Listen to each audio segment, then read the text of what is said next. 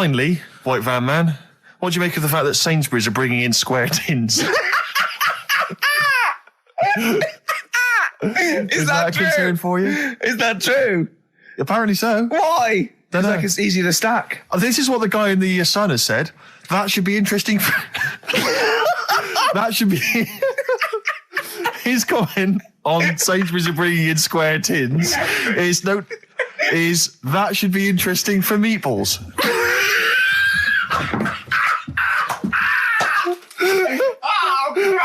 Ricky's just collapsed on the floor. Let's just play a song, Carl. I don't think even you can top that. Tell you what, Steve. Go on. I did find out in the week. Yeah. World record, right? Person with the longest trump. With the longest what? Wind fart. Right. Right? 2 minutes 42 is the world record. Okay. Right? Well, I'm immediately thinking about a relative of yours who I'm sure did longer than Who that. still lives in Manchester. Auntie Nora. Now, Auntie Nora did it for 5 minutes, Reportedly, wasn't it? starfighter for 5 minutes. But unfortunately, she was the only person in the room. Whereas I think, which one's alive, Ross or Norris McWhirter? I don't know, actually. He has to be there. Yeah, I think he actually has to He'd be have present. to be there. Would you want to be there? Well, he'd have sort of equipment, looking at his watch, going, finish, you go, yeah, he goes, well, that was 4 minutes. Did she go from like a size 10 to a size 6? Did Did she show some old dresses? like a hovercraft. Exactly. In a big dress. Yeah, Just yeah. slightly off. Yeah. So, it has to be invigilated. But again, how was the Guinness Book of World Records one invigilated? I mean, who was supervising that? Who was He said, monitoring I that? can fart for 2 minutes. They went, well, we've got to see this. Went round. And, he just probably let it rip. It's probably circular breathing. He's probably sort of sucking in air and swallowing it as he's going. And it's a continuous one, isn't it? The reason I did this. Yeah. Yeah. It's like it's like I always remember seeing in the swimming baths, there used to be those signs that would say, no running, no jumping. Yeah. That makes sense. No bombing. Fair enough. No petting. No petting. It's like you're not allowed to kiss in Yeah. the swimming Yeah, baths. well- And I love the idea that it's probably some kind of lifeguard who sort of maybe saw his ex-girlfriend getting off with some bloke in the water and thought, Yeah. right, there's no petting anymore in here. What do you mean? No petting. You're not allowed to kiss her or no one. You're not doing this just because No, you used to go... nothing. There's not a problem. Okay. Not a problem. Just leave and don't kiss. You want to swim, but don't kiss. There's no petting. Did you just write that on in Yeah. yourself in biro? Yeah. No.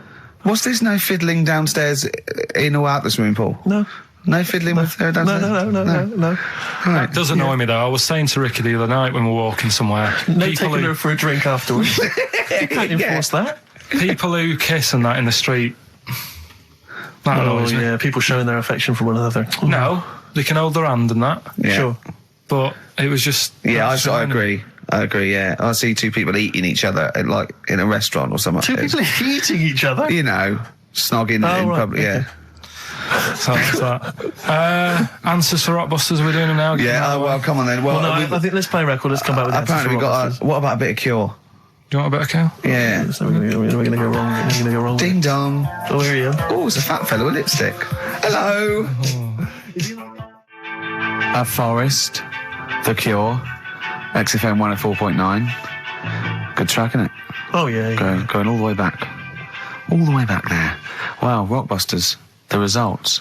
You've had a few proper answers, I hear. So, either I'm wrong or people do think like you. I've got two of them. What are the clues again? Right. First one was the gingerbread man has only got one leg. I got that. That was LB. Limp Bizkit. Right. Yeah, the that third works. one. The third one that I think you worked out. Yeah. Have a holiday in Italy. Chewing Breaks. TB, chewing breaks. Yeah, this is the one I can't get. If there's a reason why I can't get this, we're not doing Rockbusters. Can I again. give the answer to this one? Yeah. What's the clue? The clue? These people from the East Midlands swear a lot. Yeah. TTB. TTB. The answer? TDD. Yeah, go on. Give the clue again. These people from the East Midlands swear a lot. Tourette's Trent D'Arby. Right, you're never doing Rockbusters again. Tourette's Trent D'Arby. Right, you're not doing it. You've blown it. You see, you sneak that one in. Yeah, but I always like to sort of give two that, are fairly easy, and then you sort of work out the men from the boys then, don't you? Yeah. Well, I mean, if I'd have done a character called Tourette's boy, friend of the little Chinaman, and it went, ding dong, oh look, it's Tourette's boy, friend of, holy fuck, holy fuck. You'd have been annoyed. Do you know what I mean? Oh, who's your mate, Tourette's boy? Holy fuck. You'd have been annoyed, wouldn't you? Is that a character from Lenny Henry's show? I can't remember. I can't remember whether it's Chris Moores or Lenny Henry. Yeah, one of them. Anyway, the winner, lucky old Richard Perks from Birmingham. He's listening presumably on Sky, and so nice to have him listening. And that's Richard Perks. He's got those answers, all of them right. In fact, most people seem to get Terence Trent D'Arby or Tourette's Trent D'Arby. Well, I think that's offensive. If you want to complain, what's the number? What did they write to complain about that? Using the same person you told people to write to and tell them I was a knobhead and shouldn't be on the radio. Last week when I was away. Did anyone do it? I think a few went through. Did you listen to the show? I listened back to the recording of it. Did you get any emails before you listened to the show? Yeah, when I got in. Did it upset you? What sort of things was it? Just stuff, I can't remember. Just it was weird because there was like a few of them in a row and I just thought, what's happened here? Yeah. And because we said that, yeah, because you weren't here. So what did you say? I just said phone in. We had a couple of genuine emails that liked the show, didn't they? Yeah. And I said phone in and leave messages or email Andrew Phillips and Karl Pilkington and just say the show was great. The show was brilliant without him. But they went a bit too far, did they? What did they say then? Oh, I can't remember. I mean, it doesn't bother me because I'm not bothered what people say, am I? No. Do you know what I mean? No, you don't care what you say to people either. Poor little Robin, he looked crushed. Oh, whatever. Whatever. Well, it doesn't matter because he's doing well at what he does. He couldn't even hitchhike home because they wouldn't stop because his thumbs didn't show up. He couldn't. He was waiting there for ages by the side of the road. Do you know the difficulty he has buying gloves? Hang on, I'd love to have some monkey news though. Go on then. Got any monkey news? Yeah, got some monkey news. Go on then. No, Rick, come on, cheer up. Well, it's just sort of like he moans that he's got too much time on his hands, and he comes up with that. Shh. Okay. Shite. Monkey news. The jingle, please. Oh, chimpanzee, that monkey news. Okay. There's been quite a lot of stuff going on. There was a few bits in that Guinness Book of Records book that cost me 20 quid. Yeah, well, that's not news, is it? They printed that probably last September. No, so there's one in there. New music, new monkey news from last September. You're a lord. Come on. Waster. Please, Ricky, monkey news. Right, there was this monkey in a zoo in Brazil. Right. And there's a little man monkey, a little woman monkey. And you're a scientist, aren't you? Go on. And they said the people in charge were like, oh, wouldn't it be good if they had kids? Brilliant. Right. So anyway, the chimps used to stand sort of, you know, they'd have their little caves each, and they used to sort of lean on the fence having a bit of a chat and stuff with each other. Right? With a chat, go on. Well, you know, gossiping, yeah, gossiping. The equivalent sort of thing. Yeah. So anyway, they were getting on a storm, and like the zookeepers were like, "Can you hear that, cheapest chimps this week?" I thought it was fascinating. Yeah, just gossiping. I understand. So what's any monkey news? I don't know. Let's tune in. What was some monkey news this week? Come on. It was from last September. So there was, you know, stood there having a chat, and the zookeepers were like, I wonder if they're ever gonna, you know, have kids and that. Yeah. Anyway, it went on for ages, you know, this just chatting, no sort of action. Blimey. So what the zookeepers did was, they said, I know, they'll have kids. Are we letting that go?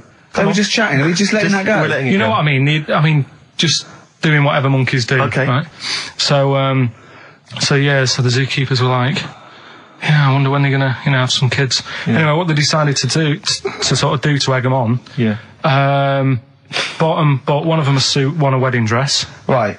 Keep going. No, I'm not having it. Shut up, Gervais. Fade him down if he's going to interrupt. I want to hear the rest of this. They got married. So they got married? Yeah, they got married. Right. What? That's the end of it. This is why I don't. Right. That's the end of monkey news. That's the end of monkey news. Don't do that again. You've got no features left. Why don't you like that? Well, it's not a story.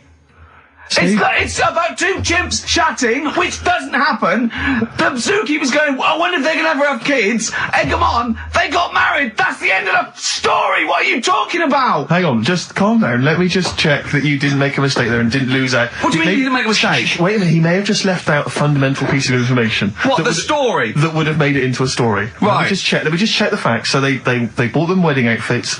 They were married. Did they propose to each other, or were they just forcibly Don't married? encourage him. Just forced onto And it. then what was the outcome? Once they got married, what happened? They fell in love? Yeah. What? Whoa. It's not a marriage, Carl. Be quiet. It's not a real marriage. I don't know what you've got in your head. It's like the head of Homer Simpson. I'd go in there and there'd be a wedding reception and there'd be a couple of fights and they'd be talking about stuff. They got married. They fell in love. Did they have children? They're not back off the honeymoon yet. I'm Ricky Gervais. Hello there. You're Steve Merchant. I am indeed. Karl Pilkington over there. Big day today. Really? Yeah, for Karl. He hasn't been looking forward to it. He's been whinging in the week. A couple of things. He thinks he's overworked. He thinks he's overworked here, and he's stressed, and he's got to do DIY. MTV are coming in, right, to give him the chance of his a lifetime to do just a little screen test, and he's going, well, I'm not going to look good, am I? They're not going to have a why. He said, well, I've got a round head and I'll be wearing headphones. And he's not made an effort. He thinks, oh, they'll put him off. He said, they won't even press record. He's got a spot on his head. I mean, you know, also, Carl, you're not looking forward to it. You're not excited about it. It's a great opportunity. Why is it a great opportunity? to get on MTV. No, but It's money for old folk. Yeah, but look what's happened to people like Jeremy Speak, or whatever his name is. And all Jeremy that. Spake, yeah. Yeah, and yeah, slightly different. Why is it? Well, see, you're making it in the industry, and you've got something to give. He happened to be around when they were filming an airport. well, Do you see the difference? all right, the other one then, who's on a boat. Same thing, although at least she had a incredibly well. skill. She had a skill, you know. She can sing, you know. Well, it's just. I think it can all go wrong. Do you know what I mean? Of course it can. So can sitting in your little room moaning about nothing happening in the world. You know, he wanted to stop educating Ricky because nothing happened. He said, look what happened last week. I scoured the net. He said, all I found was a dog in a car wash and a parrot and a vicar. Right? I'll tell you what, there ain't much more going on this week. Well, you're talking... listen, me and Steve, yesterday, we took a day off to prove you wrong, and we've come up with two of the most incredible things I told you about, and they're amazing. So there are things out there, always, but just go for truth. Go for truth and science and discovery. Fact is stranger than fiction. You don't have to revert to sort of like God and ghosts. I know, yeah. Do you know what I mean? But the funny thing is, you know, like, the last couple of weeks I've been saying there's not much going on. Yeah. I found out when I was looking that there was a day in 1930, right? It was a Good Friday. There was no news. There was nothing going on. They had to put a music video on or something on the telly because there was nothing going on. Play a record. We're going to play some classic tracks today. This is Debaser. Pixies, Debaser. I was looking forward to playing that. Came and said, Carl, I'll play that. I was looking... he put it on. Lauren just called through and said we played that in the last half hour. Embarrassing. Yeah. So It's really what is the embarrassing. point of having a producer if he doesn't check things out? So, I mean, it's a good track. I mean, I'm sorry if you heard that twice in the last hour. Go on, So go what on, I'm going to do go is on. listen to everything all the time. I've been running around. I get in early on a Saturday. We got in about the same time as me. I went out and bought you some biscuits, so you're happy. I put the coffee on. Yeah. I've sorted what prizes we're going to give away. I've been running to the library getting you certain tracks. Yeah. I can't listen all the time. I'm doing my best. Well, I'm not sure it's good enough. I mean, I'm worried when MTV come in, if they've heard this kind of shoddy production, they're going to start to wonder what... MTV Is it- play the same songs every 5 Yeah, no, minutes anyway, sorry, are so- you sort of overworked because you were on Zoe Ball show talking? Oh, hello, what's going on here? Well, I thought he was no, I was in the- exclusively on our show. No, I was in the car. I seem to remember, Rick, he was a nobody Yeah. that got a chance to come on air and talk about that. And guess now what he's getting auditions for MTV? Guess what he was talking about on Zoe's show? Oh, hello. All the jellyfish stuff and all that about Can't getting believe stoned. it. Recycling Yeah. material that you've done on this show. I phoned in, right, and I went, stop doing material Zoe's boy. He just hung up on me. That Well, I had a is- job to do. Who do you think you are? Your Look, ego has just gone through Hang the on a roof.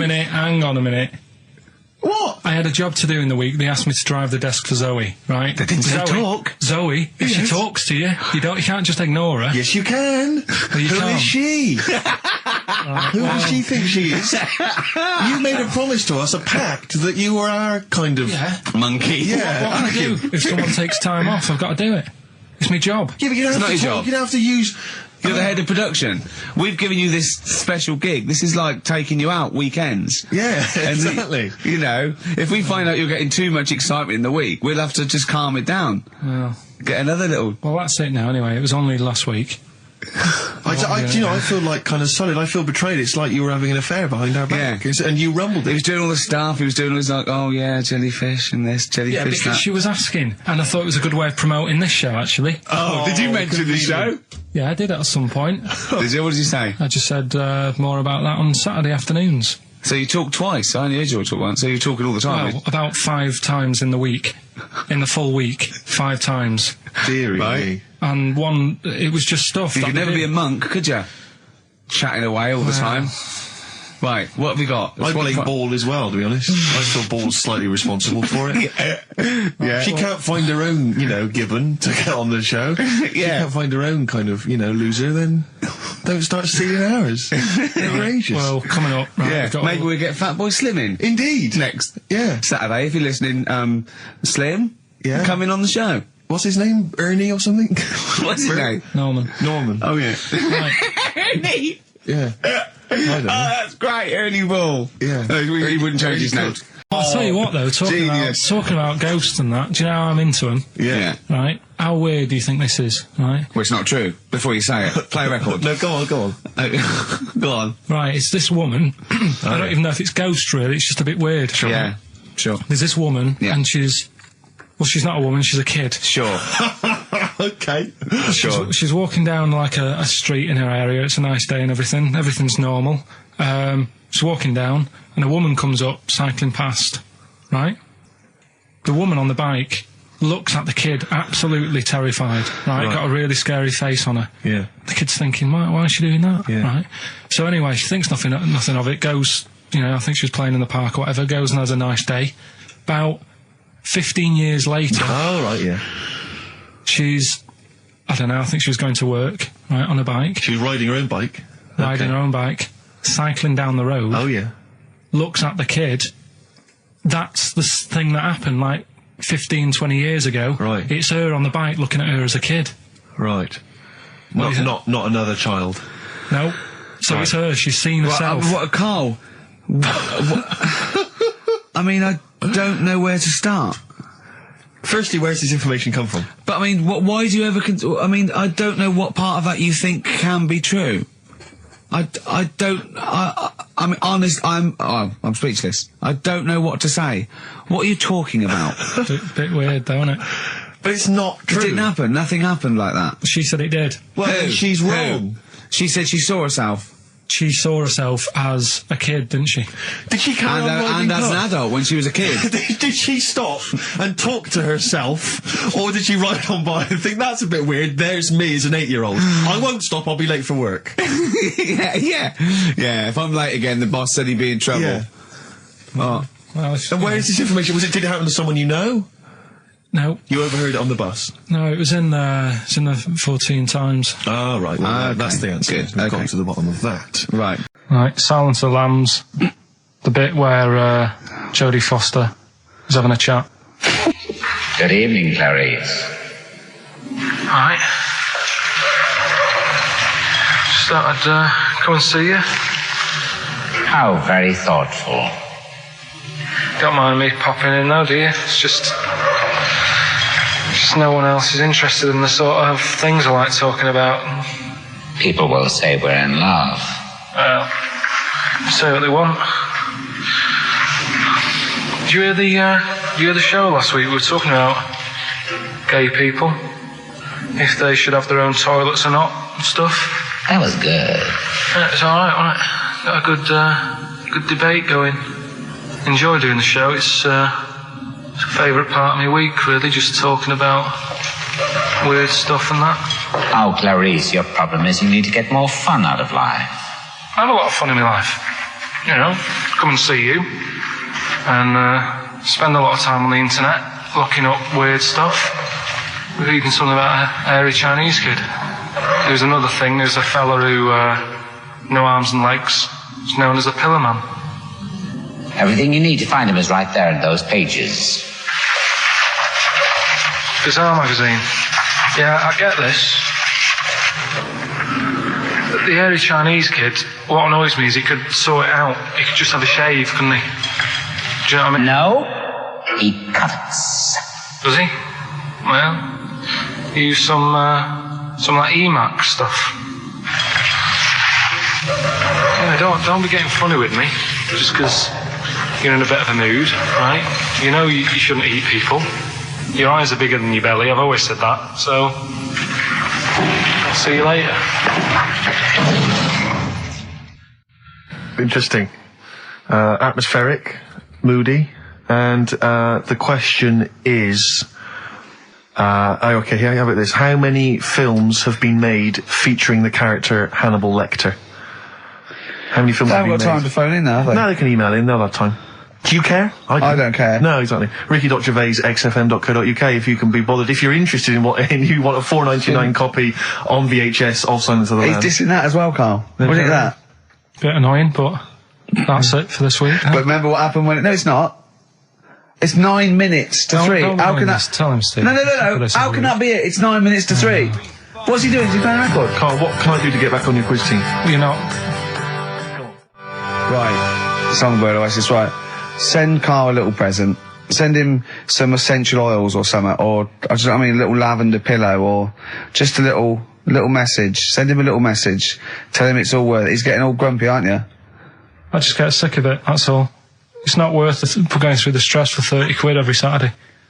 You lying little... You'd get more than 30 quid. Oh, not much more. Anyway, Steve, who's the winner? The winner is Mike McNulty. He correctly answered the fact that there were 4 films featuring Hannibal Lecter. There's a downer now, isn't there? There's a downer. I think it was you, actually. I mean, I don't know, Carl.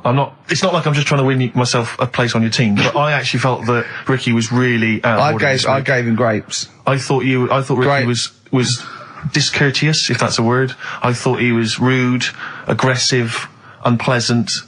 As one person emailed in, a dickhead. So, someone also said you were fat and talentless. I don't like those emailers who do that sort of thing, but one of them said you were really, really annoying. Well, cheers for that, but you're still not on the they didn't team. like what you were wearing.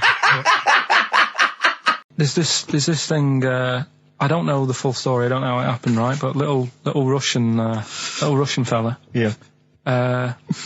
He was, sort of having sort of emptying his bladder, right, and somehow electrocuted himself. Right.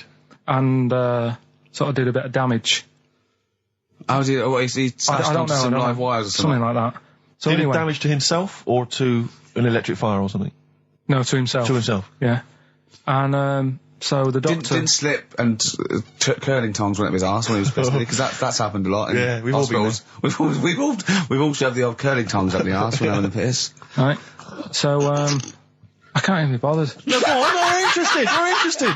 Come on, we're interested. Don't You can't be bothered. You get Mondays off. Do some work. Right, so anyway, so the doctor says, it's not looking good, we'll have to take that off. What? And he's like, a novectomy? Yeah. Really?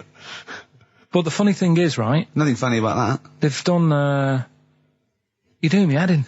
Just tell the story. Just doing me head in. Oh, you can chill out on Monday. I've only got 15 minutes, but I'm going to talk to you every Saturday. I'm going to get the money's worth out of this, because you get Mondays off. And I can't bear the fact someone getting away with something like that, because it's terrible. So you're going to stick this out, or you're going to have to work Mondays. So take it on the chin, right? Okay. Just finish the story. Yes. I command you. Just do it. Anyway, so he said, you know, will you be able to sort me a little knob out? A prosthetic cock, yeah. Yeah. But they put him out for the operation. Yeah. He woke up. Yeah. Right, and he's thinking, thank God that's over and done with. Yeah. They've only grown it on his arm. What are you talking about? You twat. Shut the you're an idiot. What do you mean they've grown it on his arm? Apparently, like, that's the way they do it. Oh, yeah, but to then put it on, that wasn't a mistake. It wasn't doctor going, did it go there? Some bloke I didn't do a degree. Are you a real doctor? Yeah, yeah. No, but why put it there? Because it's got to grow, it's got a graft there, so they can control it. To the skin tissue. But on your arm.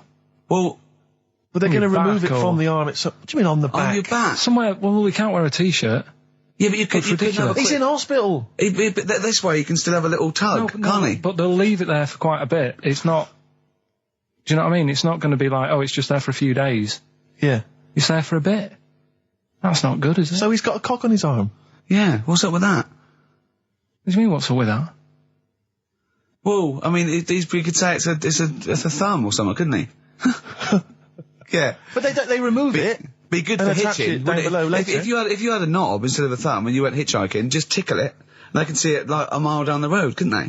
Posting. Yeah. If I'd lost my knob, I'd go, I'm not going to have all that stuff. Just whack a pair of tits on me. Do you know what I mean? I think, just forget it. But why not just put it where it should be straight away instead of messing about? Where should it be straight away? You know. On the forehead. I think it was, might have been Wednesday night. I was in the pub. Phone goes. Carl goes, "You watching that thing about parasites?" Right. I went, "No, I'm out." He went, "Oh, fella with a maggot in his head." Fellow with a maggot in his head. Yeah. And they go, "Oh, no, he's pulling it out now." Oh, God. I said, "Well, I'll get it. I said, "Yeah, see you later." About 5 minutes later, I get a message on my phone. Beep, beep. I look at it. It just says, "Oh, no, there's a fella with his fish up his cock now." There's a fellow with a fish up his cock. Yeah. Right. Okay. Do you want to explain that, Carl? Is it one of those little ones that swim up if you're having a slash in the Amazon? Yeah. Yeah. That's weird, isn't it? But it was still like stuff like that. It started off with What does the fish do when it gets in there? just sits there. Why? Well, what else can it do? No, but why does it go up there? Don't know. I didn't listen to that bit. There's a bit. He started off with a fella who had a bit of meat and got a tapeworm inside him. Yeah. And he grew it for however long, and then it came out at the end. It was about 7 foot long. On purpose? Yeah, he did it on purpose. Yeah, for the program, right? I think yeah, probably slimming, isn't it? Well, I was thinking that could I mean, you're a fan of Waller. Could he purposely have about 8 of them? What, Rick Waller? Yeah, It's a good idea. because they were saying how they eat, a lot of stuff when they're in you. They just eat. Well, all they of take enough so you don't die, and nor do they. Yeah, but I mean, you've got to keep taking them out, haven't you? Because you'll still have the same weight because it's got to go somewhere. So you'll have them in you. What you got to do is like let them eat your meal and then take them out. Do you think worm watchers will catch on? Yeah. So anyway, so that happened, right? And then there was a woman with a maggot in her head. A woman with a maggot in her Yeah, head. she went on holiday, it got in there somehow, and Stowaway.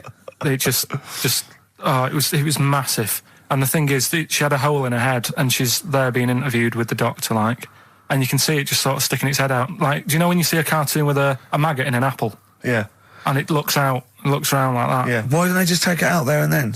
I think they could have done, but the doctor's messing about. It's like, well, it's good for the show, isn't it? And they left it in there. Right, that's libelous. Well, That is libelous. but I found it weird. Why not just grab it? When it Because there must be a reason. There must be one of those medical reasons that you don't really know about, Carl. right. And another bit. This was the best one, right? Grab it! Right. There's this fella, and he was on his bike, right, Yeah. cycling to work or whatever, and he sort of sees this thing in the corner of his eye. Right. Literally in the corner of his eye. Or you mean he saw He just said he saw in his something. peripheral He vision? saw Okay, something yeah. and thought, what's that? Yeah. So he thought, oh, doesn't matter, whatever. And he stops off at a cafe, right? Yeah. Get a little scone, a tea or whatever. And he goes in there and he's sat down, and the waiter comes over. He says, yeah, what do you want? He said, I'll have a scone and a tea. He goes, all right then. So he goes to get it, comes back. As he puts the tea and the scone down, his face is like, what is that? Right? Like a look of frightenedness on his face, right? Drops the tea and legs it. So the fella's going, what? So he legs it after the bloke and goes, what? And he says, oh, something came out of your nose. That was massive. Sorry, something came out of Listen, the this guy's is all true survey. because people would have watched it, so don't start saying it Sorry, didn't but hang on, I happen. just need to clarify. The guy I on the don't. bike. I don't believe he ran away. Wait a I minute. don't believe he legged it. I don't believe he had a look of frightenedness on his face, and I don't believe he said something massive came out your nose. Wait a minute. And I don't even believe he had a cup of tea in the scone. These are the things that I think are embellished. But who had something coming out of his nose? Was it the guy serving the scone? The one who was on the bike who ordered the scone, Yeah, but what It was came out it? of his nose. Yeah, what was it? Came out of his nose. right? So he goes home and he thinks, I've got to sort this out because he's not good in that. So he But sat. what? No, it was out of his nose. So you mean it poked out of his nose? It didn't come out. It just said hello and then it... It was like the maggot in the head. Yeah, he yeah, just it just- popped his head out, had a look around, and went back in. Why Like, did the bloke drop the tea and run? well, it's weird, isn't it? All right, so he goes home. He goes Yeah. home and he goes, oh, God, So he sits in front of the mirror and he's sat there waiting. This thing comes out. Again, sort of looks round, goes back in again. So he goes, oh, No scones. Right? No, it's- So he goes, I've got to sort this out. He goes to the doctors, says to the doctor, I've got something up my nose. It just keeps coming out and having a look round, going back in. Didn't say The that. doctor's like, oh, I haven't heard of that before. Right? Didn't say that. So sat there. It does it again. The doctor looks, frightened again. Runs away. yeah. He, No, he didn't run away. Well, he's got a look of frightenedness on his face. he had a look of medical frightenness. He dropped his stethoscope and legged it. No, he said, I know what it was. He said, what? So you got a leech up your nose. He had a leech about that long. What's radio? Well, how long's that? 4 inches. 4 inches coming out of his nose. Next time it stuck its head out, he grabbed it, pulled it out. That's horrible, though, isn't it? Isn't it? You're like this. Peter the Great. You ever heard of Peter the Great?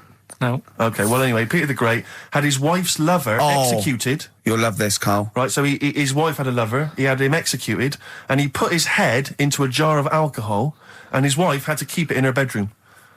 Do you understand? That's every time she saw, every morning she'd wake up, and there was her lover's head in a Who jar. took his head off? He took his own head off.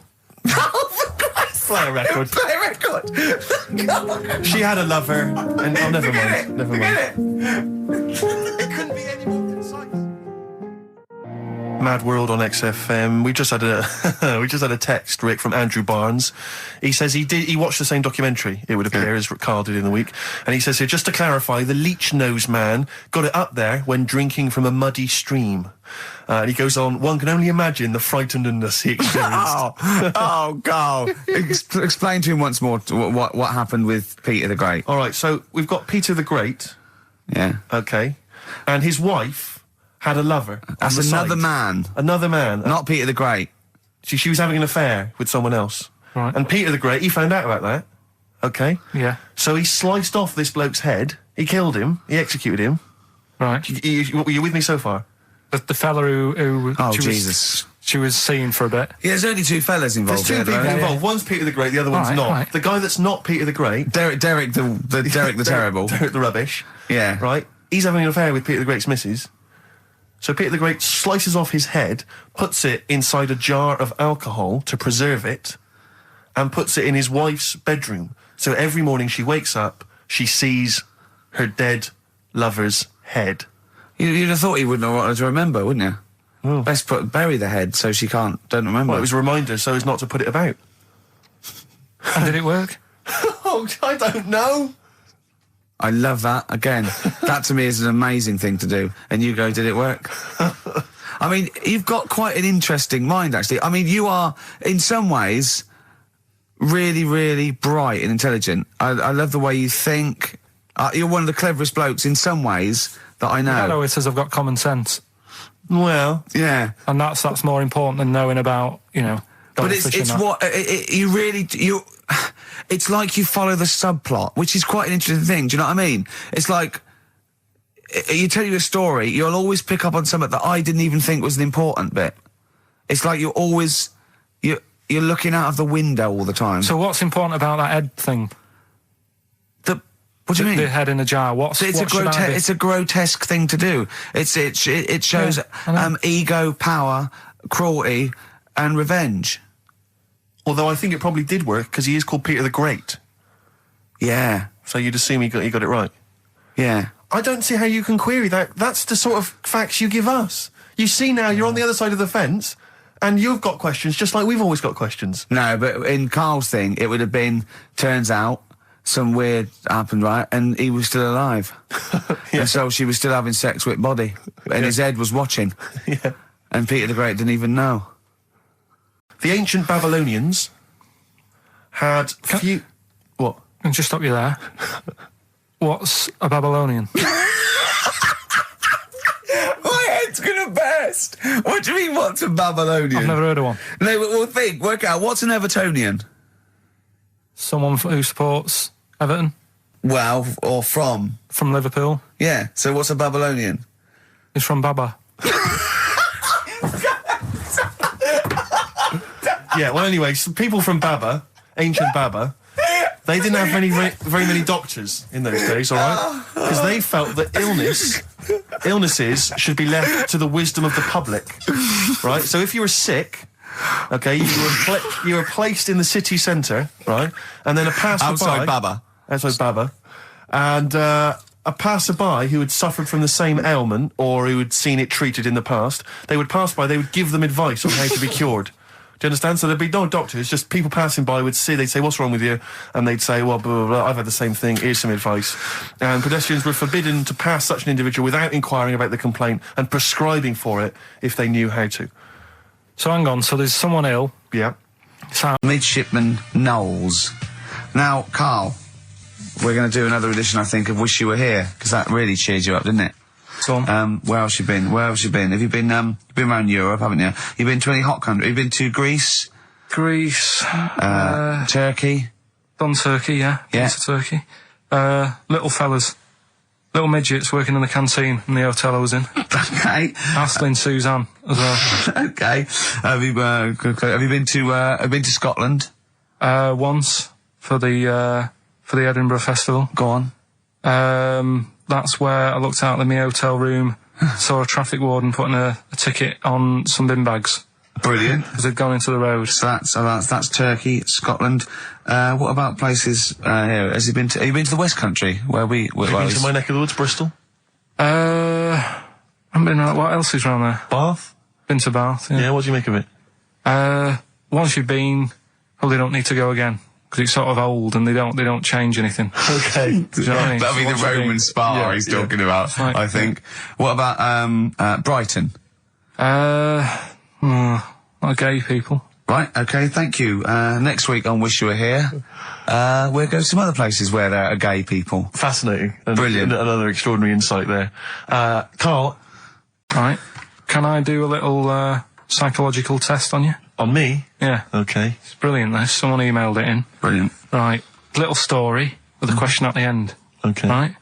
Right. This is going to be so annoying. No, it's not, honestly. Well, it is, because you're going to think it's science and it's going to be trite. Alright, well... Go on. Right. Little story first, right? There's this funeral, right? And this girl was at a funeral. Same funeral?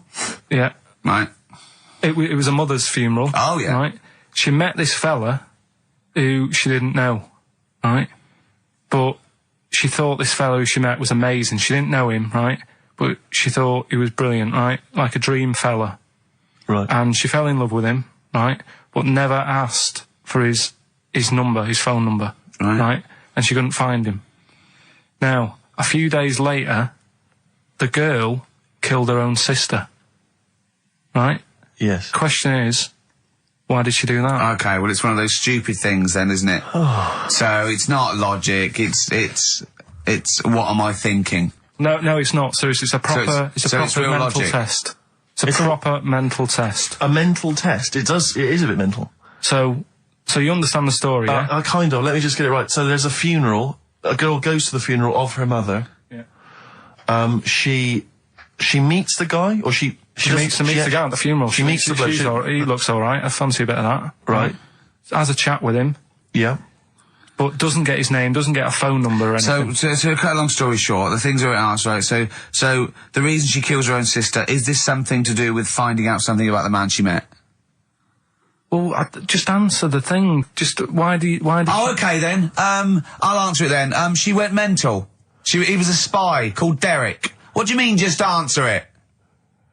Anyway, I'm testing Steve. Right. Well, she killed her own sister because her sister had stolen some money from her and was sleeping with her husband.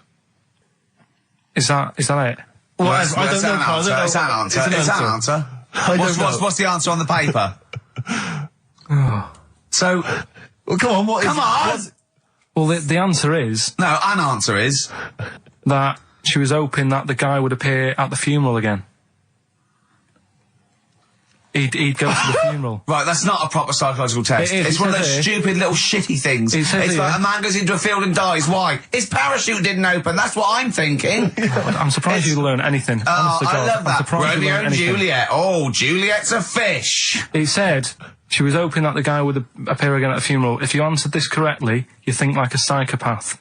This was a test by a famous fella, right, who used it on killers, and most of the killers got the answer right. Did you also think that? Was that the answer that you gave when you first I read didn't know. But I wondered what you would have got. Good, so that's but proof I'm not a psychopath. yeah, but that's the point. But it's a psychological test for looking at something very, very specific. What's up with that? Well, what was the best that could happen? That he'd got it right, so he is a psychopath. Monkey news. Play the jingle. Okay. Oh, chimpanzee that monkey news. Right. Come on. Come on. Should be ready, Carl. That's amazing, isn't it? It's like Nicholas Witchell. The bomb. No, that's not the first. Come on! No, it's always difficult, isn't it, to sort of find something that's good each week, right? Last week, we did the chimp. It is for us, yeah. We had the chimps who were running a health spa. Yeah. Right. We've covered the one who nicked a car to go on to Spain. Yep. To sort his future out. All shite. The hairdresser, I think we've done that one, the little monkey hairdresser. This week, we're looking at monkeys, that they're using. Do you know, like monkeys? They know how, like. I've lost the will to live, Steve. Oh, well, I don't want to do it. Right? Well, come on, come on. What are monkeys good at? What are monkeys good at? Yeah. Well, running small businesses, cutting people's hair, and driving cars. Yeah, they love Spain. Oh, and foiling bank robberies. Yeah, they're great. Well, something else they're good at, right, is like weighing up the situation.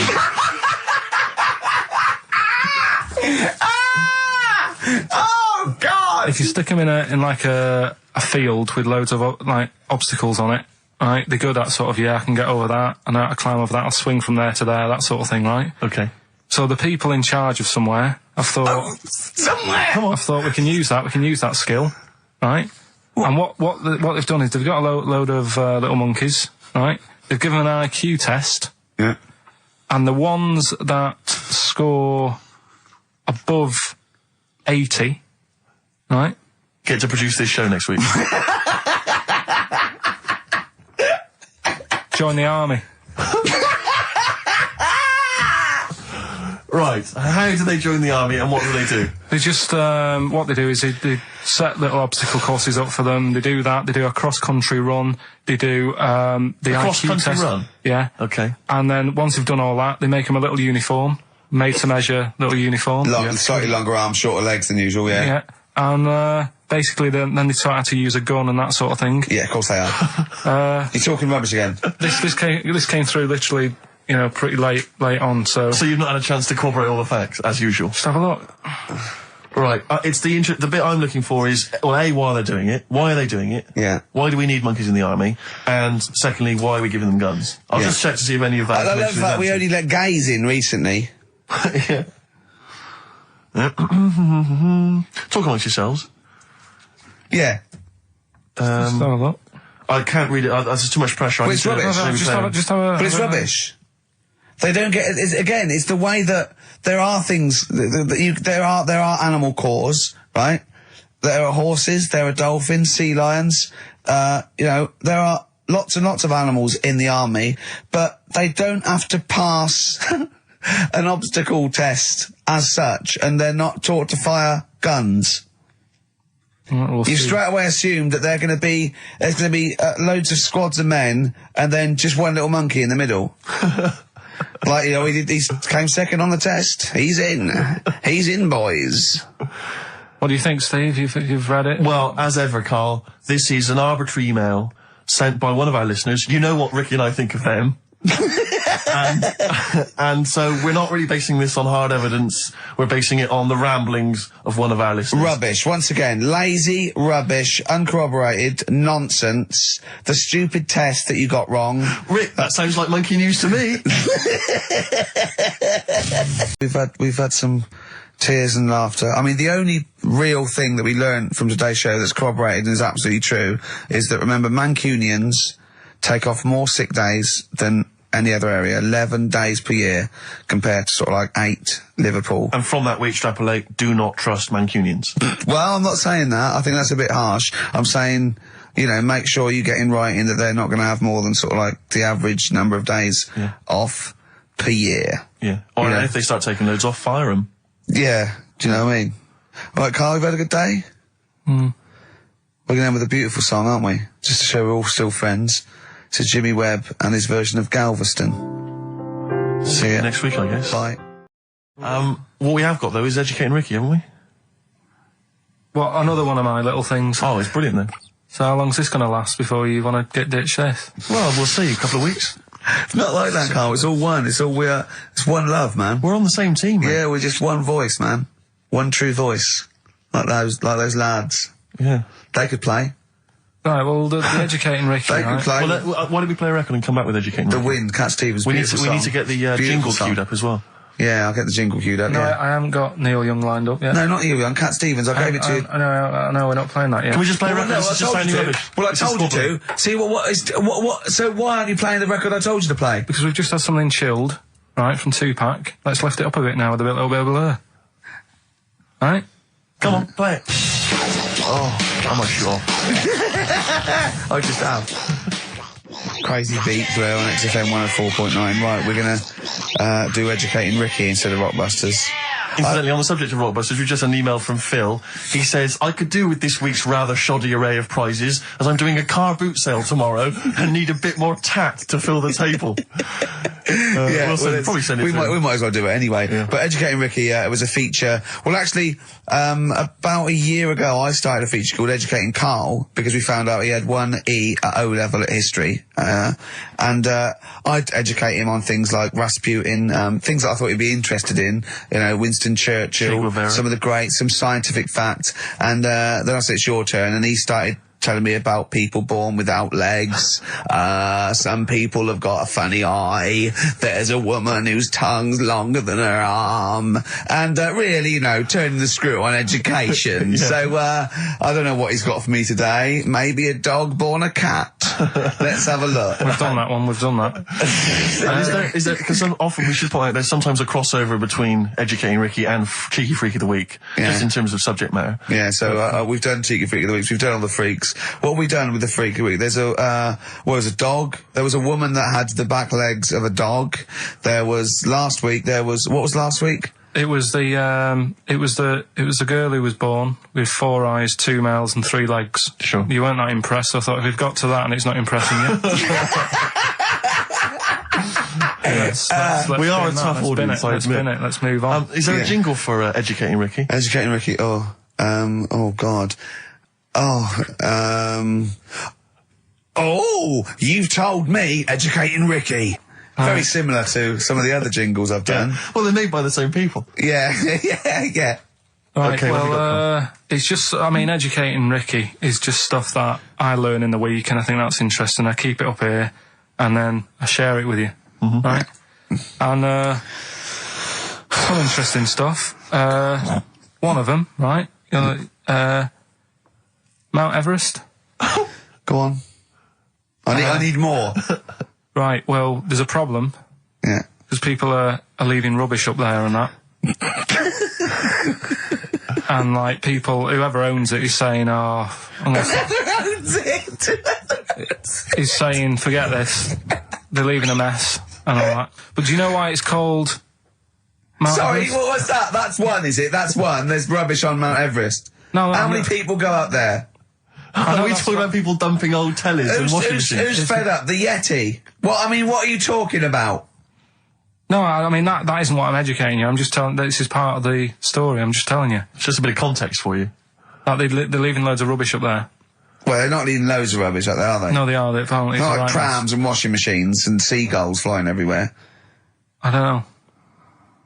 Anyway, No. But anyway, do you know why it's called that? You know why it's called Mount Everest? why it's called Mount I Everest? know the mount bit. It's because it's a large mount, and if you climb it, by the time you get to the top, you need to have a rest. And that isn't the educating bit. I'm just telling It's you. not true.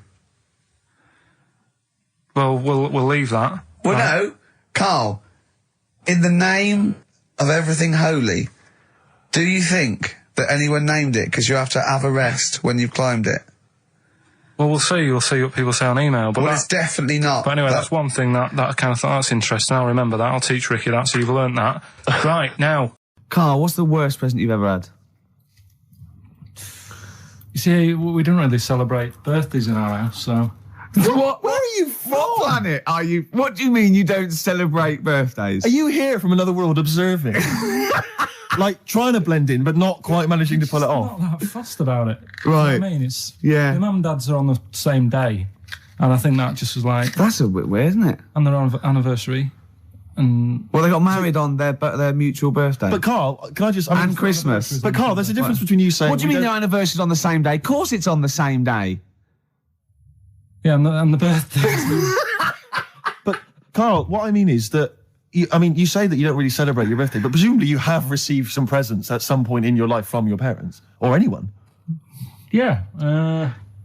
Okay, well, we'll come back to you later. Yeah. Thanks. Let's play a record. Carl, have a think about that and we'll come back to you later. Thanks very much. Rick, we were talking earlier about stuff. True story that's, about a little Australian freed the Scottish. the stuff that's dying out that I think you and I single-handedly need to kind of resurrect and salvage. I thought the Trilby was dying out. Yeah. I'll surprise I you, and thought yet, so as well, watching Top of the Pops last night, Yeah. Jamiroquai was wearing one, and then lo and behold, Danny Minogue came on, she had one as well. I thought, blimey, there's two people there trying to salvage the Trilby, and good luck to Really? them. Well, Yeah. that's on its way then. Let them The do Trilby's that. fine. Let's do something else. But the bowler hat, the bowler hat. never see the I always bowler. fancy myself in a bowler I love hat. a bowler hat. Carl, would you wear a bowler hat? I know you'd wear the cape. I did wear a trilby. You were really? You must have looked like a... That's brilliant. What? Because you're a Mancunian. Well, there was a phase, wasn't there, in about 90... When was it? I think that was just round your way. It might have been. It was in Manchester. Did someone get a job lot of trilbies and persuaded you kids? Yeah, I'll tell you what's trendy. No, Sean Ryder wears one of these. Does he? Yeah, go on. Yeah, quid. And then everyone in your street had trilbies on. But you've never worn a bowler. Never. What about Kangol bowler? You might They think had one about out again. I'll tell you what. I would like to wear a bowler hat in a dark, but I'm worried I look like one of those little fellas off the Home Pride advert. it. The Home Pride guys, they've been persevering with the bowler for years. They still look good in it though, They're don't still they? looking good. They're dapper guys. Yeah. There's a lot of the Jolly Green Giant. He had quite a distinctive look, which is obviously one I've been thinking of exploiting. What, the Being little like 6 foot 7. I know, the little sort of like a little dress. Was it corn crop Yeah. that made up his little skirt? Just suddenly struck me something. I don't know if I mentioned it before. You mentioned that you tried to catch your guy out when you came back once. You opened the door really quickly to see what he was up to. Did I ever tell you when I was at university? Now I'm very tall and I've got enormous feet. Size 14. Size 14 shoes. And when I was at university, everyone, it seemed to me, was wearing Dr. Martens. It was like you had to wear a pair of Dr. Martens. It was kind of the rule. Dr. Martens was too big for you. Yeah, so that's a big pair of Dr. Martens. That's where the myth of the old woman who lived in a shoe, I think, I came know. from, people with my size shoes. Anyway, I just literally kind of moved to university. I'd been there for literally a couple of months. And obviously in that first period, you're quite keen to kind of, reinvent yourself, strike yourself, try and give an impression of perhaps being quite sophisticated, worldly, cool, all those things that, you've left behind all your childhood friends, so you're trying to, develop something. But you didn't new bother, persona. you didn't. What, sorry? You didn't bother? No. Just remind us again what exactly songs or phrases, because I know a lot of people put it out of their mind week by week. It's a phrase that's, been said on the show a few times. Right? I mean, you remember classics, like, what was? We had hairy Chinese kid. Yeah, there's this hairy Chinese kid. Stop squeezing my head. Carl, you're an idiot. Carl, you're an idiot. Some classic phrases. Classic phrases. And so you use various old-time songs and you put them all together and that spells out the phrase. Before we play that, let me tell you now, you can win. Look forward to this. What's this? The new album from the Star Spangles. That's called Bazooka. Was that out, was it? Never heard of When's Bazooka out? Never heard of them. Never heard of them. The best summer holiday album in the world ever. You've got the treats on there include the Fast Food Rockers and Laz Ketchup. Yeah. I'm waiting for their second single, because I don't know what that's going to be about. Sure. Is it going to be a bit more fast food? Maybe like Pret a Manger? Yeah. Yeah, lovely. This is very good. Yeah, 2-disc set, the best of David Bowie. Inspiral Carpets, the best of them. Still don't know how they string that over 3 seasons. No idea. Bowie's is one. Yeah. We mentioned it last week, the American Song Poem Anthology. That's kind of a kooky collection of songs. And we've also got a couple of DVDs here. Stephen King's Rose Red. I've never heard of it. Straight to video. Yeah, made for television. Yeah. Will never be seen at the cinema. And I'm sure there's a lot of nerdlingers listening, so they will be loving Richard Dean Anderson in Stargate SG-1. Yeah. Free inside, there's a collector's card, plus you can win some exclusive memorabilia. Brilliant. So I think a pair of their... Right, all you've got to do is listen to these, 13 songs, probably, to a well-known stupid phrase. It's only seven different songs, right? Well, just get the most you can. Just be rough. Artist or song, it'd do, right? And the phrase is about me dad nicking from telephone boxes, right? You got to give them a clue, because they've got to know what they're listening for. It's hard enough when you know. Dad is never going to stop robbing from telephone box. Is that it? Yeah. So what are these songs then? Go on then. It doesn't matter that some people don't know what that's about, do they? Doesn't matter. No, they're not. Well, Well, you're found as a thief. Is basically the point. Email only. ricky.gervais@xfm.co.uk. Let's hear it. All right. From...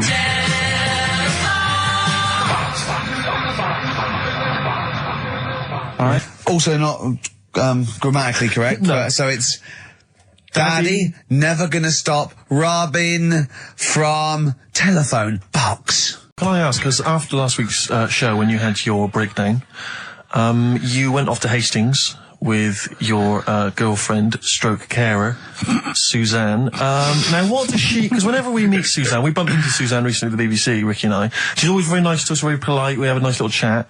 But I'm always wondering, what is it that she thinks of us, really? You know, because I'm assuming you immediately go home and whinge. No, but they tortured me. You saw they tortured me on air. Now, what does she make of us? Did she listen to the show last week? Yeah, she did, yeah. She knew I was annoyed.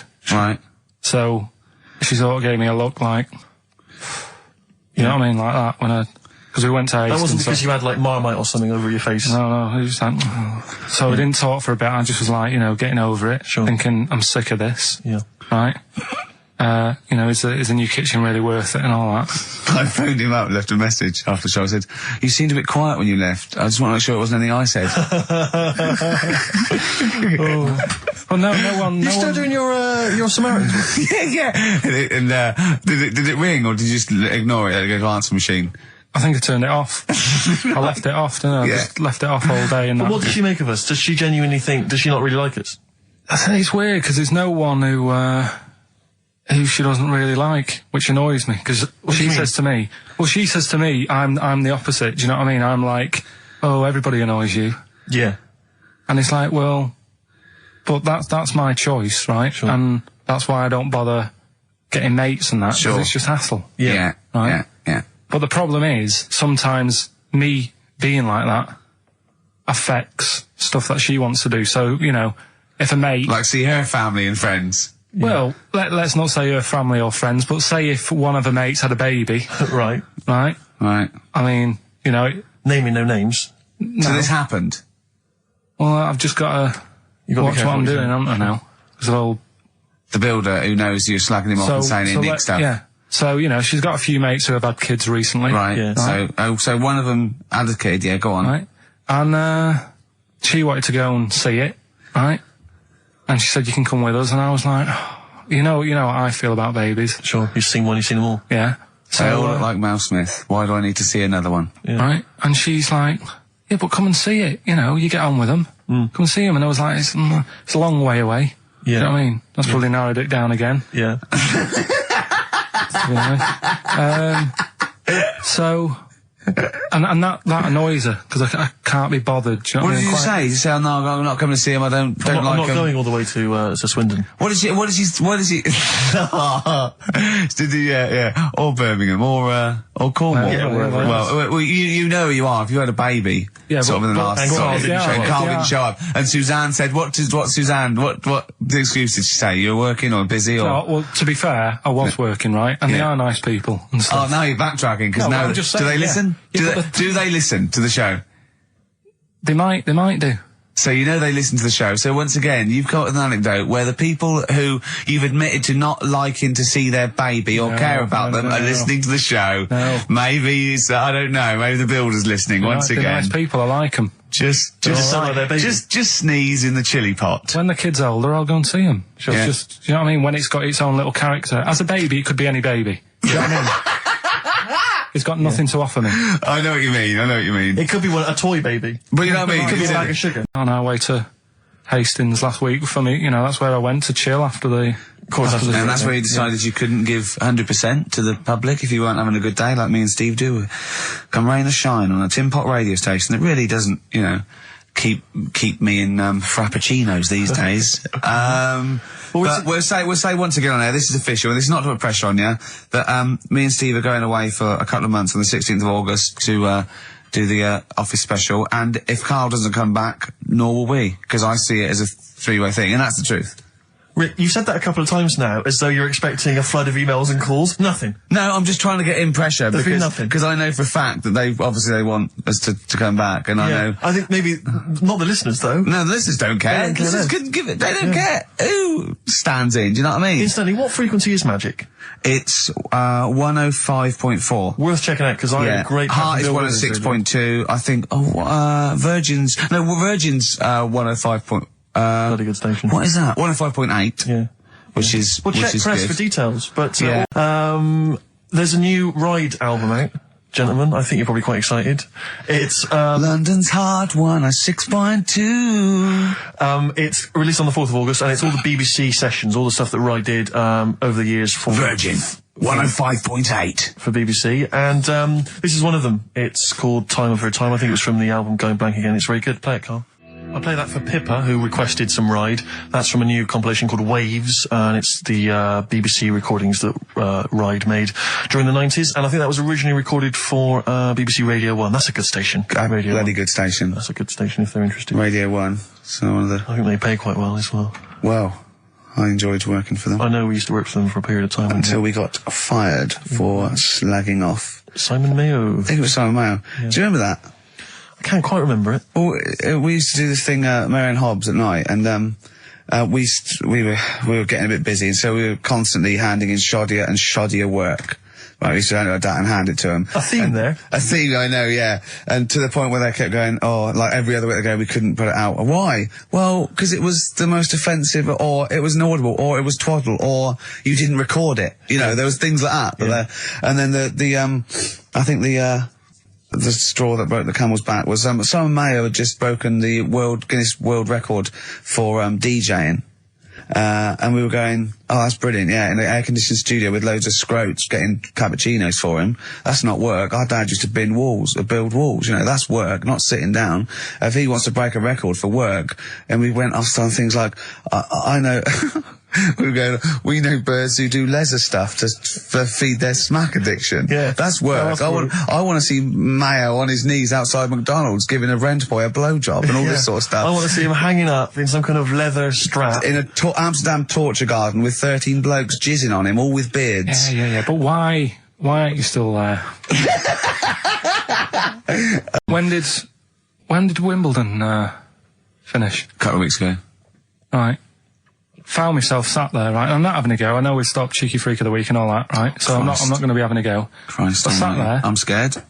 No, I'm not having a go. You've always got to remember that. Go on, just get on with telling you it. what goes Get on with it. going I'll in my mind. apologise after. I'm just saying, watching Wimbledon, it wasn't, one of the major games. It was little fellas in a wheelchair having a game. Little fellas in a wheelchair. Right. But for me, I mean, great. They're doing a sport and everything. Don't put it on the telly. What was up with it? There wasn't like a rally going on. No, do you know what I mean? Do you know normally, Christ. like with the well, not to Enman, but with some of the other, with some of the other players and that, they're playing for ages, aren't they? It's like, who's going to win this and that? Yeah. None of that. It was just like, hit it, net. Oh, Christ! Oh, God! I don't know what to do!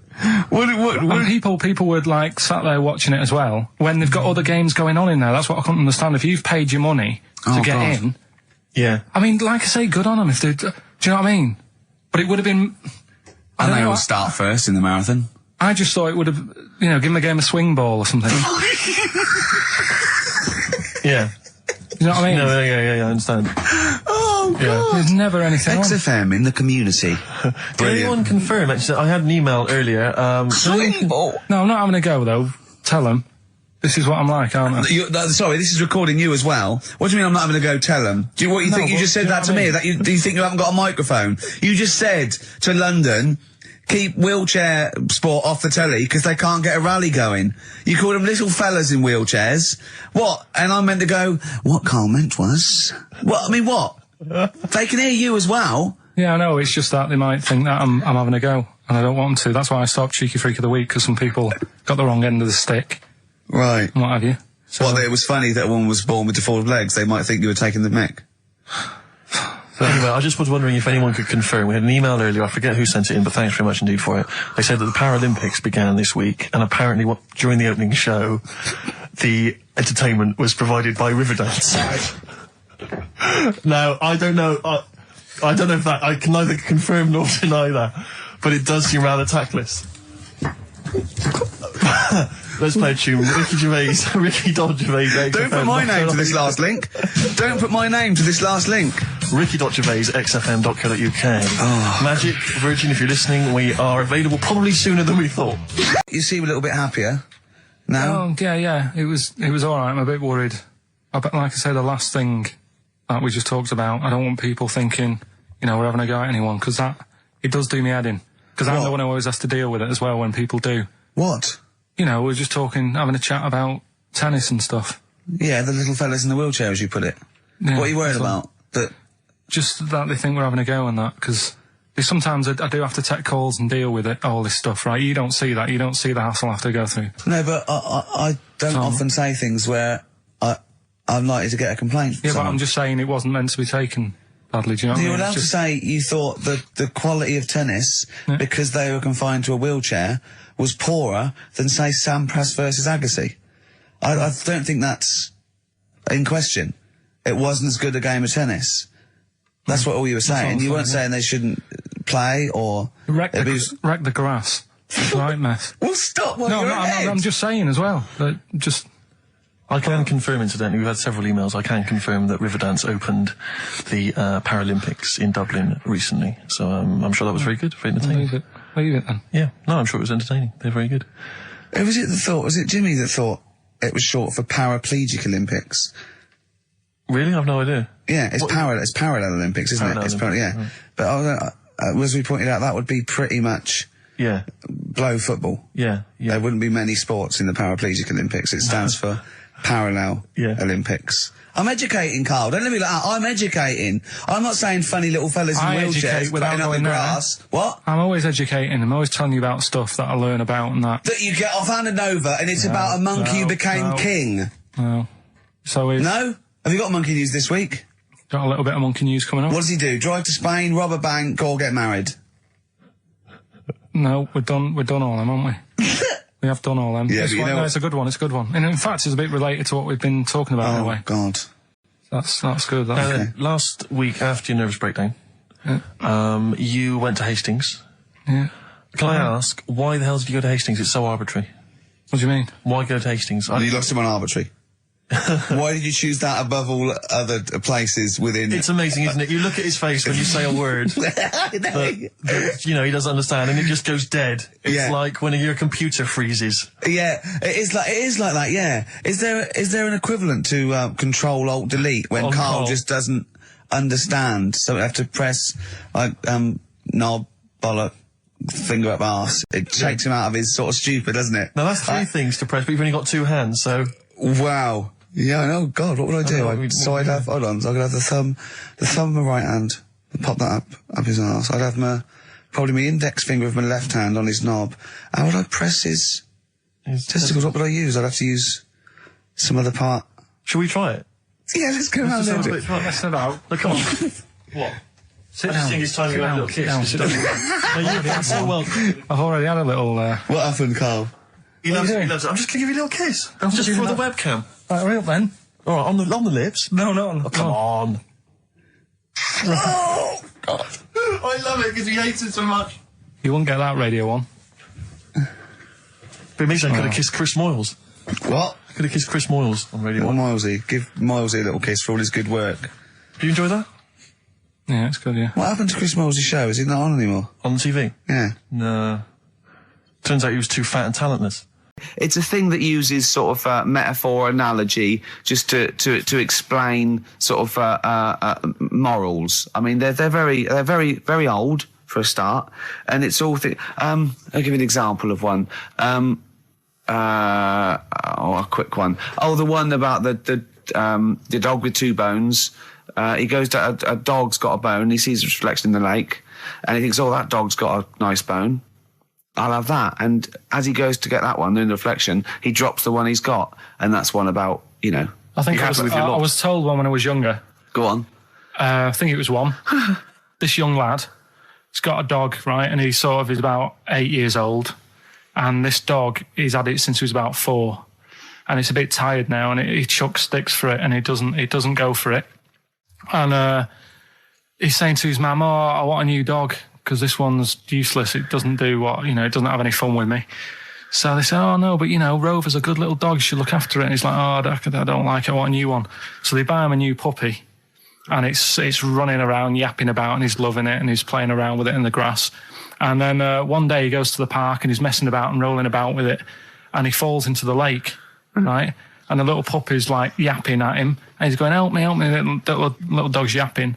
And then the old dog comes and gets his collar, and it pulls him out of the lake, and he goes, "Oh God, why did I forget about you? You're the better dog."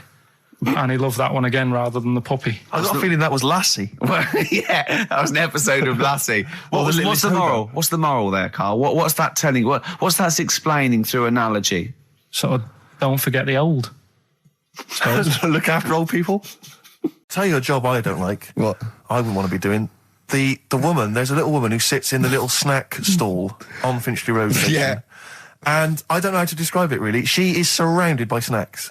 She can't move for snacks. It's Does like... it look like American Beauty, but with different... Not dissimilar to that. Yeah. It's a little hut on the station. And it's like, if you go to the seaside, you can put your head through one of those cardboard cutouts and it looks like you're a big fat person or whatever, and you can have your photo taken. It's like an equivalent of that, but it's just snacks everywhere. She's got bananas up to her chin.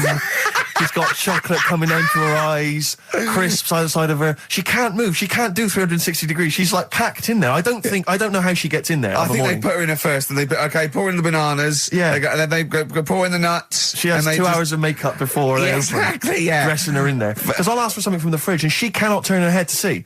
She has to go by feel alone, just to feel the fridge and get stuff out and pass it. And often I'll say, that's not what I wanted, but she can't. You've got to let her off. It's extraordinary. Dear. But there's no music playing, But she has there's to nothing. sell her way out of it. Exactly. If it's a slow day, she's stuck there till the next day. Yeah, it's like a world-breaking attempt. Talking about jobs and that, though, I was reading the other day about, rubbish jobs that people have had and stuff. I haven't got time when I'm at work, man. I just get on with it. I'm not squiddly diddly. Fingers in pies, different jobs. Go on. Do you know Ivor the Terrible? Ivan. He, his Russian. Yeah, that was the Welsh fella. Who was bloody awful, but not as bad as his Russian cousin, Ivan. Yeah. Go on. He had a fella doing some work for him, right? Yeah. This fella built his house. Yeah. After it was done, right? Yeah. The terrible fella was like, fella Ivan. He was going, "Oh, it's brilliant. You've done a good job there. Yeah. I don't want you to build another one like that." Took his eyes out. Just stopped him making an house like that. Yeah. Blimey. That's bad, isn't it? Why didn't he take away his trowel? Then he could have seen that he couldn't have built a house without a trowel. You can't build a house without a trowel. Yeah. I suppose he probably later thought that once he'd been nicknamed Ivan the Terrible. Yeah. He thought, why? Because you gouge people's eyes out. Yeah, but I didn't want to build another house. I know, but take his trowel away. What would I have been then? Ivan the Crafty at most. Exactly, yeah. Ivan the Jealous, Ivan the spoilt brat. But gout someone's eyes. That is bloody terrible. I'm surprised you're not called Ivan the... Do you know what I mean? You're going to go down in history like with Vlad the Impaler. Yeah. He's mainly remembered for impaling people. Yeah. He did a lot of other stuff. Did a load of great charity work he did. The impaling is the thing that's really gone down in history. When were you reading about Ivan the Terrible? No, it's just... Or Ivor the Terrible is the thing you remembered from this informative article? No, it was just little bits like that. Talking about him, there was a thing about someone who worked for that fella who painted the ceiling. Sistine Chapel? Yeah. There was a thing, a woman who worked for him in his house. And I love how you assimilate information when it's just bordering on the academic or just the interesting and true. It's wonderful. Ivor the Terrible gouged someone's eyes out 'cause built him an house. That fella who painted that ceiling had a woman work for him. Imagine if you wrote that down in an essay. Imagine if you wrote that in a school essay. Well, you'd probably end up with not getting a grade or... Yeah, or thinking you turned up to more than you had. Exactly. Anyway, the woman who lived with... Yeah, the woman who lived in a shoe. Go on. Yeah, there was this woman who lived with him, and she used to, go out and do all this shopping and that. Yeah. But because she couldn't read or write, he used to have to draw everything that he wanted. Why couldn't he just tell her? I don't know. No, wait. That's an excellent point. Could she talk? Yeah, but if it's a big list and that, loads of different coloured paints. But why and couldn't stuff. she draw on a piece of paper? Why did he have to do it? Because he's a better drawer, isn't he? The French have tried to keep that secret for over 100 years, Steve. upper crust people. Yeah, nearly 200 years, that is a top secret. Somehow Euston Station upper crust got hold of a document, left behind in an old sea chest, possibly Napoleon's, could have been Josephine's. Unfortunately, jotted it down. He's kicking himself now. Oh, Secret, I cannot believe I left a note. If he talked like that. He did. He did that, yeah, he talked English, but in a very funny French accent. Do you remember, there was one thing that, talking about funny French accents. It's the Ricky Gervais Show with Steve Merchant. Thanks. You were going to tell us a little story about a Just Volvo passed my estate. test. Yeah. My parents had a big Volvo estate, and there's quite a big Oh, I car don't to drive. drive. My parents didn't have a car. But I know you don't drive cars, Rick, but it's got a big car to drive if you've just passed your test. It's safe though, isn't it? It is very safe, that was the thing. Yeah. And I come from the West Country, obviously. There's quite a lot of windy lanes. around No, there. you're joking, do you? They have cars there. Well, here he comes. Blimey, Carl. Learned on a tractor, automatic it was. Do you want me to tell it or not? Oh! Don't move up the accent! Oh no, I'm not a word. Oh, go on.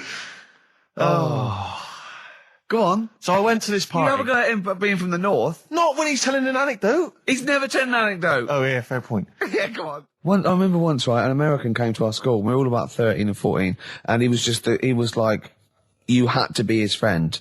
And there was like people vying for his attention because he was sort of this cool American bloke, right? And, he was like good at sports, straight, he's always, it's just great. And, I remember someone saying like tube, a toothpaste, and he laughed, said tube. I go, well, what is it? They said tube. It's tube, right? And people go, no, it's tube. Right? And they go, it's tube, right? And I went, I say tube. He went, and they sort of looked at me, and they just thought, you liar.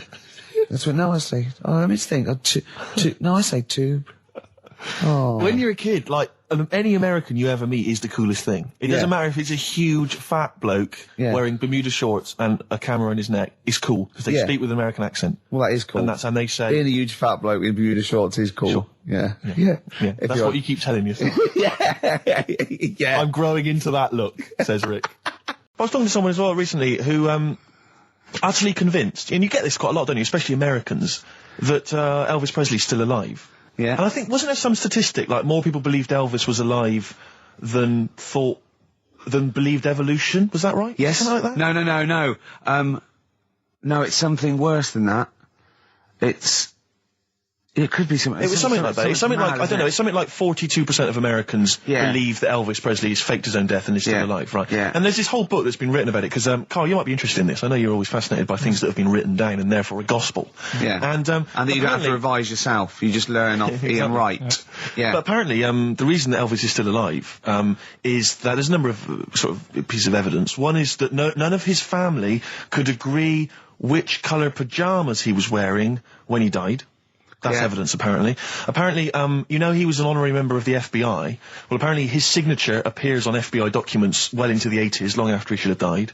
Apparently no one can agree. There was sums of money a lot of fat people in dungarees have seen him. Yeah. There's a number of sums of money which apparently only he could have given authority to have transferred to other bank accounts. They've moved. Yeah. So this is all evidence that Elvis is still alive. And a lot of people, I was talking to this guy and he was saying, well, of course, the thing is, the pressures of fame were too much for him. That he faked his own death so that he no longer had to be this huge icon. He could live an ordinary life. And my query has always been this. If Elvis faked his own death, do you think the method he'd have chosen is to have shat himself to death whilst on the toilet? Yeah. Yeah, but because he picked that, nobody will doubt it. Right. So Elvis went to the FBI. Yeah. What do you make of it? Well, exactly. So what we're saying, Carl, is that there was lots of methods open to him. You know what I mean? It's all like, he didn't go to his secret reason and go, oh, I'm fed up. I want to fake my own death. You know what I mean? And they go, yeah. And what methods have you got? I like to be found, shit myself down the toilet. You like to do what? I want to be a big fat mother on the died of just shitting myself to death. Right, on my ankles. Elvis is a good idea. I'm just wondering if there's maybe something a little bit more glamorous for your favourite death. I mean, you could take a bullet for the president. Huh. What, shit all over him? Just shit? No, no crap at all. No, you just take a bullet for him, or you could. There has to be shit involved. Why has it got to be? There has to be shit involved. Why has it got to be crap? I want it this way. Make it happen. Yeah, it's probably Carl, head in hand, look. Yeah. He's worried about the things we say. Yeah. Jeez. We haven't offended 1.2 billion people. Yeah, a fifth of the planet.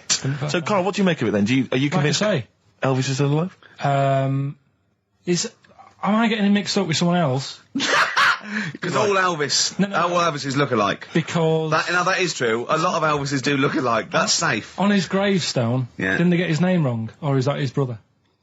Who's his brother? Aaron. That's his middle name. Yeah. You're not an Elvis kind of expert, are you?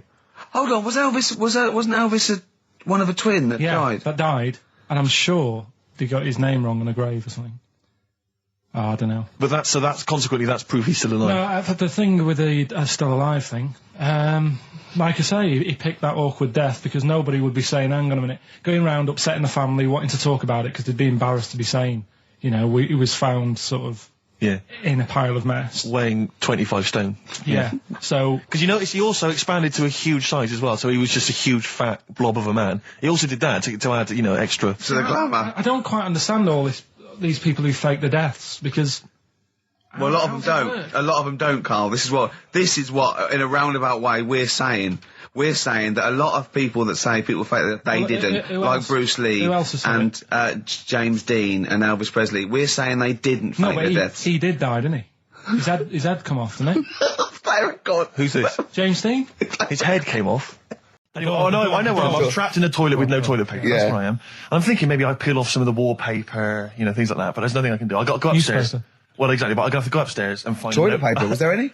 There wasn't. There wasn't? Oh. I'm going to have to go upstairs and maybe find a notepad or something like that. Oh. And so I try the door, right? The door's wedged, and I'm pulling on the door, and I can't get the door open. It's just like it won't come open. And it's already... And I knew it was going to come to this at some point. Like, this is like... The clock's ticking. I'm trying to pull the door open. Trousers around my ankles again.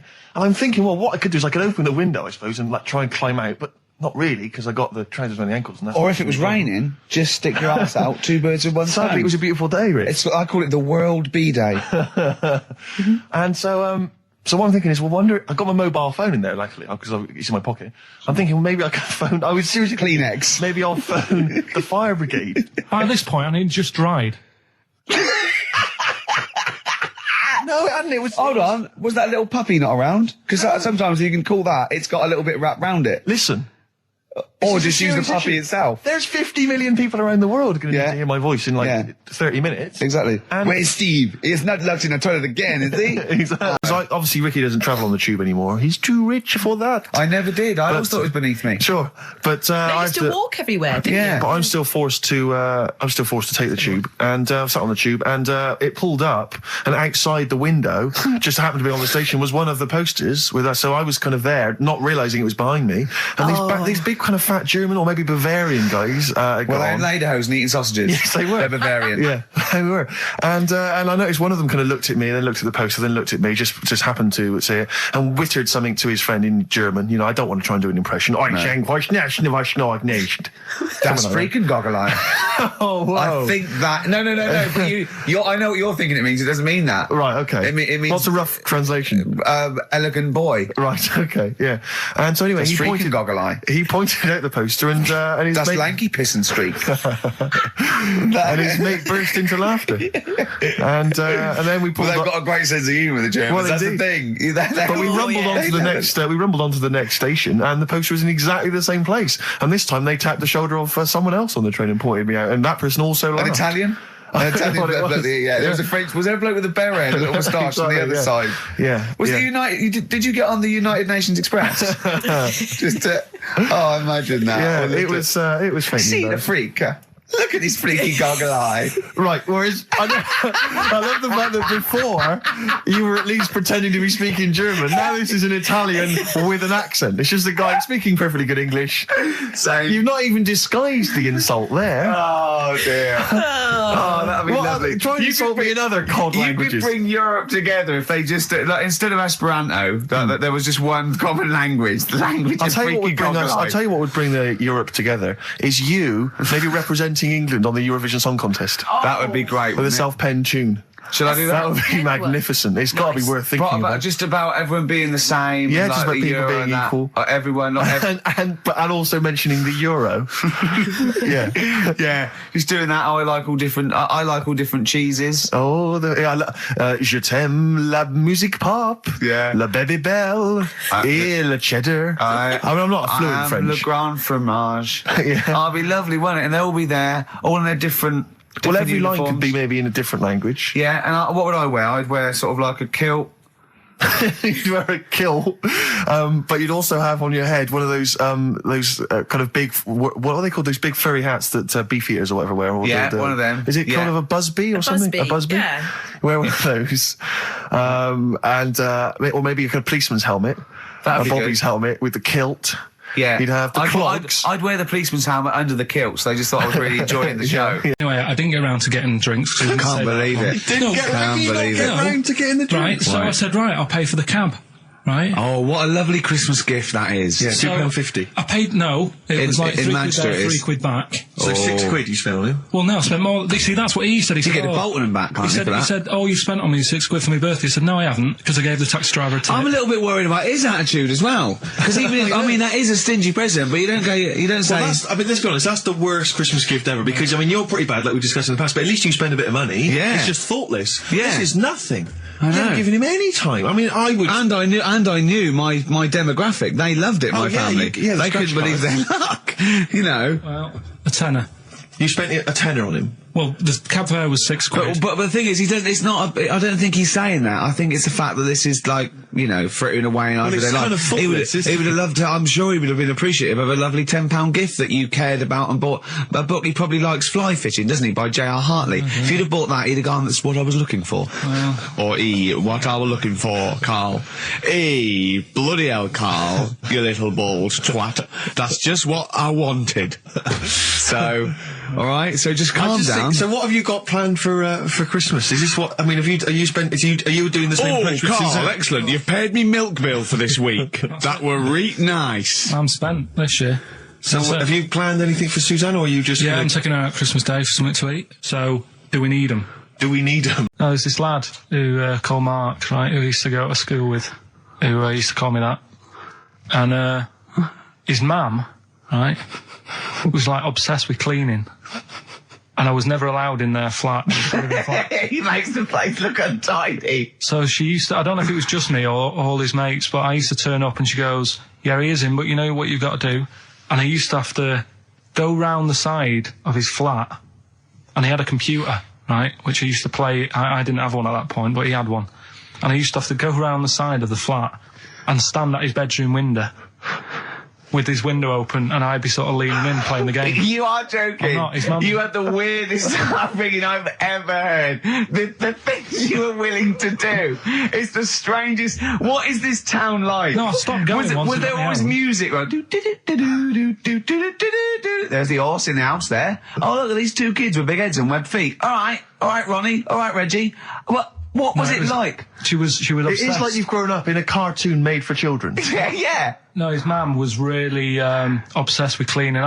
When Can I play through his window? I used to... Put these Mrs. Marigolds on. Ramsbottom, can I play through Mark's window? Alright, you know what you have to do.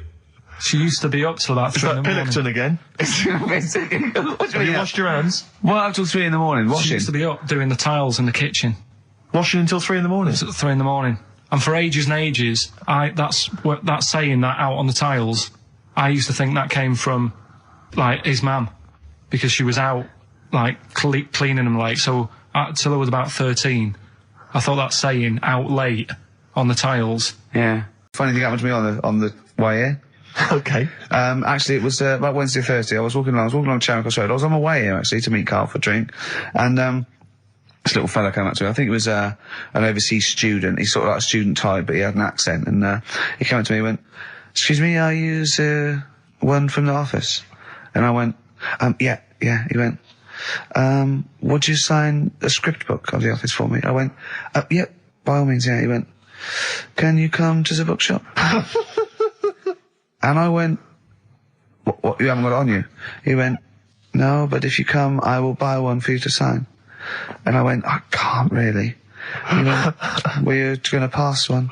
I went, "I'm not, no, I can't." He went, and he went like, he went, "Oh, I was just in Waterstones earlier, and I didn't buy one." I went, "Oh, sorry." He went, "You could just," I went, "I can't." He went, "Okay." I went, I'll sign something else. Have you got something else I can sign?" He went, "Of course." And I signed a pamphlet or a brochure or something for him. But I love the idea. Imagine me going with him. I'm queuing up, and I'm in the queue. He's going, "You're going?" "Yeah, fine. Can you just hurry up?" And he gets there, and his switch doesn't work, and he goes, "Can you lend me £10?" Yeah. I mean, imagine that. I'm a little bit annoyed you didn't go with him, frankly, because that would have been a sale of our book, and I get a little cut from that. Well, behind him was Salman Rushdie going, can we hurry up? Because I shouldn't be out. I'm getting a lot of funny looks. Now, a lot of them obviously doing good work. There was one fella, I think you'd have appreciated it, because I know you are very politically active. And I think this guy has really studied hard, and he's realised the best way to make his voice heard on the international political stage is to ride around on a tricycle wearing a jester's hat. He was really shaking up the bloody government. I wouldn't want to be George W. Bush about now. Not indeed. Once he sees that. Once he sees that guy. Imagine his aides rushing in and going, George W., look at this guy. Where's that? That's in London, England. Okay, call off the forces. Is that a large tricycle? Yeah. Is he wearing a nappy? Get me Colin Powell. Why'd you call him Colin, not Colin? It's the way he likes it. Don't about. Just call off the troops. There's a in a jester's hat. Call the troops off. Just bleep some of those bits. And we just had a text here that says, and I don't know what truth there is in this, as ever, but John says there is apparently a nude bike ride today in Hyde Park. Now, I can't believe that's the case, because I don't think it's allowed, is it? You can't ride around with your veg out, can you? I don't know. Why would you want to? Well, good point. On a bike. On a bike, I know the fact that that's what disgusts him. I want. Do you know what? If we did appeal for a nudist to call in, I'd want a very specific sort. I want a German nudist, a middle-aged man called Helmut. Okay. If there is any, or the closest one to it. So I want a middle-aged man from Germany. If your name is Helmut, you're in. But I'll accept Hans. Carl would be good, wouldn't it? All right. Yeah. I think I'm wondering if the age might. Maybe we could broaden that Okay, out just a German nudist bloke. Right. Could he at least be fat? Could I find a fat German fella? If your name's Helmut, we're going to give you a big prize. Yeah. But, any fat German fella who likes to get his sausage out. Sure. Okay? It's sauerkraut. Yeah. What's the phone number? 0871 222 1049. It'd be good just to get an email or a text with a contact, wouldn't it? And then I can just call them up in the week. Sure. And 83936 is the text number. I don't know what our audience demographic pans out like, Rick, but I'm suspecting that's probably a fairly small fraction of our listenership. I know, but there must be someone out there. If you know a fat German who likes to get his tackle out, phones are going. Straight away. Just answer it, Carl. Just answer it. Just pot that. It could be anything. Well, just see what it is. To be fair, it could be a nutter. But just say hello. Just tell his nutter straight away. He'll stay there, won't he? He'll stay there. Well, answer it. Answer it. Leave it. Answer it. Oh, you see this? It's gone. There you go. He bottled it. So, just as well. Well, you took too long to answer it. There's a vicar in Australia who started sort of doing his services and all that in nude. Hot, isn't it, out there? Yeah, but the churches aren't. Churches are pretty cold. It was on some website. Of course it was. Yep. Just saying about a vicar and that who's there's a lot of nudists and that who want to get married. Do it, don't mess about with the wedding dress and that. Just snip up. Cheaper, isn't it? Well, I suppose it's so. I suppose if you believe in God, you believe that that's the way to be, innit? Because Adam and Eve and that. Yeah, but then in Adam and Eve, the shame made us dress up, didn't it? Yeah. Eating the apple and things. Yeah, but God didn't want that, did he? No, he wanted to see it all. He was loving it. He was having a whale of a time getting a knife full of all of that, and then the snake said, cover yourself up. Stitched him right up.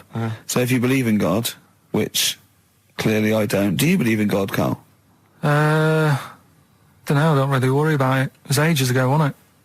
So, you know, if he's about, whatever. Not that bothered. Adam and Eve is pretty interesting though, isn't it? It's not, well, how is it interesting? He made man out of dust.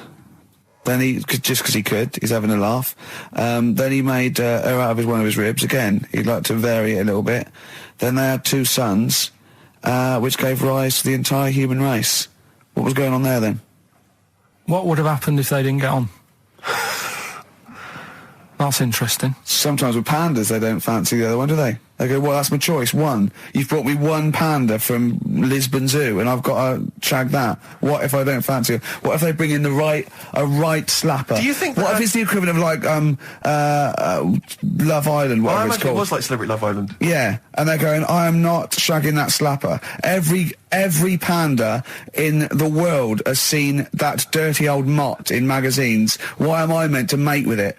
I've got some dignity. Are you talking about Adam there or Panda? Was that... either is fine, I suppose. Pandas. Do you think that Adam had any say? When God was making Eve, was he saying, can make the boobs a bit bigger, would you? And then... I'm a blonde guy, I'm into blondes, really. I mean, I don't know, did he have any input, or was it just... I don't know. Well, I suppose it was one of his ribs. I know, but it's probably restricted. You go, well, I'm working with a rib, Adam. Give me a break. There's only so many things I can do. Well, he was probably in kind of intensive care, wasn't he? With the whole. They go, well, I can't just keep making the boobs and things bigger because their legs will get short. I don't mind short legs. Yeah, make the legs longer. I don't mind no legs.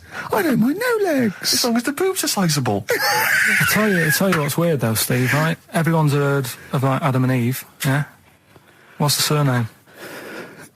Yeah, where'd they get their post from?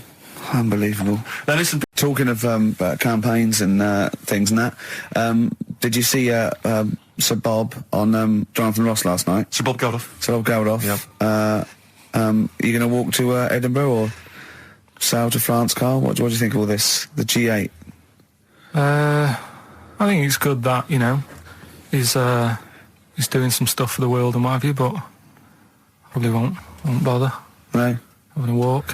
What do you make of all this campaigning? You know, he's dedicated his life to this now, hasn't he? Yeah. I mean, it's interesting. I was watching him last night, and I respect the man. I mean, he used to work here, didn't he? Did some shows and that. It's good. It's all right that he can do it, but... I assume that's not why you respect him. I assume you respect him because he's trying to save a nation, as opposed to used to work in XFM for a while. Yeah, I know, but I'm just saying it's good that he's given up a lot of his time to, you know, try and save the world and that, but... You know, there's a bit of me that's kind of like, you know, is he wasting his time a bit? Right, well, what do you mean wasting his time? Well, he tried it before and... No, wait. What he's trying to say is that the G8 are I think the 7 most rich, wealthy nations in the world, and Russia, and they get together and they can wipe out the third world debt. I.e. they owe us billions and billions of pounds, they can't afford to pay it back. So he's going to say, let's wipe the slate clean and pledge, I think, a lot more aid and stuff to them, isn't it? So what do you think of that? But won't they just do it again? Right, what's you thinking? No, I knew I had a little diamond in the rough here. I mean, obviously, you know, I admit I brought this up because I really wanted to know what Karl thought of it. Sure. Yeah, I had ulterior motives. It wasn't just for awareness, for the very worthy cause. It was because I know. Look at him looking at me. Look at him. He looks at me like a cat. Honestly, it's like there's nothing behind those eyes. Right, what do you mean? They're just going to run up the debt again, you think? Well, what I mean is, right, when I was a kid, right, and I wanted to go to the arcade, I'd borrow a quid off my mum, right, and she'd say, don't come back asking for more and what have you. But I'd have a go on a pinball machine or whatever, game on a fruity, and then go back, and she'd go, can I have some more money? And she goes, I gave you a quid before. And I go, I know, but I'm on holiday. And she goes, there you go then. And then I go off and do the same thing. I didn't go... No, I wasted the last one. I'm going to pop this in the bank. Right. So you think that's what's going to happen with? That's with a the nice African continent? metaphor. So what do you think happening there? As the Africans are blowing it down the arcade. Instead of putting it towards a fishing rod, they're blowing it down the arcade. I'm trying to win a watch.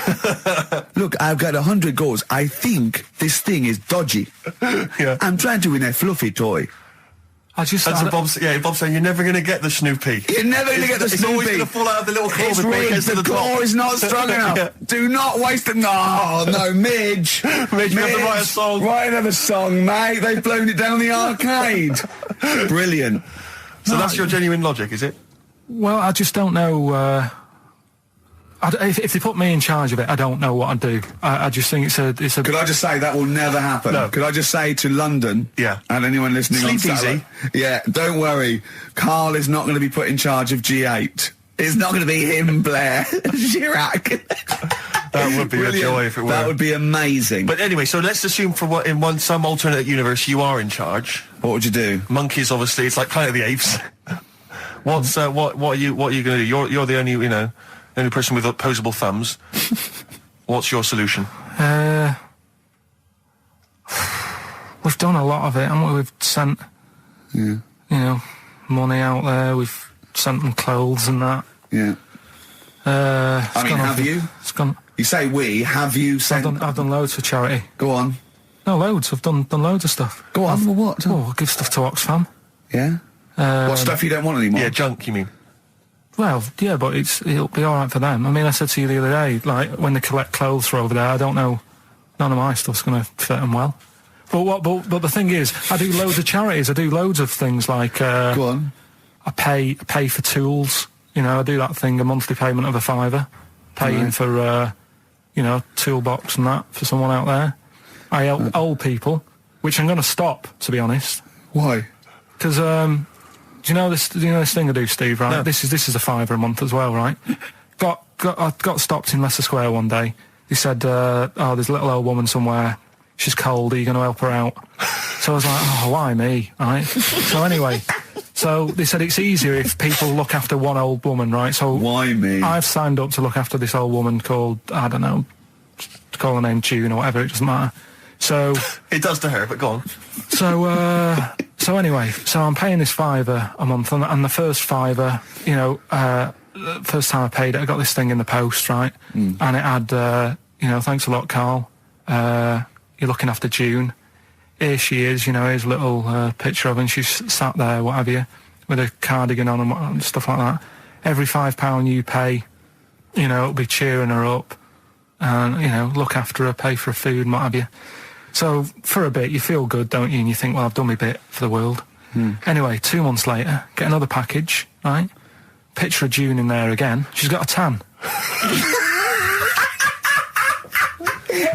So he's saying you're paying to keep her warm. No, they meant a week in Mallorca or whatever. And this is what I mean. People if they can get away with it.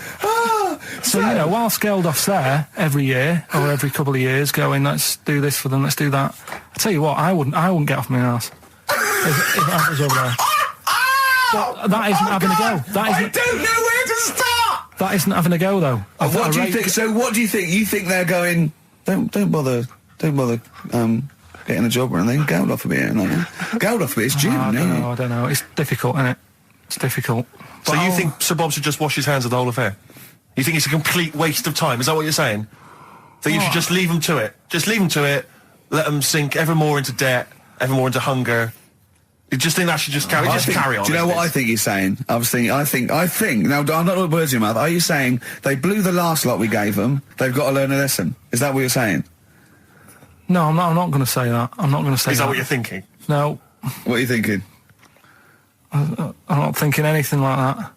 All I was thinking is about this gig, it might have been better to do it, like, rather than, I don't know, ruining a grass field in Edinburgh and that, do it out in Africa, right? Get people out there, get the tourists up, do you know what I mean? Get a load of people out there. They've got loads of... I don't reckon he's going to get people to walk to Edinburgh. I very much doubt people are going to fly to Addis Ababa to see Coldplay. Cheap flights and what have you.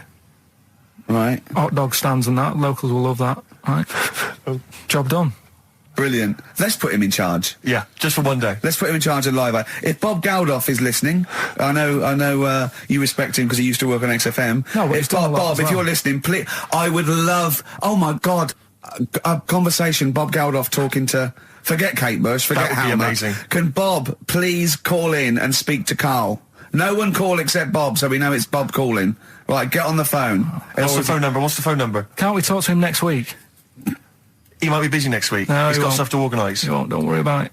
Don't worry about it. We can talk to us next week. All right? I'm not going to go. I'll go through the phones. It's mental. Starving, I went to what is meant to be the best restaurant in the world on Oh, yeah? Wednesday, yeah.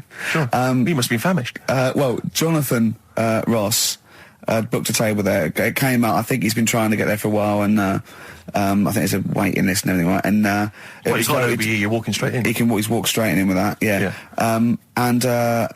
Me and Jane went along with him and Jane to the Fat Duck in Bray, as it was voted the best restaurant in the world, okay? Right.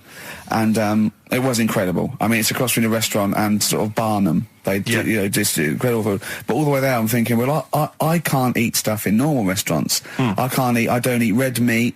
I'm squeamish about things like seafood, anything that's got too many legs, or was a crustacean once, or feeds on worms. I knew that one of their signature dishes was snail porridge. So I'm thinking, I'm not going to be able to eat anything here. So I was thinking, I had something to eat before I went. And I was thinking that they better not have mucked around the bread, right? Got there, beautiful. And it was really quite fantastic. And I let them know straight away, that I was a Philistine, and they really accommodated me. You know, I didn't have the snail porridge. They put mushrooms in my snail porridge, which was more of a risotto, and there's tasting menus and that, and it was really fantastic. But Jonathan, halfway through, on the way there, I don't like travel well. On the way there, he actually phoned me and said, "Why are we taking you to this restaurant?" Good point. Very good point. They know, even if I go around there, they cook me sausage and mash. Yeah. Or, do you know what I mean? Well, you have the palate of one of those kids from the Jamie Oliver school dinners programme, they've got the lovely Jamie Oliver cooked, you know, kind of ratatouille, but they're going for the sort of chicken Twizzlers. What's wrong with chicken? I love chicken. I like the chicken I can eat. I'm squeamish about red meat. There's nothing it's a mixture of, it's not morals. There's only one thing I don't eat morally, that's veal. But the other thing else is just like, if it's got eyes and legs and things sticking out of it, or But it hasn't got eyes and legs things sticking out of it. What are you talking about? I mean, it just infuriates me. I actually got to a point now where I refuse to eat out with Ricky, because I can't, it just sucks the life out of me. It actually makes me depressed. I can't enjoy the experience. If you go to an awards do, they bring out lovely food, you know, 3 courses, always and lamb. you're whinging. You're always salmon, whinging. which is hardly cooked, followed by lamb.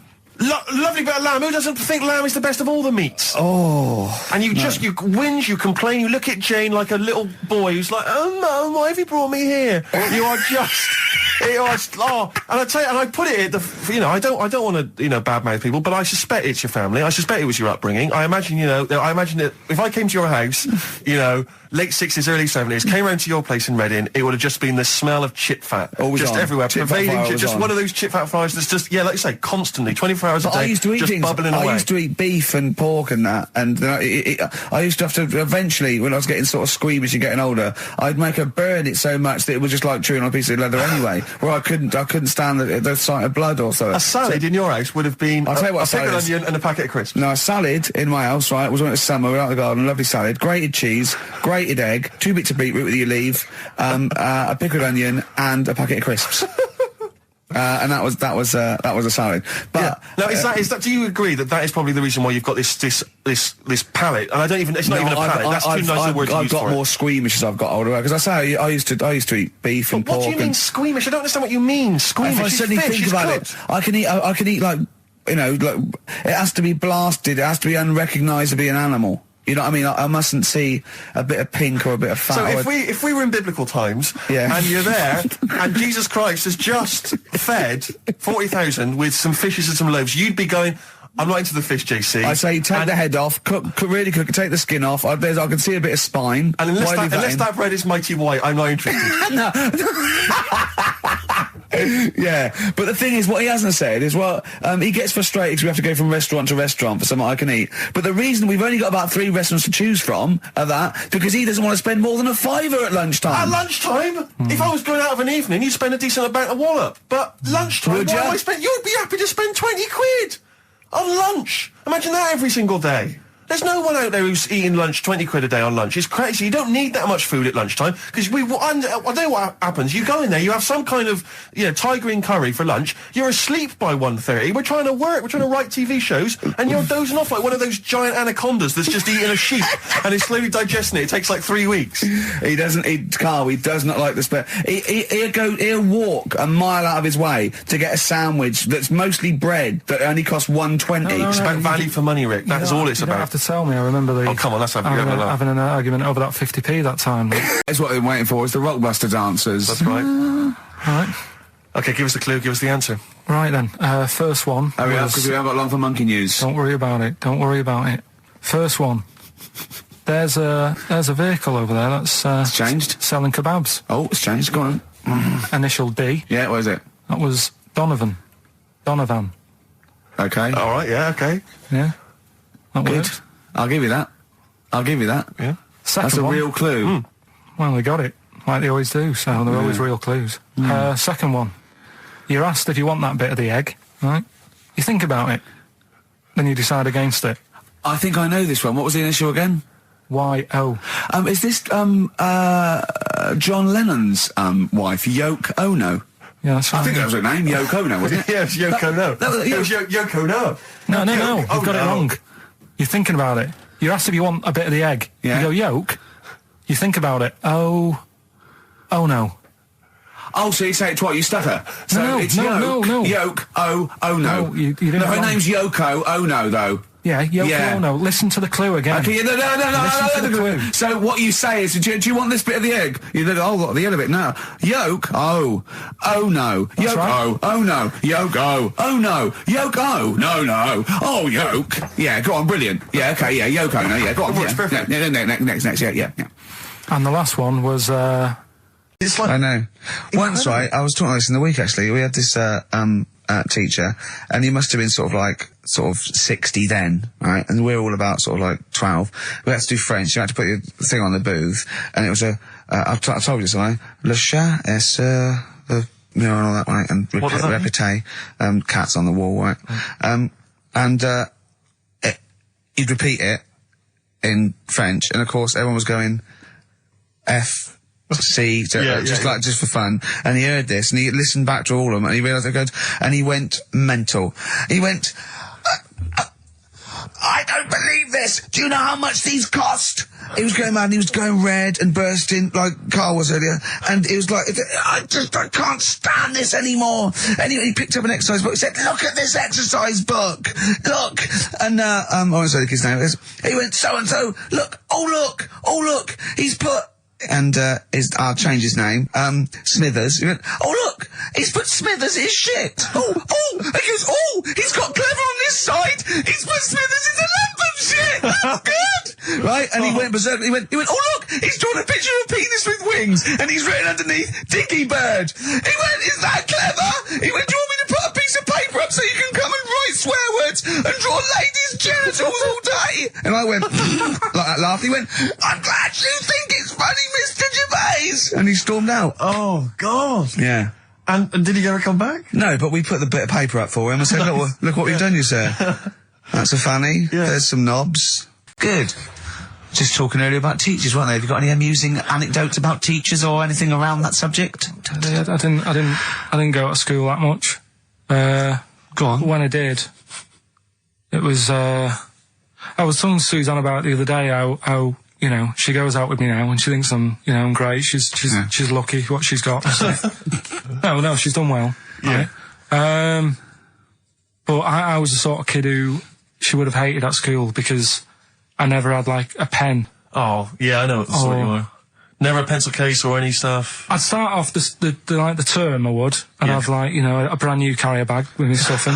Brand new carrier bag, classy. And, Well, you got to have somewhere to put the stuff you've nicked from Woolworths in, haven't you? right, so that'd be there. But then by the time, like, a couple of weeks down, I'd put my pen down, I would have lost it, and then I'm sort of going around saying, can I borrow a pen? You didn't try sticking it up your nose. It's not still lodged up there. It's not, no.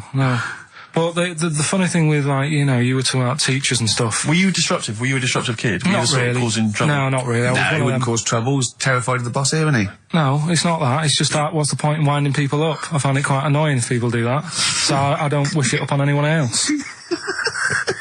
Why do you wind Steve up then? I don't wind him up. You I do. don't wind You him have up. done, but no, come on, let's not argue. We're getting on well then. Come on, Carl. And, like, the teachers, because I'd lived on this estate, right, loads of stuff used to get nicked and go missing and what have you. Blackboards. And desks. their way, no, like the telly and the video, headmaster. telly video Oh, really? and stuff like that, and the projector thing and all that.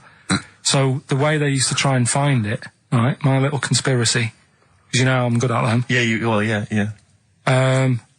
What they used to do is set your own work and say, right, draw like a bird's eye view of your house. Right? But draw everything you've got in your house in it as well. So if you've got, I don't know, if you've got anything in the loft, make sure you draw it. Right. So kids would come in with overhead projectors. Well, that was the idea, Chalk, I think, behind guns. Yeah. it. They were nosy. Anti-aircraft guns in the shed. So the picture you did for your home, presumably Got nothing from me. nothing. I didn't do it. I'm not. He used to hand it in empty house. I'm not a grass. yeah. And nor the illegal immigrants living in the Just a kitchen. picture of your Auntie Nora. Yeah. What's that? Is that? Have you been, that a have you been tennis ball? stealing tennis balls? Yeah. No, that's not a split tennis ball. That's my But what auntie about all Nora's. but what about all the stuff? What, didn't you have to draw all the stuff that your father had nicked? all the stuff, you know. Listen. With that theory, actually, right? Do you know how I've said before about babies, right? Yeah. But like little old people. Yeah. There was no, Another of the great theories. no. The fact that you're born and you sort of you got no teeth, you got a little bald head, you can't control your bodily functions and that. Sure. Then you get to like. Sorry, you're 70. describing yourself. Yeah, I was to say you've got a dangerous No, ground, I'm aren't just you? saying that's how you're born. Yeah. Then you get to about 70 or whatever. Yeah. All that starts to happen again, doesn't it? Right. Yeah. Now, there was a story in America about, just backing this up again, 70-year-old fella, 70-year-old fella. Okay. little bald head, Yeah. right? Probably no teeth, and that, Probably, yeah. nappy and that, right? Yeah, probably, yeah. Goes Well, into 70-year-olds pop the old nappy on your 70th birthday, take your teeth out. goes into an off license to get some beer, doesn't get served because they didn't think he was old enough. Right. Okay. Right, okay. Wait. Right, Carl's back. Wait a minute. No, I'm Sorry. okay. So they thought he was Right, a okay, giant forget it. baby that Right. walked into an Forget office. it. Weird, isn't it? Steve, forget it. Carl, please. I Forget need it. Carl to answer. No, I mean, that's the story, but it's weird, isn't it? That's It's what not I'm true. saying, it just backed up The my guy argument. in an off license thought that a giant baby had waddled A into an off 70-year-old license. wrinkled baby in an overcoat, sucking Werther's Original, smoking a pipe and going, I can't believe it. We were talking about depressing news, right? And with that kid and what have you. Yeah. You see that thing in the week? There was 3 bits of depressing news, right? There was one, an old woman who swallowed a fork. An old woman who swallowed a fork. Yeah, did you see She's that? dead, the dork. An old woman uh, swallowed a fork. So what did she swallowed a spoon? Why did she, yeah, Swallow a everyone knows she spoon swallowed a when you spoon. swallow a Yeah, when she followed the sport. What's her name? She swallowed a cockroach. Right? Sorry, whoa, is this the old rhyme So now? is this a rhyme that you've got slightly wrong? No, You've no, changed, it's you've changed right. dog for fork. This is the truth, is it? This is what Yeah. you read. Oh, Right. no, yeah. Sure. Yeah, Sorry, yeah. Nick. Never confuse the two. This is what you read on a spurious website So that- or that- some that happens. mentalist No, hang on, sorry, emailed you. just before you move on from that, there was an old woman who swallowed a cockroach. Yeah. And in order to get the cockroach out, she swallowed a fork? It doesn't rhyme, but it's good. She tries to get it out. With a fork? She went, what for God? I'm thinking she's in a kitchen. Yeah. That'll do. She grabs that, she tries to get it out, and she lets go of it. And it goes, swallows a fork? Yeah, Yeah. It was in the paper. The terrible thing was it was a gardening fork. it was awful, you know. What- or is that stupid? That'd be stupid if it was a gardening fork, wouldn't it? I'll tell you what annoys me though, because I remember years ago, do you know Dr. Steele? Do I know On, Dr. Steele? Yeah, on, he does... Is he it him? superhero? The one on Richard and Judy. Right, what's he, a psychiatrist or the He resident just doctor? pops in and Is he's that got the a sort of problem. like the suave sort of... He's not that smart. I know what He's you just, mean, yeah, I know what just you a normal doctor fella. Sure. And, yeah, this was like in the 90s, and Richard and Judy said, we got the doctor in again today. We're looking at things that, have been inside people. And there's this one, right? Fella comes on, with an X-ray. Yeah. It's sat on a pint glass. He sat on a pint Well, glass. that's what. He hadn't had That's what he it. said. Sat on a pint glass. I remember that story that was published about the bloke, and this is the excuse he gave to a doctor when he had to go and have something removed. It was a bottle of sort of HB sauce or something up his. What word can we say in case hand resistance? You don't need to. You know, people know what you're saying. Okay. Right. Rectum. Is that all right? No, he didn't need to say it, but Well, no, he might as well. It's a medical term, isn't it? Doctors Anyway. say rectum, don't they? Anyway, So the doctor got it out, and the excuse he said he'd been shopping, been to Safeways, he brought his shopping home, and he popped the shopping on the on the front step, and he realised he's locked himself out. So he started to shimmy up the drain pipe, but his trousers and pants fell down while he was climbing, and he slipped and fell on the HB sauce bottle, right? And that was the note thing, right? And the doctor had put at the bottom on his notes, this would be somewhat more believable if Safeway sold their HP sauce with condoms already attached. well, God. that'd be bizarre. Why did he put a condom on it? No idea. To use it again on his chips. So he didn't just buy it to have a quick, you know. Yeah. He thought, well, I don't want to waste HP sauce. Sure. I mean, I use it at the arse, then I got on the chips. Safe sauce. I always practice safe sauce. Always have safe sauce. Used to work for a magazine when I lived in Bristol, and I remember the editor said to me once. He said, "Oh, we got half a page to fill. Do the usual. Phone up a hotel and ask them what the weirdest objects they've ever found left behind in a hotel room are." This was something they did every year. They just they would phone up the local hotel, and I found out. I can only remember 2 of them, but they have stuck in my mind. These were found. I think it was the Marriott Hotel in Bristol. Yeah. They were found by cleaners. A chicken. A live chicken? Yeah, a live chicken in a hotel room. And that was just left behind. And, a false leg. I mean, I don't know who leaves behind a false leg. I mean, presumably you'd notice if you didn't have your false leg, because you'd be lying on the floor. But I just remember, well, yeah, I don't know where else you'd find those 2 objects, except perhaps Paul McCartney's farm. But I've always thought to myself, who left behind a false leg? Maybe the chicken pecked it off. Yeah, well, possibly. The person with it just like went and goes, so much different, I keep falling over. Yeah. I don't know why, and where's my chicken? Yeah. She probably called later and said, did the cleaners find chicken and false leg? I'll check. Yeah. The darkness growing on me on XFM 104.9. Oh, it's all going well already, isn't it? The microphones fell apart. Carl's shouting because he got headphones on. His music's turned up too loud. Canfield level. God, it got pre-out. Look at him giggling. Look at him laughing. That's so funny because I got a letter here from who was it from? Mike Heel, who sent me a little picture of a little Japanese fella from a film who said looks like me, and he does a little bit. But he says, please can you make Carl laugh? I've never heard him utter as much as a snigger, and I'm worried he may have a genetic disorder. Well, I mean, he has got a genetic disorder, obviously. But, he was giggling then. I hope people heard you then. Look at his little face. It was a joy. Oh, I love the things that make him happy. But I love the fact just before the microphone came up and just before the record finished, he had his headphones on, the music was too loud and he was just shouting, Bauhaus is not working! Bauhaus is not working! I have to play something else! I went and found Ziggy Stardust by Bauhaus and he said, why isn't it working? Look at him giggling, look, he's lost it! Is he going away? Are you on drugs, Carl? What have you done? He's tickled, look at his little, he looks like one of those shaved monkeys. Look at his little, oh my god, I've never seen a forehead glow. I know, it's extraordinary. Oh. And he's got that red shirt on as well, so the whole of him is just a big glowing... Carl, what are you trying? What are you putting in? I'm going to see if I can get this to work. Go on then. Hang on. Brilliant radio. I hope Dr. Fox is listening because I think he's eating his words right now, Steve. Right, I think I've done it. Well done. That's excellent. Right, what Let's play Bauhaus now and let's try and compose ourselves. This is Ziggy Stardust by Bauhaus. That worked, didn't it? See, panic over, calm now. You're on holiday soon, aren't you? Yeah. You got to go off early. Well, about How many holidays have you had? Because I only ever have time off when I'm working, like doing another job, like, you know, filming or something. But you seem to have a lot of holidays, just like, and you were sick as well. You were just like, because you had wet trousers, which is a little bit. Do you not care about the job? I mean, I've got to ask because You know what I mean? If I was in charge, I'd worry about your motivation because yesterday we were trying to work out what you enjoyed doing, and we got to Manchester United and moaning. And that is the two we came up with. I don't know where you get the moaning thing from. You're always whinging. About what? Everything. When? When did I last have a moan? Just before we came on air. Right, and why was that? I don't know, I can't remember. Because we were in good mood. We were in a good mood, me and Rick. I'll tell you why. Go on. Because you brought a song in at 10 to 1. Yeah. With a load of effing and jeffing in it. Yeah. And saying, can you edit this? Yeah. Yeah. But that's your job. You could have brought it in yesterday. No, I couldn't.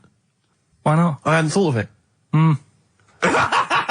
But why are you whinging? That's your job. And I didn't come in 10 minutes before. It was a good 20 minutes before. It just took you ages because you were whinging and moaning to even get started.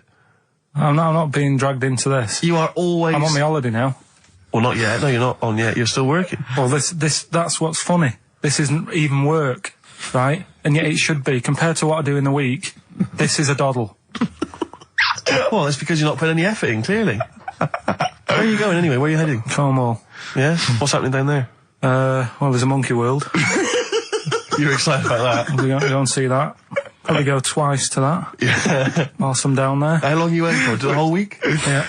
Yeah. So, this is with your parents, isn't it? Yeah. Taking them out. Your father, what do you think your father will be up to? What's he going to be nicking on this holiday? Well, There's a lot of tin in Cornwall. Since they've shut the mines. He's just called Suzanne, said they've got there, said it's a nice little place. Mm-hmm. There'll be no towels when you get there. So what are you do? What are you to do? Just gonna chill out and sort of like go to the pub and stuff? Yeah, like I say, I mean, all I've got planned is probably probably Tuesday and Thursday at Monkey World. What about Wednesday? What are you thinking of Wednesday? Just wandering around? Just sort of think about, you know... King Arthur and that. Where he was down there, wasn't he? I don't know, but I'll tell you something. Going? What town? I don't know. I don't know where it is. Susan sorted it out. Yeah, she's sorted it out. I joined the phone to her saying, well, pack 2 pairs. Poor woman. She's packing your bags for you. Yeah. Guess what? I lost 400 quid cash this week. Gambling? No, that's tragic. This is why it gutted me. It wasn't even on your gambling addiction. No, I had a photo shoot, I had a suit, and I'd claimed back some expenses, and I'd had it in my pocket. And then when I took the suit home, it must have fallen out in the street or the cab. And I remembered it, and I went every pocket twice.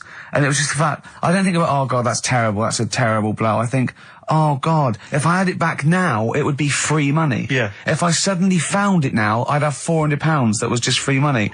And I had a little nap to get over it, and I was... And you were fine. I was okay. But that was someone £400 just found what a gift that is. Oh. Just, I mean, untransport. Was it in a money clip? Was it rolled up in a money clip? No, it was just literally 400 quid in an envelope. Oh, and that's so a that, treat. I know. See, I'd always hand it in. I genuinely would, unless I found it in the middle of a forest or something. If it was in a street. Do you know what I mean? No, because a bear dropped it. Yeah. But I mean, if I found it in a pub or a cab, I just hand it to anyone who was rushing through. Yeah, exactly. Yeah. But I'd hand it in. Well, but there's no way. If they found it in the street, there's no way they could do it. You know, it goes to the police station and it sits there for 6 months. But yeah, exactly. Well, it's a waste of time. Pocket it. But because when I was younger, I remember being outside a post office once when I was about 10 or 12 and finding a purse. And thinking, oh, that's nice. Yeah. And opening it up, there was some money in there, and a pension book, and so it was obviously an old lady. I found an address, I sent it to her, and my mum said, you know, you've been so good there, you'll probably get a little reward. She'll probably send you a little reward. Nothing. I got maybe a thank you note, but no cash, no moolah, nothing. Really? And I was livid, because I'd been told that I was going to get a reward. I thought I've been a good Samaritan, nothing. So, many moons later, when I was at university, I learnt from that, and this is the most bizarre thing. This explains a lot, doesn't it, Carl? This is like the Mary Celeste. I went to a cash point to I thought, I can't get my card in here. And I realised there was already somebody's card in the machine. They put the code in, but they just disappeared. They'd been kidnapped or something. So it was just there, waiting, sitting. It said, what do you want to do? And it gave you a number of options. I thought, interesting. Steal or go to heaven? Yeah, exactly. You went, oh dear. Yeah. Well, I pressed balance. Just to check what their bank balance was. Unbelievable. It was a considerable sum of money. I'm not going to lie to you. It was not typical student debt. It was like, I think they were a foreign student. There was a lot of cash in there. A lot of money. Did you feel a slight bulge in your trousers when you saw the amount of money? I couldn't believe my luck. I thought to myself, now then, I could just take that card out and hand it in, or I could teach them a small lesson. Right.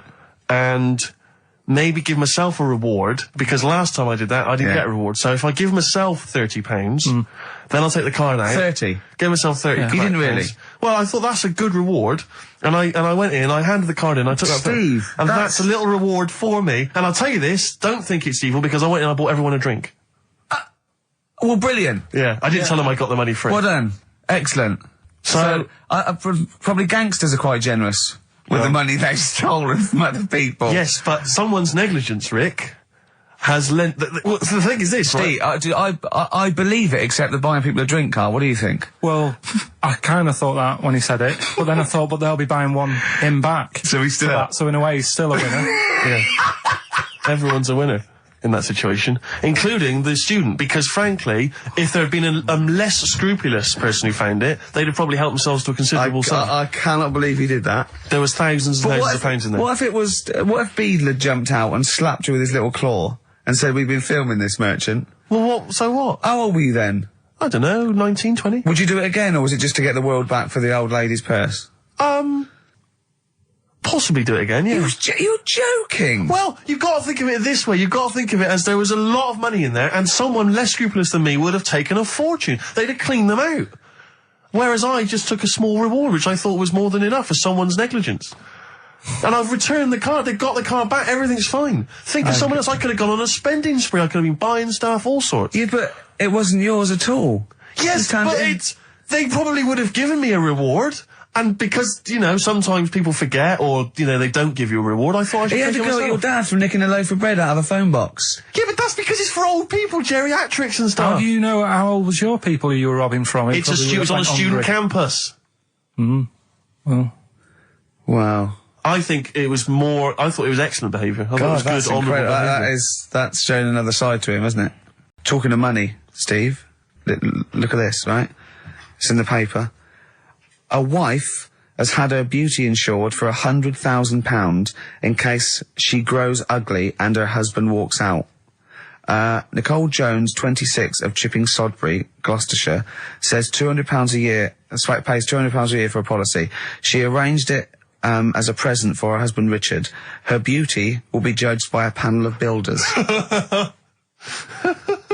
So, have they been selected beforehand, do you think? Do the insurance company know who they are?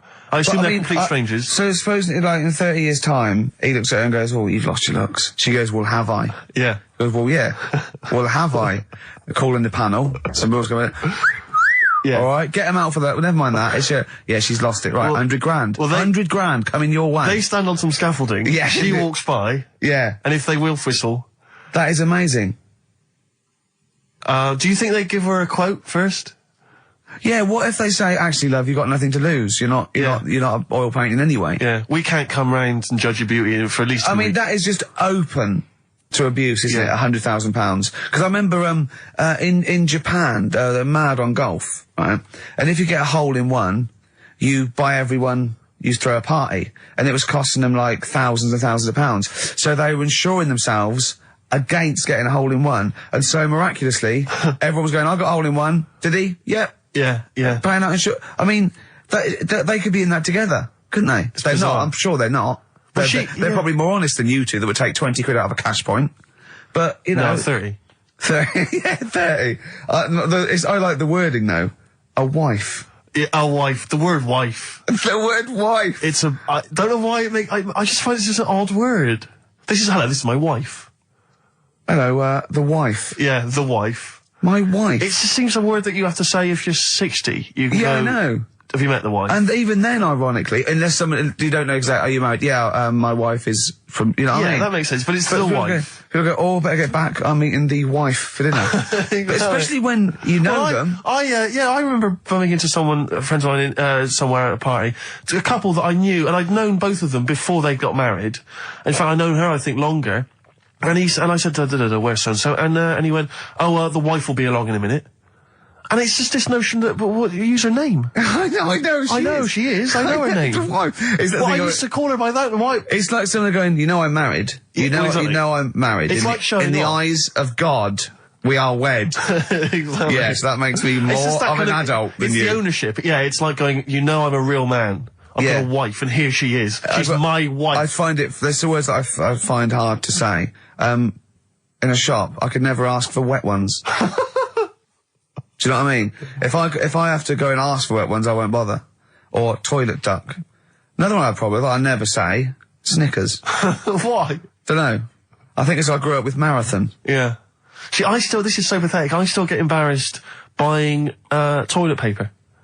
Really? You know, if you go into like your 24-hour shop just around the corner, not a supermarket, big shop, but if you just go in there and you're just maybe buying some milk, Yeah. a chocolate bar, because it's like they know what you're up to. No, But they know you're going to use it to, you know, when you're going to the lavatory at some point. It's sort of, it's too intimate. But you just go, I know what you're thinking, I'll be using this after masturbation. Thus saving all embarrassment. Now, people come up to me, and they say, is Karl for real? And I go, what do you mean? He goes, well, they want to say, is he that stupid? And the answer is yes, right?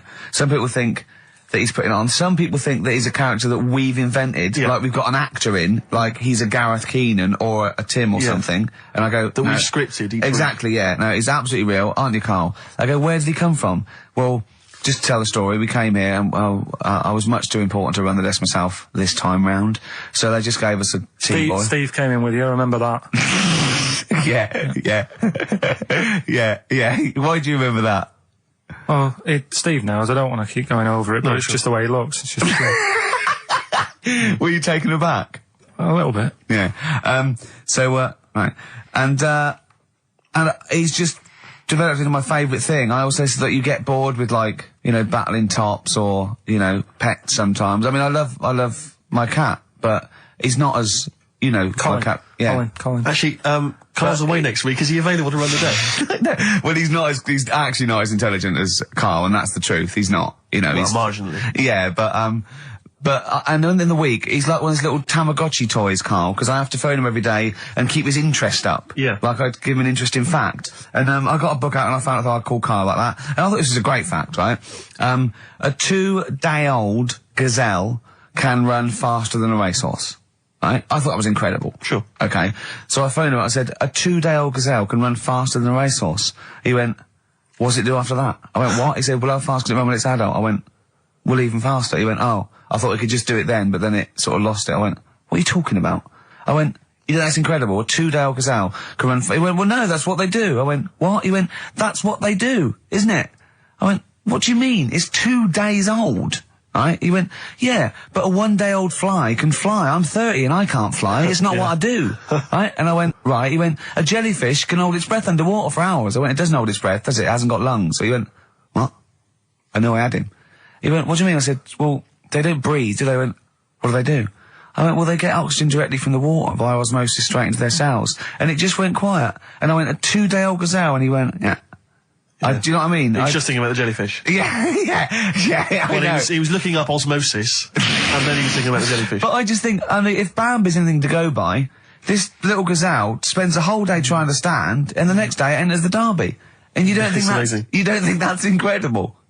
Yeah. See, you know the sort of things I find incredible? Go on. Mirrors. Shiny objects. Kettles. Yeah. Oh, God. Well, listen, remember the time when I told you about the baby that had a baby? The baby that had a baby. The baby that had a baby? Yeah. It's happened again. No, it hasn't. Well, it didn't happen the first time. It was in the papers, I think, on Monday, in all the tabloids. So it's a twin where one has grown and the other one is still at a fetal level. No, it wasn't, though. It had grown. He was saying to his mum... Who was saying to his mum? The little kid who was 7 years old. And he kept saying... Yeah. He was pregnant. And he was pregnant? Yeah. I know. What do you mean? And he was saying to his mum, oh, God, I don't feel well. And, like, his belly was all swollen, and they thought he'd just been eating cake or whatever. And he was saying, I can feel something moving about, and they were like, stop messing about, there's nothing wrong with you. Eventually, I think he was in gym at school. In gym? What, Jim was pregnant with him? Oh, it was like a Russian doll. He was at school, right? Just about to do sit-ups or whatever they do at school, right? Yeah. And flew out across the room. Teacher goes, you're a bit fat. You look a bit pregnant. And so best thing to the doctors took him, said, you're 7 years pregnant or something like that. What, you just... What? Or something like that? You're 7 years pregnant. Or something like that. You say to the doctor, Karl, why don't you think about what you say before you say it? See the reaction I get. Now, the gazelle, I didn't get excited like that. 7 years pregnant. Send it in. If someone's online at the moment, just having a look around, it happened on Monday or Tuesday. Because I told you at the pub quiz, didn't I, Steve? I said to you, I know the baby's had a baby. Yeah. And you were like, yeah, whatever. Well, I just thought you were talking nonsense as ever. Well, we'll find out. You're 7 years pregnant. Yeah. You're a fool. Play a record. Well, we've still got stuff coming up. Monkey news? Rockbusters answers. We'll have to get that out of the way soon, because we've got What to else get out of there? it. Have we got a cheeky freak of the week? Yeah. Brilliant. America by Simon and Garfunkel on XFM 104.9. I'm Ricky Gervais, and I understand I'm about to read my words, Steve. Well, once again, there's always someone, and it looks like it's Mike Lamb who has come to Carl's rescue. Lambo's let me down then. Doctors have removed a 4-pound baby boy from the stomach of his 7-year-old twin brother. Yeah. Alan Jan twin Niamatilev brother, was yeah. born with the freak fetus growing inside him. For 7 years, it lived like a parasite until a school doctor became alarmed about Alan Jan's bulging tummy and took him to hospital. Surgeons who gave him a scan operated immediately, unaware that the baby was attached to the boy's blood vessels and still alive. They saved Alan Jan from certain death, but knew the 8-inch fetus was doomed. So there we are. Boy pregnant with his own twin brother by Barbara Davis. That was in the Mirror, apparently. So I've read on and all the facts are right. I'll tell you what, something else you can have for free. Go on. Another sort of freaky thing, right? I was watching this programme in the week. Right? What? I don't know what it was. But it was about, I just saw this little fella on it, right? What do you mean, little fella? He was doing this history thing. Oh. Right? Yeah, I know what you mean. So, is this he's found out that a Viking was a bit like him? Yeah, that's it, yeah. He was boneless or something, or he's... Well, that's the weird thing. What do you think of that, Steve? He's what? He's boneless? No, he was called Harry the Boneless or something. Yeah, but you know what you're going to get there, don't you? That's what I mean. Always have a name, Elephant Man, you know. Harry the Boneless. Where is he? You know what I mean? I'm meeting someone, waiter, what's his name? He's called Harry the Boneless. He's over there flapping around. Yeah. He's over there in the bucket, having noodles. That's what I mean. But, do you reckon you could do that? Do you reckon you could have your bones taken out? I love talking to him! He's brilliant! It's like talking to a 5-year-old. I was asking Suzanne when she was watching it, and she was like, ask me later. Yeah, brilliant. She wanted to know about, What did you said? You watching this programme about history, right? About Vikings. Something like that. You turned to your girlfriend and said, do you reckon you could have your bones taken out? Yeah. I love that. I mean, that is why you are my favourite What do you mean you think you can have your bones taken out? Firstly, why would you have your bones taken out?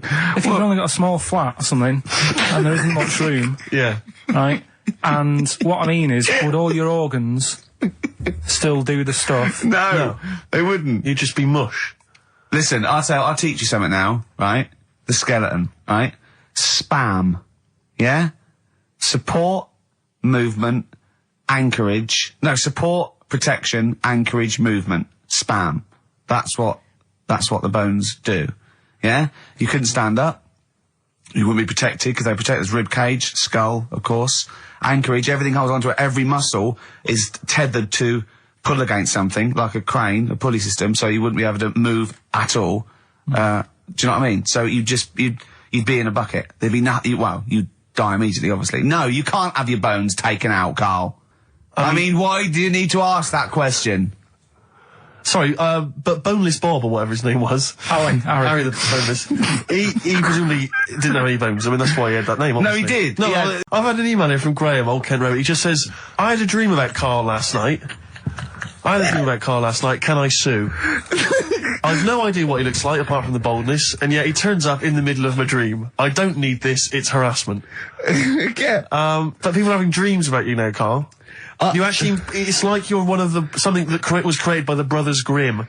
I had a dream. You know when people used to have anxiety dreams, they had like an exam or something, like you suddenly go to school and you realised, oh my God, you didn't have your trousers on, or I had an anxiety dream. I assume we started off an anxiety dream about The Office, about filming The Office, and we had to film in HMV, but someone hadn't cleared it, and so we had to find an R price. And I went, oh, okay, that'll do. And as I was walking there, right, I didn't have any shoes on, which is like an anxiety dream, but I looked down and I went, so what?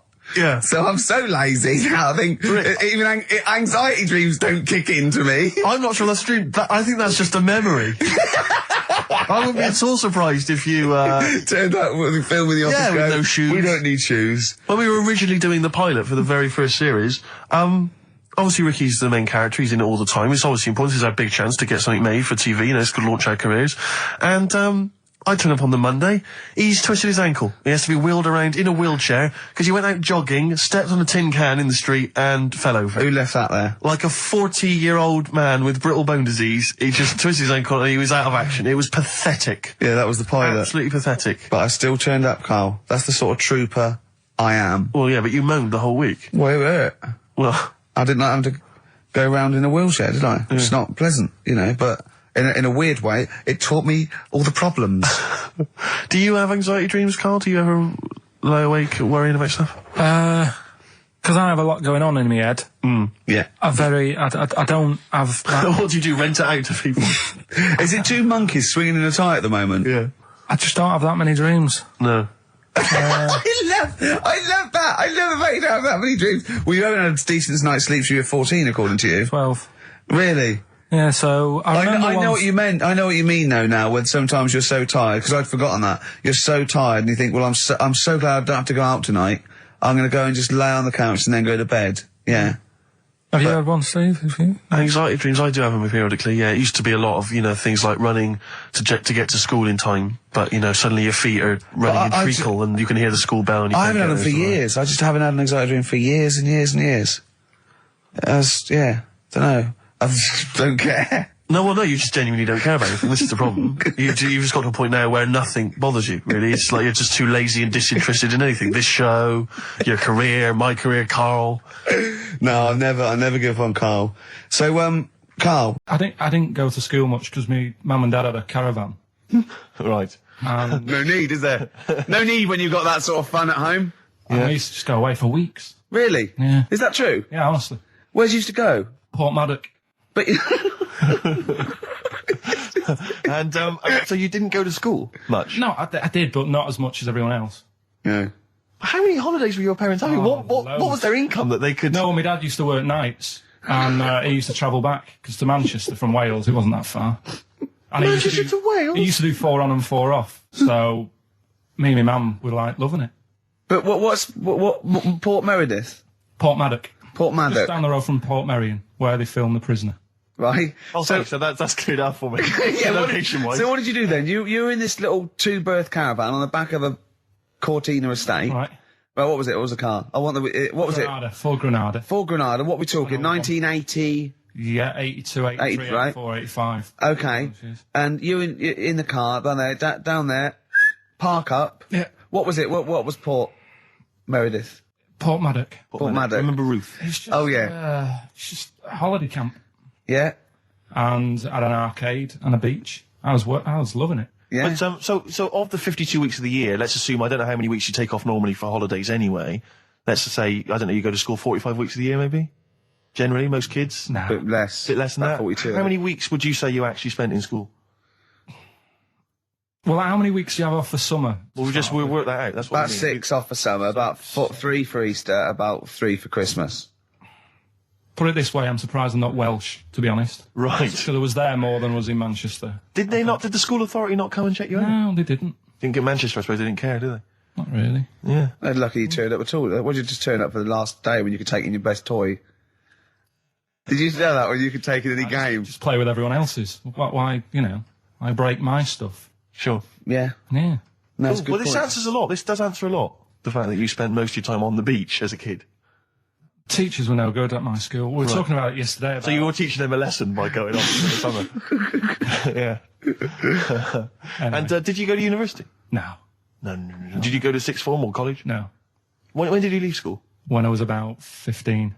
Right. What, you just went on holiday and didn't come back? I just got a job early, didn't I? Where was it? Port Maddock? Getting there. No, I was a printer. BM Print in Trafford Park. Well, that's great. That's a little interview there. yeah, little next, there. I'll be interviewing Steve Merchant. But I thought, right, what they could have done.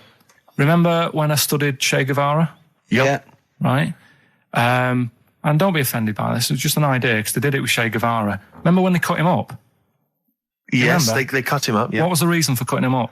Well, they cut up Che in order to try and you told us that they were going to send bits of his body to Fidel Castro and various other people, wasn't that right? As a warning, wasn't it, though, to all to people, like, one to... Yeah, my understanding was that they cut him up in order to, so they could bury him in different places, so that there'd be one shrine. There'd be not one place that you could go to in order to sort of make him into a martyr. A little bit like that. I've like I can vaguely see where this is going. 6 queues, and it's like, number 1, you can, go and pay respect to her head, or whatever. Oh, God. No, but I just was thinking the way of speeding it up. I'm not having a go, because they haven't done it, so it doesn't matter. But they did it with Che Guevara. Yeah. Everybody would have felt like they've got close to her, and it would have speeded it up. No, I mean, but I can understand. Can I just say that genuinely, Carl is not being disrespectful here. This is his best idea to cut down the queues. So don't phone in. He's not suggesting we should have done this. He genuinely is. But I mean, he's not doing it to be nasty or wacky or he thinks this is a good idea. So can I just throw a thought at Che Guevara, who was like a powerful man, he did a lot for the world and what have you. Yeah. And have you heard that? I feel slightly responsible for this, because have you heard of the quote, a little knowledge is a dangerous thing? Yeah. Okay. Steve, next one? No, just a very quick question. I can understand those that have queued for 12 hours to see the head. I'd be a little bit annoyed if I got there to find a toe. I'll tell you what, though. I'll tell you what they could do without chopping her up. They could put about 9 queues. Each could see each hip she had. That's true enough. Because she's had about 9 of them. Yeah. So it'd just be, if you want to see the whole body, it's a 12-hour queue. If you just want to see a couple of the hips. Here's another suggestion for you, I've just thought, right? What? Instead of everyone queuing to see her, why not put her on a trolley and wheel her past everyone else? Running. So you could have some students on Rag Week. They can combine it, like when they're always pushing a bed. They could just run it along the queue. No, that'd be fantastic. That'd be disrespectful. Right, as opposed to the chopping up. So sure. No, Right. but just an idea. Just I apologise now if anyone's offended. Anyone offended, I'm sorry. But Yeah. Okay. What's your last room 101? Oh God, it was holidays. Holidays. Well, You want to put holidays in room 101? people who are sort of annoying on holiday. Oh, yeah. Do you know when you go away? Oh, yeah. We've sort of touched on this before. Is this going to be the Scouse guy? Yeah. Go on. Oh, it's so long though. I mean, it was a holiday when we went to Tunisia. And the Scouser pissed you off. Surprise, surprise. Yeah. Yeah. But the annoying thing was, when you go on, it was a cheap holiday, and like the lesson here is, if you want a good holiday, you got to like spend some money. Yeah. And we didn't on this one. We spent about, I don't know, 400 quid for 2 of us for like a month or something ridiculous. And we got there, and you get to the hotel and you go, we have made a mistake. It's a ropey hotel. You can tell like the blinds and stuff as you walk in, they're all dirty and stuff. And you think, well, let's make the most of it. Let's not get down about it. It's a holiday. It's for a rest. And you try and make the most of it. And we had to meet. Like you have one of those things where you get to your destination and the rep says, right, go and unpack your bags and that. Go and sort yourself out in the room. And tomorrow morning we'll meet up at 10 o'clock. And I'll go through, the best sort of place to go for camel rides and, the best deals I can get you. That sort of thing. Can anyone here walk like an Egyptian? So she says, right, tomorrow morning, meet 10 o'clock in the discotheque. So we get up and we have breakfast, and it wasn't a good breakfast. The kitchen was, like, bit horrible. The food wasn't good. And it was run by sort of midgets. What do you mean it was run? Not there's anything wrong with that. There was little fellas running around, and the annoying thing was one of them sort of started to fancy my girlfriend. How did he manifest his affection for No, you're not saying there's anything wrong with midgets, though, are you? Just saying it was strange that there was... Yeah, but even midgets shouldn't be cutting in on Karl Pilkington's territory. I know, no. But it's also that thing of, they've got little fingers. And it's sort of... I'm so sorry. No, I'm not. It is a bit of a phobia of mine. Okay. Do you know what I mean? They are nice people and that. Sure. Oh, God. But the annoying thing is... So what was he doing then? How did he... I don't understand how he was chatting up your girlfriend. Was he crawling under the table so you couldn't see? He just kept... Whispering to her from underneath there. Stop it. Just, Wait, I don't want to get a complaint on our last show. There's not many midgets What's going to happen? Can we just finish this and start up again in a couple of months? Oh, yeah. So if you want to know more about the midget theme restaurant, then we'll talk you in... I mean, I was watching athletics, right, the other week. Yeah. Right? And I was watching it because there's a lad who I went to school with. He's like winning gold medals and everything there in the Olympics and stuff, right? So I was looking out for him. Now, if you went to school with him, I'm assuming he's got 3 legs or something? No, he's normal. just a regular guy? He used to push me on my go-kart, and so I feel like I was there from the start, training up a bit. Yeah.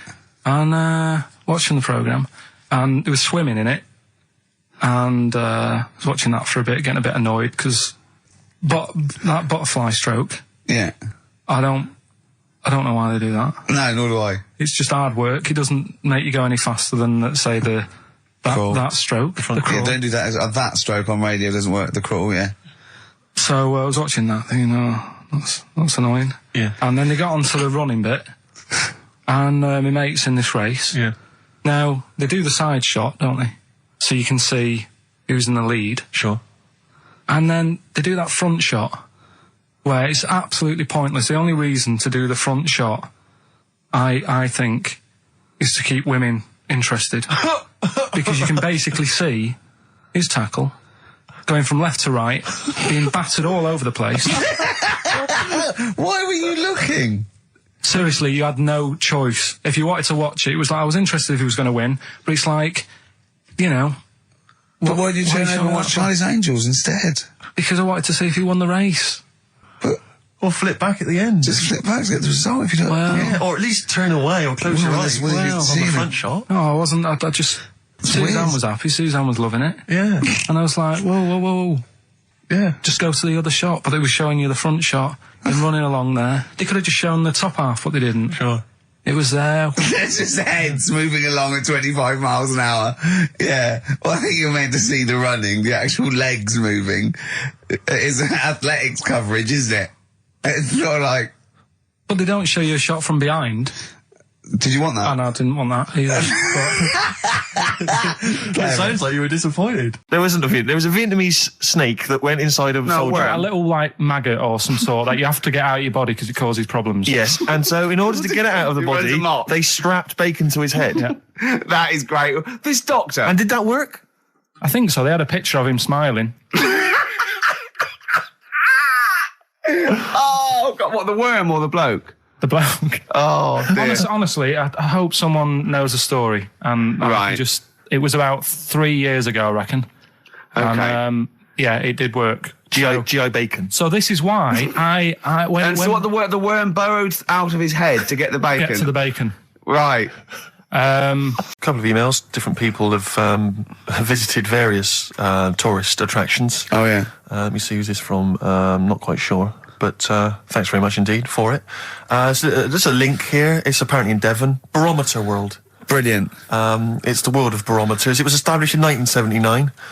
And By one bloke who had a lot and thought, I can charge a quid Yeah. for this, definitely. Here's the... Out of his own house, probably.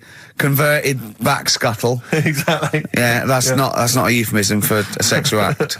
But look at the webpage here, Rick. There's a picture of a beautiful barometer being held by a beautiful lady. Lovely. Who's definitely his daughter. Yes, Definitely. Come on, Kathy. Oh, that. Dad, no. Come on. Undo your top a little bit. Dad, definitely made to do that. Yeah. Oh. That slight look of I hope no one I know sees. Yeah. Just check out Barometer World. Barometer World. Yeah, that's available. If you want to check that out, www.barometerworld.com. That's Now, all the... barometers. Now, do they work? They're to do with checking, is it the air pressure? Well, everything. But I think that's what it's based on, isn't it? Sort of low and high pressure, so it's going to rain, it's not going to rain. Yeah. Or going to be windy, but I wonder how accurate they are. I think in the days before satellite sort of weather surveillance systems, probably essential. Yeah. Nowadays... As essential as hanging some seaweed out by the back door? Probably. I think it's probably similar. I think it's the same one as holding a needle and thread over a pregnant woman. If it goes clockwise, it'd be a boy. Yeah. Yeah. The thing about a barometer is how far into the future can it predict? Exactly. 'Cause How do you know? If it's a case of you may as well stick your head out the window to see if it's raining. Exactly. This barometer goes, oh, it's going to be windy and rainy. When? The barometer goes, soonish. Yeah. So I can't say, but it will, well, within the 7 days. I don't want to be of the- specific because you'll have me. Yeah, You'll yeah. I don't. But I mean, I'm just a barometer. I'm not really a I weather can't person. reanalyse the information. Yeah, brilliant. What's in there? What's happening? in there? What chemicals are being affected? How does it work? I no don't idea. know. I assume it's probably something. Wait a minute, let me that's- email Barometer World. What could it be? It could be quite interesting. It could be mercury that's based on a sort of temperature. It goes up with. Oh no, it's not temperature, is it, barometer? It's pressure. So it's probably just very fine. It's like a fine, very, very fine needle, isn't it? This is almost as embarrassing as last time we were on. We couldn't figure out what the name of the leader of China was. Was it the King of China? The Prince of China? Oh, this is when we were trying to imagine what it'd be like if all the Chinese people at once jumped up and down and made a big tidal enormous wave. tidal wave. But if you do know what the name of the leader of China is, we don't mean the name of the particular person in charge, but if it's a king of China, the emperor of China, the chancellor of China, it the used prime to be minister an of China, emperor, didn't it? No, that was Japan. Yeah, this is it. I don't know what's the big guy in charge. Is he still the chairman? I know Chairman Mao was important. I think he was just the chairman. I think he just governed all the big meetings. Yeah, I don't know. He just kept the minutes. Head Chinaman? Head Chinaman. The major Chinaman. The top Chinaman. Number one Chinaman. Do you know what? We're going to be honest here. We know so little about China. It's true. We know so little about China. He said one today. He saw my salamander. It's not a euphemism. He saw my salamander, and it's just sitting there in the tank. Your exotic pet. Yeah, and he's worried about there not being a lid on. And he said, I went, what are we worried about? He said, wow. He said it sits there for 24 hours a day, obviously planning to get out. Well, he's got nothing else on his mind, and it's, the daft thing is, he has actually got the lid ripped up a little bit.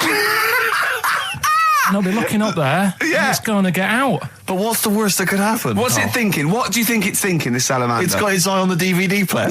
Here's an email from Scott Coomer. He says, Carl is actually right.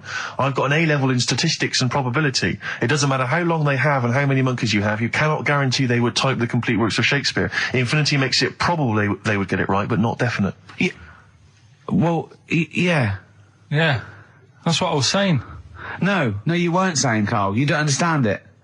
Infinity sort of sorts it out. That if they do anything, they nearly do everything, won't they? No, I mean, they'll give it a good shot. No, that's not the point. But the I'd point be is surprised if they did one page right. Right, listen. It's not to do with consciousness. It's not to do with them aiming. They are just bashing away at the keyboard. It's like they're used to show that there isn't consciousness. They chose the chimpanzee because it can type, presumably, hit the keyboard. It's because they hadn't come across you at the time. Yeah. It's to take out thought out of it. It's to take out reason and trying, right? It's just random. They're saying that if you typed enough things, if the computer was left typing everything, if you left it for an infinite amount of time, and they chose Shakespeare because there is meaning behind it, and it's difficult to get it exactly right, to show you that Infinity would come up with it's not just Shakespeare, it's every novel. It's everything. Fairly eloquent there from Gervais. A quick riposte, please, from Karl Pilkington. No, I'm just saying, what I don't understand, if it hasn't read it, then how does it know where it's going? Listen, right, listen, right, Can I just explain to people, right? Some people have said, why are you cruel to Carl? He drives me mental with things like that. What do you mean, wow? Let me just take a breather for a How do moment. I do your editing? He keeps coming in the week. You know that I work here properly, in the week, don't I? Yeah, I've got a proper job, should be 9 to 5, but I normally get in at about 8 o'clock and work. A lot of people get in at 8 o'clock. Working hard, trying to do my job. 3 times this week, I've been rushing around. I walked past my little studio. He's sat in there, all right? Now, because I've got this sort of job, I can get away with it. I said to him, if I was a doctor, would he keep coming to me practice? If you were a doctor, there'd be severe problems with the NHS. Imagine that. The standards would have lowered so much if you can arrive at the hospital, you're a We'll doctor. pop in, I'll go to lunch, don't we? We have a little lunch break, don't we? I go, come on, let's go now. He goes, I'm busy. I go, come on, let's go now. He's going, you're doing me head in. Well, when I was talking about the monkey conundrum with Carl, he said to me, right, if I had a day off work, and I was, say, watching the TV, and with one hand I was typing a typewriter, would I type Shakespeare? I mean... Yeah, but you see, there's certain things. We were talking a little bit about this stuff the other week, weren't we, when we said, you were going on about Einstein, and I said he's not that good. E equals MC squared. It sounds good, but I've never used it and that. I've never used it! You haven't used 2 and 2 equals 4, Carl! The fella with an apple fell on his head. it could have been anyone sat under that tree. Do you know what I mean? It's just annoying. Lucky. And Newton gets all the credit do you know for his laws of the universe. Well, other people were working whilst he was having a lunch break under the tree. So in a way, it's like he didn't deserve to have that success story. Again, forget the apple and the tree and whether he was sitting down having a lunch break. It's totally irrelevant. Yeah, but what I'm saying is there's certain things that will just happen. You know, it's like, I think we were talking, when we were out eating the other week, we were talking about Noel Gallagher. Well, this is the reason the monkey discussion came up, right? Noel Gallagher. I don't know what to say. I don't know what to say. Rick, I don't want to misquote Noel. I'll be like Herbert Lom in Clouseau. I'm going to get a twitch whenever he opens his mouth. I don't know where to start with some of his statements. Well, as I say, this discussion began because we were talking about a quote that Noel Gallagher supposedly gave. Now, I don't want to misquote Gallagher, but the gist of it was that he said, had I written Wonderwall or whatever, instead of the Beatles writing Strawberry Fields or whatever, I'd be the one that was considered the great songwriter and it wouldn't be the Beatles. You know, it's just the fact that they came first that meant that they get all the credit as being the greatest band. I don't know where to start with that statement either. I mean, that's Gallagher's thing, and he's, you know, well, whatever. We know what we think of that. What was your point, Carl? You agreed with him, didn't you? Yeah, I reckon, right? Do you know we've talked about putting a baby in a room before and it'll know what colour it is and stuff? If you've got a room that's painted red, right? But forget that, because that's going to confuse Hear him out. Listen to me. Say if they did some new TV show, right? Like, what's that film with Jim Carrey in where The Truman Show. The Truman Show, right? So they make up a little room and some woman has some kids and you say, right, let's put the kids in this room, and they don't know what's going on outside. They don't know anything about, like, EastEnders and that. It's like their little world, right? They don't know anything that's gone on. How could a child survive without EastEnders? Right, listen. So you sat in the room, right?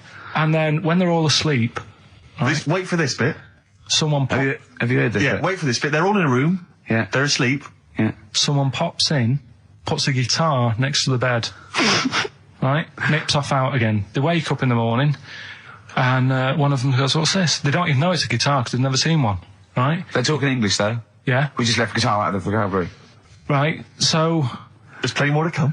So, one of them will pick it up, and they'll go, I don't know what it is, and they'll start strumming, they'll go, that sounds good, doesn't it? Give them a few weeks, they could come up with Hey Jude. Whereas, typing Shakespeare, a monkey that can't even spell... I see that. My friends lived in Texas for a while, and they once were in a kind of diner, and there was, you know those kind of benches that are attached to the table itself, like a kind of picnic bench? Yeah. And this huge fat guy came in, he came wobbling, he ordered like this kind of everything you can eat meal, and his fat kind of sort of, you know, kind of... It's big fatty fat, and it's fatted on the fat table, It wrapped itself around the table and everything. Oh, he was chowing down, and when he tried to leave, the table came up with him. Oh no. Imagine that! I mean, they are fat, aren't they? They're big people. They're huge people. But it was that thing we were talking about before, that bloke on Jerry Springer Show who was like 80 stone, right? Now, I felt quite sorry for him. He was really sad and he was crying. It is rad, but my point is this, right? When he got to say 50 stones, didn't he go, that's too much, That's not enough. For a land animal. Exactly. Do you know what I mean? Yeah. That's big, isn't it? I mean, I'm getting worried. I'm 13 stone, and I am genuinely getting worried. I'm thinking, oh, yeah, God. when you've got that big, when you've actually got your own mare. yeah. When you have to get in helpers to look what the scale says. Yeah. Like 4 or 5 people lift up your belly and go, it's 52 stone. You go, that's too much. Exactly. I'm going to only have 9 breakfasts. When you begin to appear on the Ordnance Survey map. yeah, exactly, yeah. When You've got your own symbol. It's like, we can see 2 things from space now, Fatty and Steve Merchant. We'll be landing All right, at about... well no, I'm just saying, at all, you're not fat, are you? You're freakish and big. Just another quick thought. Have you got the film thing you're in? Right, yeah, I'm in a film. It's Pulp Fiction this week. Right. Changed it a little bit, tweaked the storyline a little bit. Okay. It's just... To make it better, yeah. It's just do you know, I've talked about Suzanne's hair and that? Yeah. About when she got it cut, didn't like it and that. Yeah. So it's sort of about that. Listen to it, there'll be a question at the end. You can win some good stuff. Yeah, well. Right? So, and this is the scene where they're in the restaurant, do you know, when they're about to do the robbery. Yeah, right. So it's not a restaurant, I've changed that, it's a barber's. Right. Alright? Okay. Alright. There you go then. Is there going to be a question after this? Yeah. Stay there. Okay. Right. Girlfriend came in here earlier. Had a haircut. I'm not happy with it. Look at the state of that. Well, don't laugh. Yeah, I mean, I don't want to cause any fuss, but just want you to sort it out. Afraid I can't do that. Well, you can do that, because it looks a mess. Look, my friend, this is just where you and I differ. Well, you've got to do something, because look at it. When she came through the front door at home, I thought Dave Hill out of Slade had walked in. Funny, I was thinking the same thing. Look, I don't want to cause any problems or anything. She hasn't even seen it properly yet. She sort of had it cut and came straight home and didn't look at it. Suzanne, just look in that mirror. Look what they've done to your head. God damn it, what is it? Suzanne! No! We're not gonna do anything stupid, are we? I'm the manager here. There's no problem. What do you mean it's not a problem? Look at the state of her hair. Be calm, cooperate, and this will all be over in a minute. I'm gonna go home. No, we're not going anywhere until they've sorted your hair out. I'm not walking home with you with your hair like that. It's embarrassing. So let's just get it. You die. No, forget having it dyed. Just get it cut.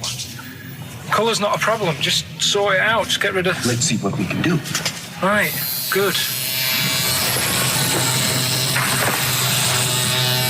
Look at it. Look at the state of it. I'm trying real hard. Suzanne, just keep your head still there so you can... Just hang in there, baby. You're doing great. I'm proud of you. Just sort that bit out there. Just cut that.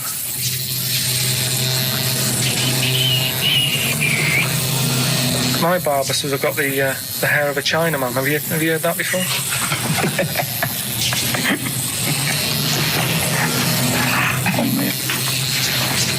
What?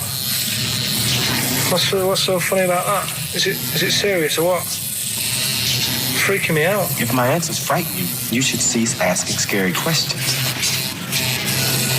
It's almost over. There you go. No, it's not brilliant, but that'll have to do, won't it?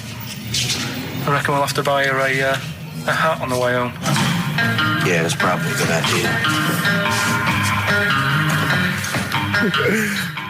Do you think Suzanne's listening? It's alright, isn't it? I like the fact that in that she's represented with a sort of dimwit southern accent. Yeah. Your girlfriend. So I'm sure she'll have appreciated that. Alright, It was nice, yeah. It was a nice... I don't know what kind of copyright infringements. Did you witness a murder while you were doing this? Yeah, it was like that sort of Sliver film where that bloke had loads of tellies watching. Yeah, it was sure. nice. So that was going on in my mind, and then I was washing up, and I picked up the plate, and I thought, oh, it's amazing, isn't it? The human body, the way you can just sort of, I want to pick that up, and you do. Yes. And the way your hands work, right? Yeah. You've got 5 little digits, but it's just the right amount to do what you've got to do, right?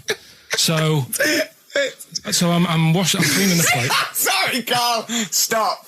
It's just the right amount. Might be one of the most genius things I've ever heard said. I would love David Attenborough to phone you up and say, Carl, how do I word this about the evolution of the mammalian front limb? Just go, we'll just say it's the right amount.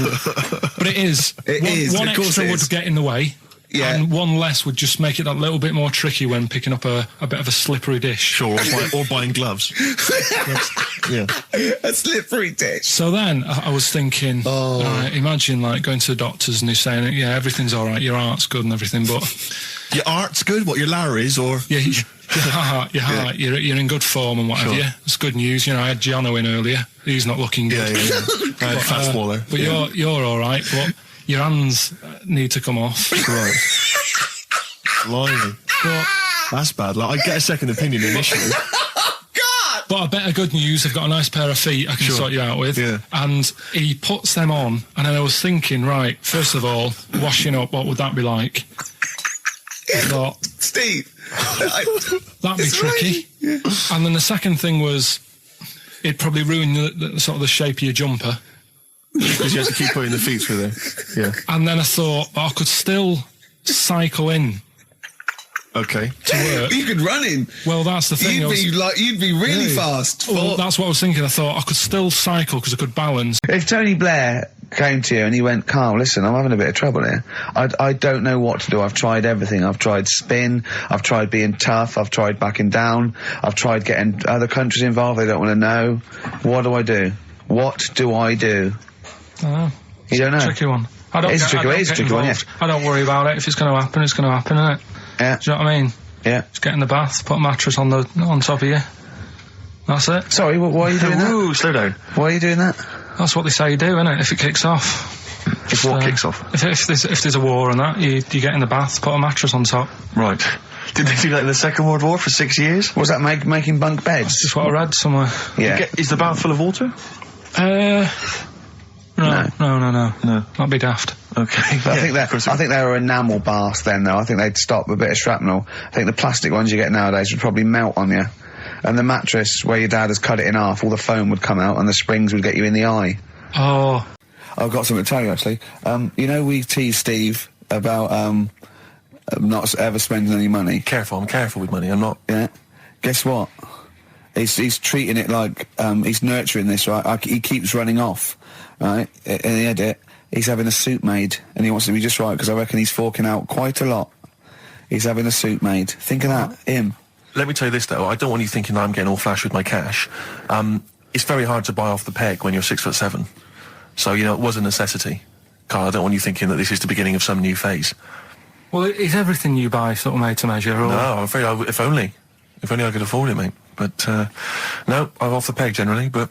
So what, like properly done and that? Just... Oh, yeah, it's the full thing. The full works.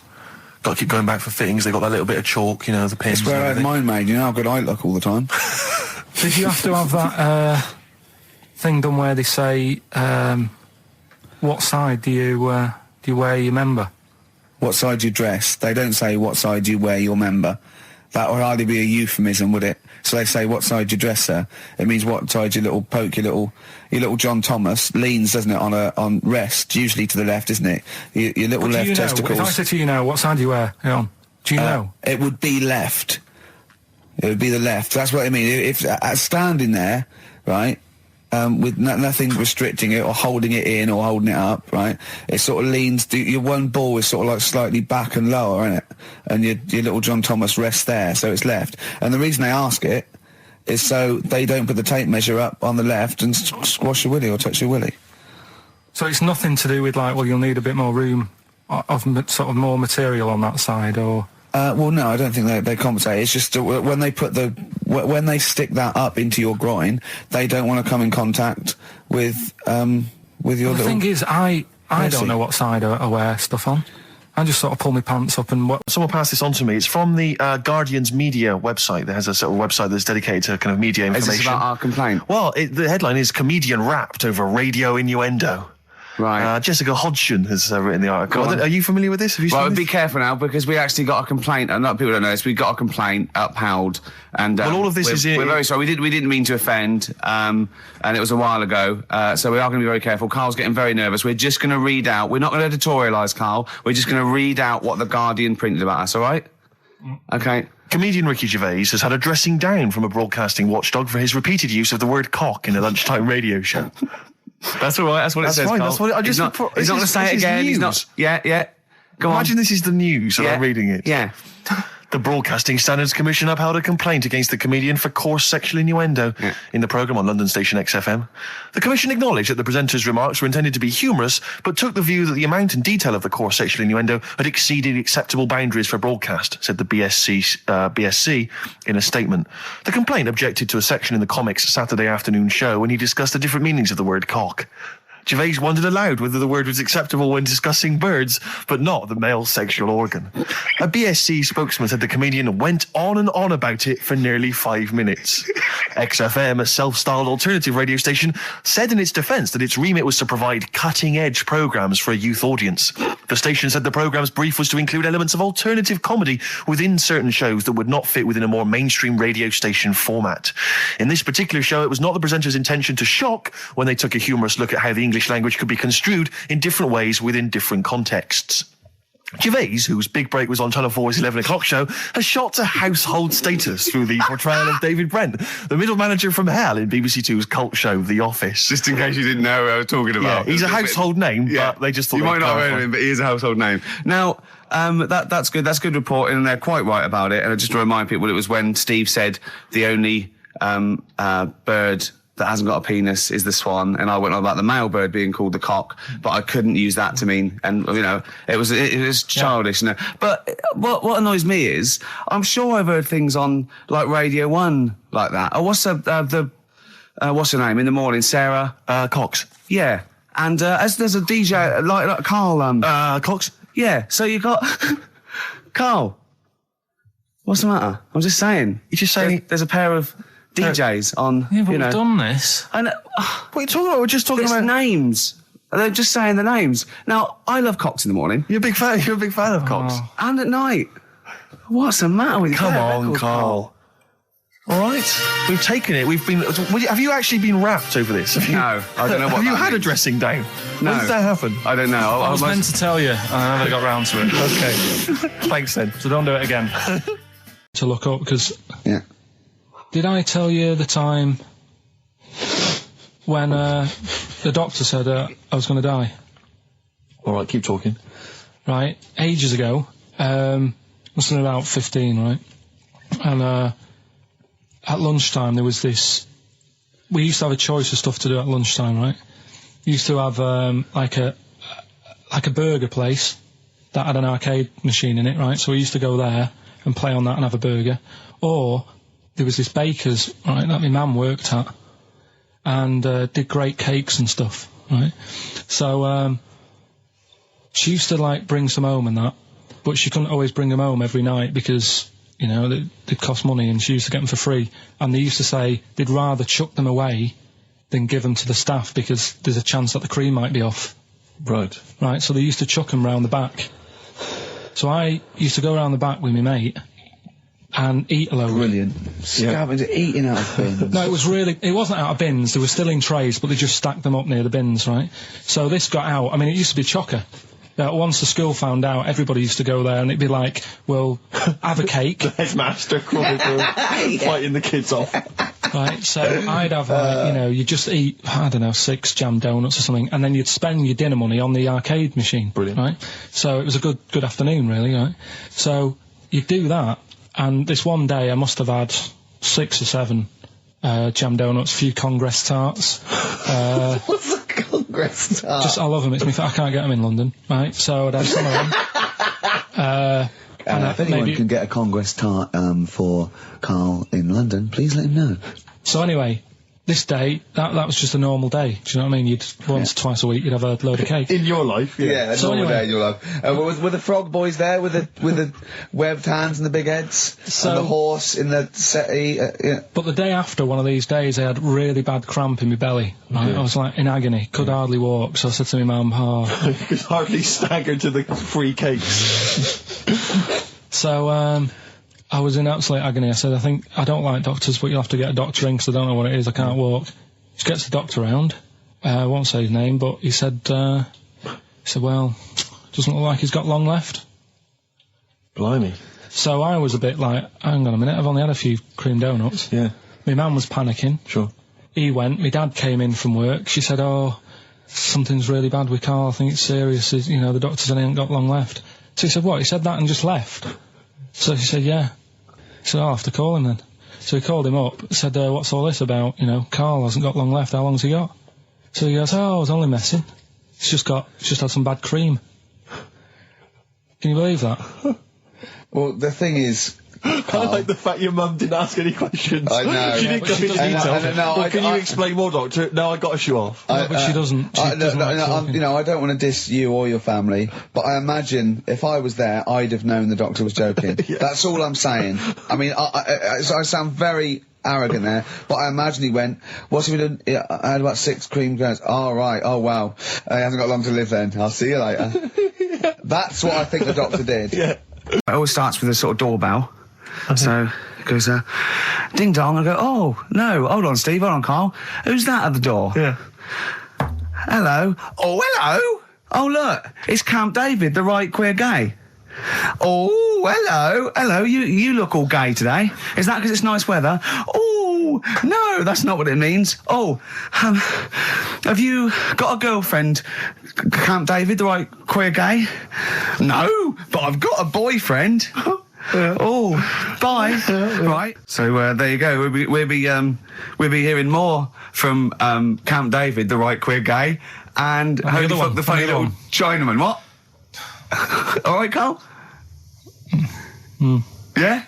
Is that your sort of humour? It might not be your sort of humour. You just should have run it past me before you did it. Yeah. What one are you worried about in particular? The not Camp David. Well, say his name. No. Say his name. Which one? I don't know which one you mean. The Chinese fella. Well, I forget who that was. What was his name? I can't remember. Well, if you can't remember, it can't be that good, so we'll leave it. We won't do it again. There's that one that a bloke, right, was going to get a phone call at 4 o'clock to find out if his business was, okay, right? And if he didn't get the phone call, he knew he was broke, destitute. So dead on 4 o'clock, the phone didn't ring, so he went up to the roof of his office and he jumped off to commit suicide. And as he was passing his window, the phone was ringing. Oh, no. Carl, it didn't happen. Didn't happen. Think it through. Think it through. Who told that story? Who told that story? As he hit the pavement at 120 miles an hour. He's the only person who could have known that series of incidents. Also, why didn't he wait? As his life's at stake, why didn't he wait till 5 past? I said I'm going to give it 5 minutes just in case. Just in case the lines are busy. Yeah. And what sort of bloke goes out? I'll call you at 4. Okay, if your business. Well, call me anyway. No. If I don't call exactly 4, then you commit suicide. Commit suicide. I would, because if I don't call at 4, that's the end of it. Well, call me anyway. No, that's not the way I work. Why can't you just call me and tell me the other way? Well, I'm telling you how I would do it. If you're bust, I don't call. Can't you just call to verify in case something goes wrong? What if it's engaged? If you want to be engaged, just commit suicide at 4, please. We're talking about embarrassing stories and stuff, and I don't know if I've told this on the radio before. Have I told you, Carl? I'm not sure. But this was when I was working at the BBC. This is not even long ago, and I'd moved to London, and I was fairly new in London. And I was working at the BBC, and I had this BBC hire car, and I've never told it. If there's anyone listening who works for the BBC, I don't know if I can still get in trouble for it. But this BBC hire car, and it was like I'd been ferrying kind of actors and people and production people around all day in this car. And I was driving back, it was quite late, it was about sort of 7 or 8, and I was driving back, and I pulled in to get some petrol to fill up the car every day. And I went into this garage to fill up some petrol, and I was there, and two blokes came in a white van, right? They pulled into the forecourt, and I was filling up the car, and they went, "Hey, do you want to buy a couple of speakers?" And I said, "Yes, I do." Yeah. Because, to tell you the reason, it was like I was so flattered that they thought I'd be the kind of bloke who would, A, need some kind of classy speakers, and B, would like to buy them on the sly. Do you know what I mean? Yeah. I thought, they like the fact They've seen me. They've seen I look a bit of a hustler. Exactly. Yeah. I'm a street sort of guy. You can see by the way I use my walk. Exactly. Yeah. So I couldn't believe my luck. So they drove behind the garage, the little sort of garage bit at the back, and I went round there, sort of casually went round there, sort of locked the car, went round there. They went, open the back. You had 2 speakers in there. I said, "Are you sure these aren't knocked off, mate?" He went, No. We work for Dixon's. This is the story he spun me. We work for Dixon's, right? And we're delivery men. And if we make a delivery and the person's not there to sign for the goods, then we have to bring them back to the warehouse. But if we can sell them on the way back, then that's really good for Dixon's. Dixon's must love that. And instead of thinking, are you sure some kind of troubleshooter did someone going to go into Dixon's and go, you're not getting in the garage forecourt market? Jones. Exactly. Get a couple of lads in a white van. Exactly. Yeah. So anyway, so I sort of bought this story, and I was a little bit dubious, and I went, right, let me hear them then. And he wired them up to the car stereo, and boom, boom, boom, they're playing. So it was some groovy hip-hop. I was thinking, great, these guys know what I'm into. Yeah. And he's giving me the talk and stuff. And I said, I'm a bit worried these are knocked off. He went, no, listen, we got a bloke at Dixon's who can confirm this is fine, right? Phone him up, use my mobile, right? And quote this reference number, right? So I phone out, and I goes, I go, hi, some guys here in the garage forecourt trying to sell me some speakers. Just wanted to check. He went, it's fine. I went, should I just read the reference number or whatever? He went, if you want. And X14, and I went, yes, fine. Yeah. Okay. You know what that was, don't you? That was actually Mr. Dixon himself. Exactly. Yeah. Exactly. So I'm thinking, well, they sound great. They're giving me for a knockdown price. I'd say they were like 400 quid. They were like 200 quid or something. It was a good bargain. I was in the market for some speakers as well. Yeah. So while they were loading it's them all kosher. I phoned Dixon. Exactly. I phoned Dixon. That's fine. Yeah. So while they're loading them in the back of the BBC hire car, right, I'm in there paying for the petrol, right, and the guy serving goes, all right. He goes, what were you doing around the back with those blokes? Right? Because obviously there's security cameras filming this whole transaction, right? And he goes, what are you doing around the back? And I went, brilliantly, there's some old mates. Some of my mates were just having a chat and that. He went, oh, right, okay, like, give me obviously the evil eye. So I went back to the van. So I'm in the car now, and I'm driving with one of the blokes who's in the van with me, because I didn't have the money on me, so I had to go to the cash point to get the cash, right? So I'm driving with him, and the other guy's, like, following me in the van, and he was like a northerner like you, and he was giving it all the, all right, yeah, you know. I'd say my girlfriend's a DJ, she's got some of these speakers, they're fantastic, da-da-da, and he's giving me this. And then my mind starts working. Now that I've got a bit of time to think, I'm thinking, wait a minute, this all sounds a bit dodgy. Yeah. It dawned on me, Rick. You know, fool, are you? You're streetwise. Exactly. You're streetwise, Steve. Not only that, I was thinking, how am I going to get them home? I've got to drop the car off at the BBC. How am I going to get these huge speakers back to where I live? And how can I pay for them? Because I've just spent £100 on Find the Lady with a couple of blokes in the square. It seemed like a fair game. Some of his friends were winning. But so I explained to him, I said, how I can't get them back to like Brixton where I was living at the time. He went, don't worry, give us an extra 20 quid, we'll take them home for you. Oh, that's good. Deliberate. They do a whole service, you see. And there's also a backup guarantee. Did they have the guarantee, the 3-month guarantee? They didn't. No. But so then, I said, I'm not sure about that. He went, well, why don't you put them in a cab, send them back, and your housemates can collect it. I was like, oh, no, there'd be no one in. And I was beginning to sort of get a bit conscious of, like, maybe this was a bit of a scam, after all. So I pulled into, like, a little side road. I said, I'm not sure I'm into this now, actually. He went, what are you talking about? It's 200 quid for a pair of speakers. It's a bargain. You never get a bargain like this, mate. I'm going, not too sure, actually. I don't think I want them. He went, 150 quid, 150 quid, mate, 150 quid. I went, no. He's 100 quid now to you. And I'm thinking, wait a minute, this doesn't sound like the kind of work that Dixons would be doing. Dixons don't do that when I go in. This is it. Dixons never negotiate in that way. When I go there, look around and I leave, they go, where are you going? Exactly. I go, no, we'll have anything then. Have anything for a So quid. I stopped the car and the white van pulled up behind me with his mates in. Sure. And I said, can you get them out? I'm not interested. And he went, 100 quid, mate. Oh, you, and he was just going, you tosser, you obviously want some speakers. And he was having a go at me. So I was carrying the speakers out and putting them back in the white van. And he was just shouting at me. He was going, 70 quid. I was like, 70 quid from 200? This is ludicrous. You realise that wasn't Dixon's policy then. Exactly. They don't usually shout at you tosser as you leave the shop and walk down Camden High Street. They're not usually shouting you tosser. You should have took the offer of like the monthly payments they've got on at the moment. So I eventually put them in there, and I sort of knocked the deal on the head, and I got back in my car, and they were in theirs, and I just looked in the rearview mirror, and they were punching the dashboard, like with aggression and venom, like we let that deal slip through our fingers. And I've never been so terrified in my life. I just sat there, and I was just thinking, oh my God, all I was thinking now is, what if I go back to the BBC, and they go, we've had a call from the police, the man at the garage, he saw you doing a dodgy deal. I love it. Yeah. Well, what you do is you put the hire car in a drain in your front garden, and then go in and out of the toilet, just pouring bleach down, or Ajax, and then never know. Yeah, this is a question. I was discussing this yesterday. This is not a bit of shit. This is not a joke. I genuinely have always been slightly perplexed, and we were discussing it last night. The notion of the birds and the bees. Yeah. Now, I don't mean, the birds and the bees. I understand how, Why they use the birds and the bees? Yeah, because, you see, I always, as a child, I never know. So I assumed the bees were having some kind of relations with the birds. No. So what is there anything to do with the birds and the bees, or is it literally, just like a euphemism? It's just, the birds and the bees. No, but they... Do the birds do anything with the bees? No, not at all. It was where parents... just take them out? It was where parents used to sidestep the issue by saying things like, when a lady blackbird and a man blackbird, they meet, right? They make a little nest. And then because they're in love, they have an egg. Yeah. And that was it. I understand that. That makes sense. But why the bees? Why the birds and the bees? Well... Probably, I don't know. I don't know. You see, within nature, forgive my ignorance, within nature there is no relationship between bees and birds, is there? No, not at all. No, not at all. Nothing's going on. But probably what it was, if the parent found it hard to say, Daddy puts his penis at Mummy's vagina, it was much easier to say, like in the insect world, billions of them queue up and just fill the queen with spunk for about a day. Sure. Thus avoiding the embarrassing intercourse. Exactly. That's what I think, Carl. What do you think? Were you taught about the birds and the bees? Did anyone bring that up with you? No, it was just in that class, wasn't it? When they put a video on. That's what we had. No, we had a film. And they just said, I watched that. And then... what film, though? Basic Instinct?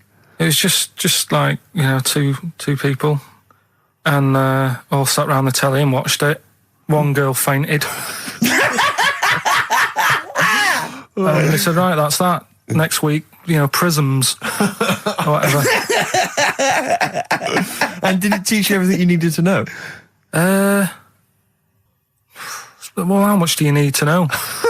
Yeah, true. No, true. Except one kid in my class still thought a baby came out of an arse. Afterwards, he didn't understand. I think what they should have shown on those videos is technique as much as anything. Yeah. Yeah, I suppose so. Because Yeah. it was largely just instructional. Wooing. Wooing. would be What it didn't tell you was how to get into a position where this might be of some interest. That should have been the first 4 weeks of the course. Yeah. This is Rockbusters with Karl Pilkington. Go! I can't do any photos because it's been nicked by a German. And what's the initial? AC. Right? Next. Second clue. If you keep eating, this bit of your body will get bigger. PC. PC. It's an artist or a band. Who is it? PC. If you keep eating, this part of your body will get bigger, right? Yeah. And the last one I'm not really sure about. If you... He's actually winging it now. Imagine if this was Mastermind. I'm not sure about it. I know your specialist subject Come is... on! Okay, go! The place where you go to take your dog a walk and that. The place where you go to take your dog a walk. Forget it then. No, we'll do it! No, do it! Get you! Tim Burgess. Oh my Corazon, is that? Yeah. What's that mean? I have no idea. Phone in if you know. No, don't bother. Oh, email then, at least. Okay. I'd like to know these things. Sure. We were doing Rockbusters just before the ads and the record. Rick, I know you were enjoying it. Yeah, come on, get this clue out, Carl. There's 3. What is it? Right, the first one was... No, we don't got the first 2. What's Can't the do third? any photos because it's been nicked by a German. Yeah. Second one, if you keep eating, this bit of your body will keep getting bigger. Yeah, it's different every time. Go on, what's the third one? And where you take your dogs for a walk and that, or you might go there on a Sunday. What? Sort of... Oh, Jesus Christ. Rick, just be quiet for just a moment. Right, okay, do this clue. Right, start from now. This is the 3rd Rockbuster clue. That was a Freudian slip. Yeah, God, we get done. Right, go on then, go. Where you take your dog a walk, or you might go there on a Sunday and that. People sort of might taste that area. Right? Oh, it's rubbish. AP. Right, well, the other one's AP as well, isn't it? AP. What?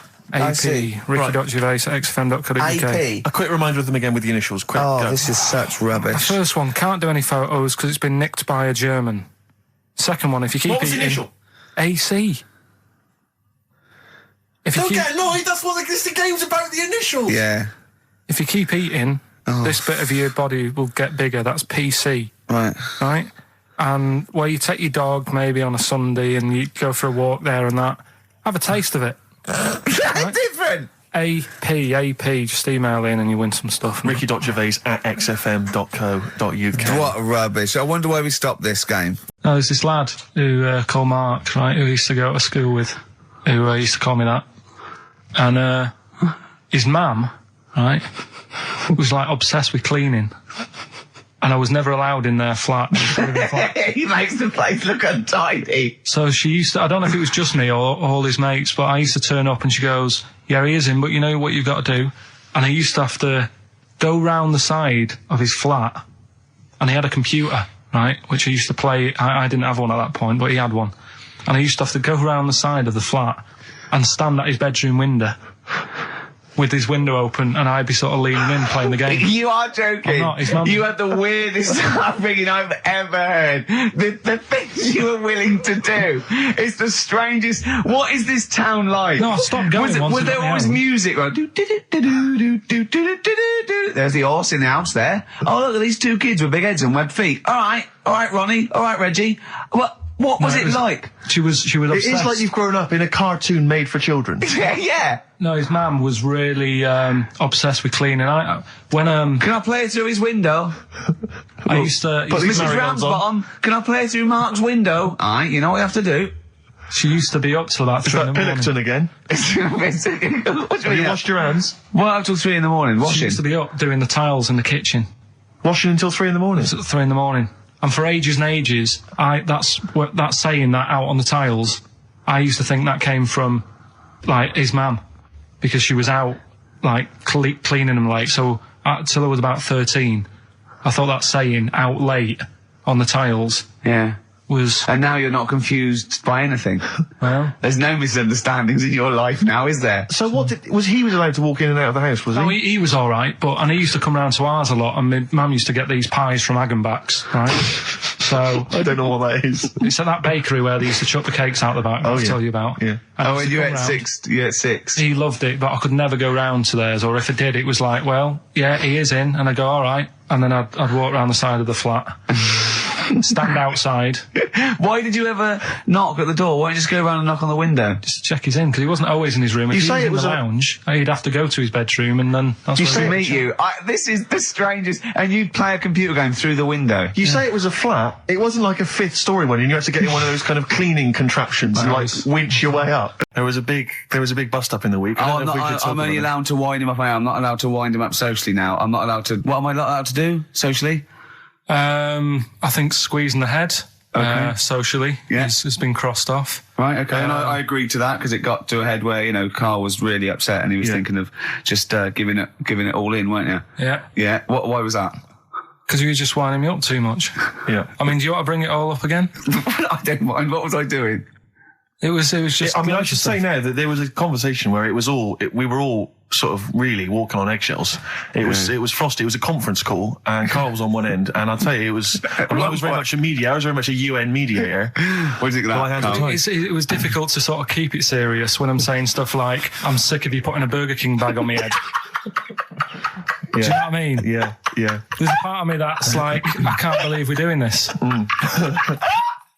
What I like about it is that I'm laughing and going, well, I won't do that anymore. And he's going, you can still do it on air. And like today, I came in, I went to squeeze Zed, he went at 1 o'clock. I love those rules. Yeah. I love those rules. Well, between the hours of 1 and 3 on a Saturday, you can squeeze his head, you can put a Burger King bag on his... I can't wait. It's terrible. Oh, but dear. That all started last week as well, really, because I got in a bit earlier to do an edit for you on some track that had swearing in it, right? Yeah. So I get in early, he comes in, first thing he does is go to sort of squeeze me head. And my reaction was, not now, do it later. As if it's all right to do it later. Yeah. So that's kind of what made me think this isn't normal. We should just point out, when we say squeezing your head, what exactly does that mean? I put my hand on the front. I do 2 experiments, right? Yeah. One is the side, because you can crush an egg sideways, so I think that's more dangerous. Right. And I actually put my elbows out, and I press like a vice, and I really go for it until it really hurts. And the front one it shouldn't hurt so much, if my experiment's right. I don't know. Well, it was all this that sort of, built up. Sure. And the research that you're doing there, Rick, is that going to be available online at some point? Well, that was the problem. That's what I was saying to him, because it kind of started last week. Well, it's been going on since we've known you. Yeah, really? Yeah, but I just upped it last week. It got out of hand a bit. I upped it to when I think it got to ahead on Thursday when I filmed it. That was it, yeah. That's right, I brought in a cameraman to film me torturing him. And there was some people from the 6th floor being shown round. Yeah, some management and that, showing probably clients round.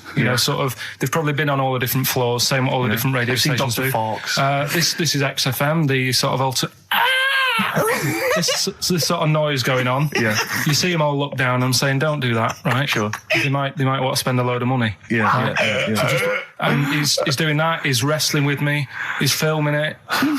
So that's when I just thought, It's mad, isn't it? And then when we were having the argument on the phone, I was saying, has this been some sort of experiment? Yeah.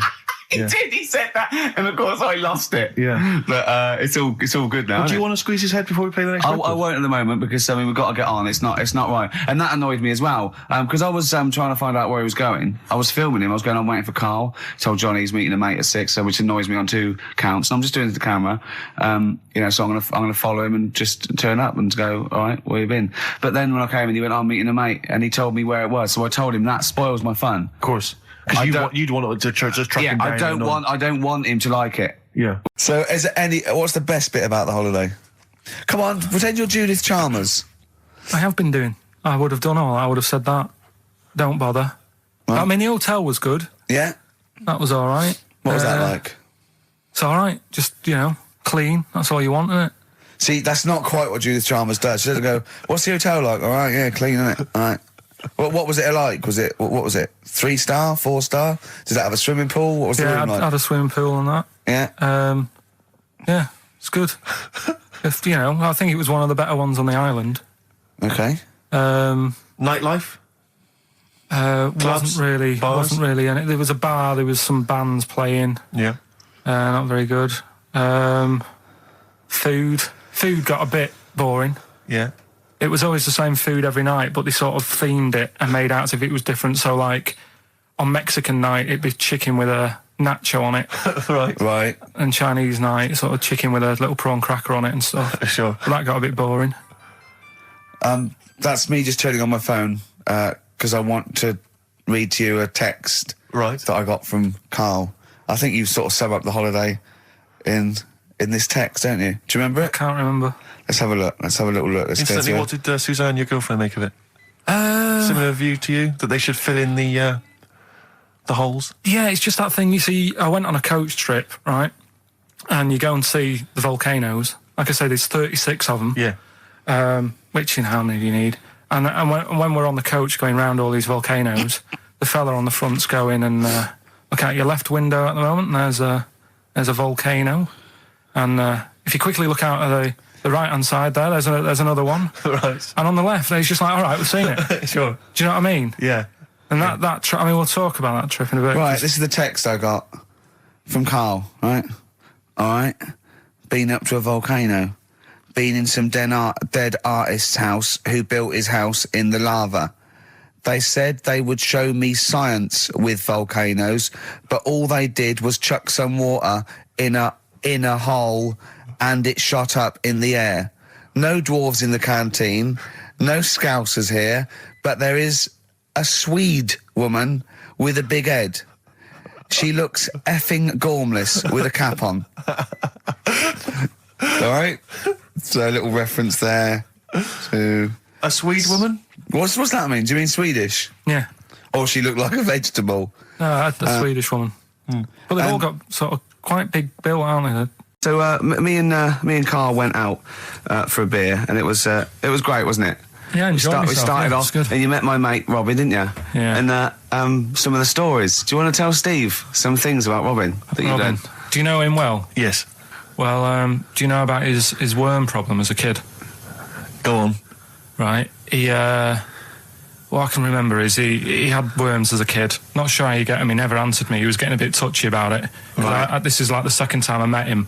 I think he was a bit annoyed that Ricky told me about his problem. What yes. Now, straight away, you not being there, instinctively, what do you think went on with this story about worms? My suspicion is rather like when you told a group of people that Robin had once suckled milk from a cow's udder. Yeah.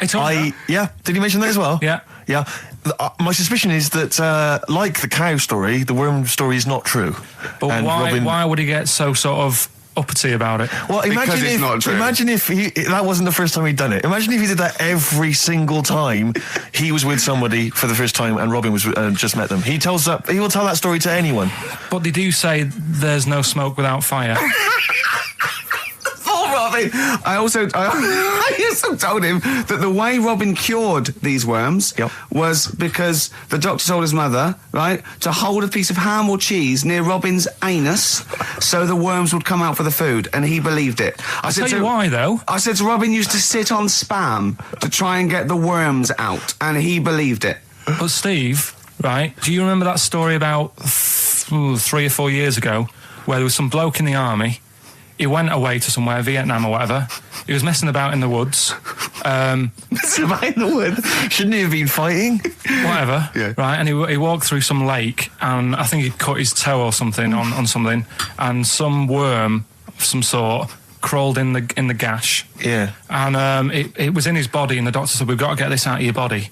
So what they did was, they said, right, the thinnest part or something of your body that things can crawl through is on the top of your head. So they wrapped where the skull is. So they wrapped some bacon. No, they didn't. They did.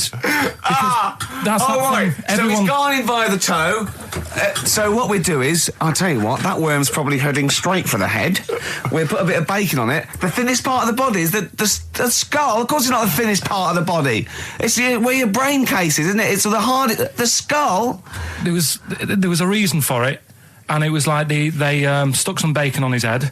And as ever, the vital piece of information, i.e. the reason, Karl seems to have forgotten. Because the worm was in his body, and they said everyone likes to smell of bacon. including worms. Even a Vietnamese lake worm. They Oh, they love bacon. Remember last week when I said about the little fella with the bone with no brain, and you were proved wrong? No. Please. No. We were saying it wasn't a little fella. We were saying it was a stillborn child. It wasn't a little fella. You're changing it now. You weren't having any of it last week. Right, hang on a minute. I'm getting confused. There was a Vietnamese snake that went inside of a soldier. A little, like, maggot or some sort that you have to get out of your body because it causes problems. Yes, and so in order to get it out of the body, they strapped bacon to his head. Yeah. That is great. This doctor. And did that work? I think so. They had a picture of him smiling. Oh, God, what, the worm or the bloke? The bloke. Oh, dear. Honestly, I hope someone knows the story. Right. It was about 3 years ago, I reckon. Okay. And, yeah, it did work. G.I. Bacon. So this is why the worm burrowed out of his head to get the bacon? Get to the bacon. Right. That's great. So this is why when Robin was telling his story, I was a little bit disappointed if it wasn't true. Right. Because in a way, you know, Robin's never been to Vietnam. No, but what do you really think that Robin? Well, as Robin said at the time, Carl, why would I sit on ham then tell Ricky Gervais? It's a very good point. Because if he was a kid, you do daft things like that as a kid. Right. He is telling Ricky Gervais though. Yeah. And then, oh, bless him. Okay. And then anyway, Robin left, and I tried to chase him, but he got away. He knows that and then we had a few pints, and then Carl embarked on some of the greatest stories ever told. Can you tell the story about your dad? Let me run it by. I haven't spoke to him all week, so let me run it by him. Okay, play records. Because, what we got? We've got one of Steve's. Yeah, well, bizarrely enough, this comes from the Teachers 2 soundtrack, the soundtrack to the current TV series. There's a slight whiff of nepotism in the air. Yeah. Rick, would you like to explain why? Well, that's why you're doing it. No, my girlfriend worked on it. But you were going to play this anyway, weren't you? Well, I was, actually. Bizarrely enough, I was going to play some I Am Clute, and this is from, as I say, the Teachers soundtrack. This is called To You. It's a good track. That's I Am Clute, a track called To You from the Teachers soundtrack. That's also got, I noticed the Electric Soft Parade, The Hives, Star Sailor, Feeder, Turin Breaks, Mercury Rev on there. It's a good little collection. Lovely. Carl has just had confirmation. He's looking smug because someone phoned up and went, it is true, it's a Laogai chi worm and you wrap bacon around your head. That's all the bloke knew as well. Yeah. And his name was Gary. Yeah. So I'm not having it. No. And he said, see, that's why the Robin thing isn't so weird. He said, but when you said he tried it with cheese, he said I was having none of it. He's got standards. All right. Now, whilst I was in Cornwall, I wasn't online. I didn't have the internet, so it was like, oh, what am I going to do? And I didn't come back till yesterday. I thought there's loads going on that I don't know about in the monkey world and stuff. I was hoping to get some from the zoo that I was meant to be going to. Of course, that didn't happen. So I said to my dad, do you know anything about monkeys? Or have you got any stories with monkeys? Brilliant. This is what Trevor McDonald does. Turned out... Quarter to 10, he goes, got nothing. Dad, anything happened? You got anything politics? Anything politics, Dad? No. This isn't monkey news, I'm just giving you this free. Yeah, brilliant. Turned out one of his mates used to have a chimp. Right. What do you mean one of his mates used to have a chimp? Well, two of his mates. Oh, sorry, yeah, I was thinking it sounded a bit far-fetched living in Manchester, like. But if there was two of them... He had a chimp, had to thump it in the head. We're doing what? Answering back? Oh, God. Tried it on with his wife. Had to thump it in the head for trying it on with his wife. I love it. It's a proper fist fight in a pub in Manchester. Oh. I'd call him up, but he's one of them who, like, swears all the time. Right. Oh. I mean, it'd be good to get him on and just... Let's interview him. Can we not interview him pre-record? We can bleep out the swear, and I'd love to hear his story. Do a lot of work, that. Yeah, well, we're not scared of work, are we, Steve? I'll get myself if you can't be bothered. Yeah, I'll have a word, I'll sort it out. Yeah, try to sort that out next week. Well, don't tell us the rest of the story then. Let's let him say in his own No, words. but there was another one as well. When you say you can get him on, but he swears a lot, you mean the monkey?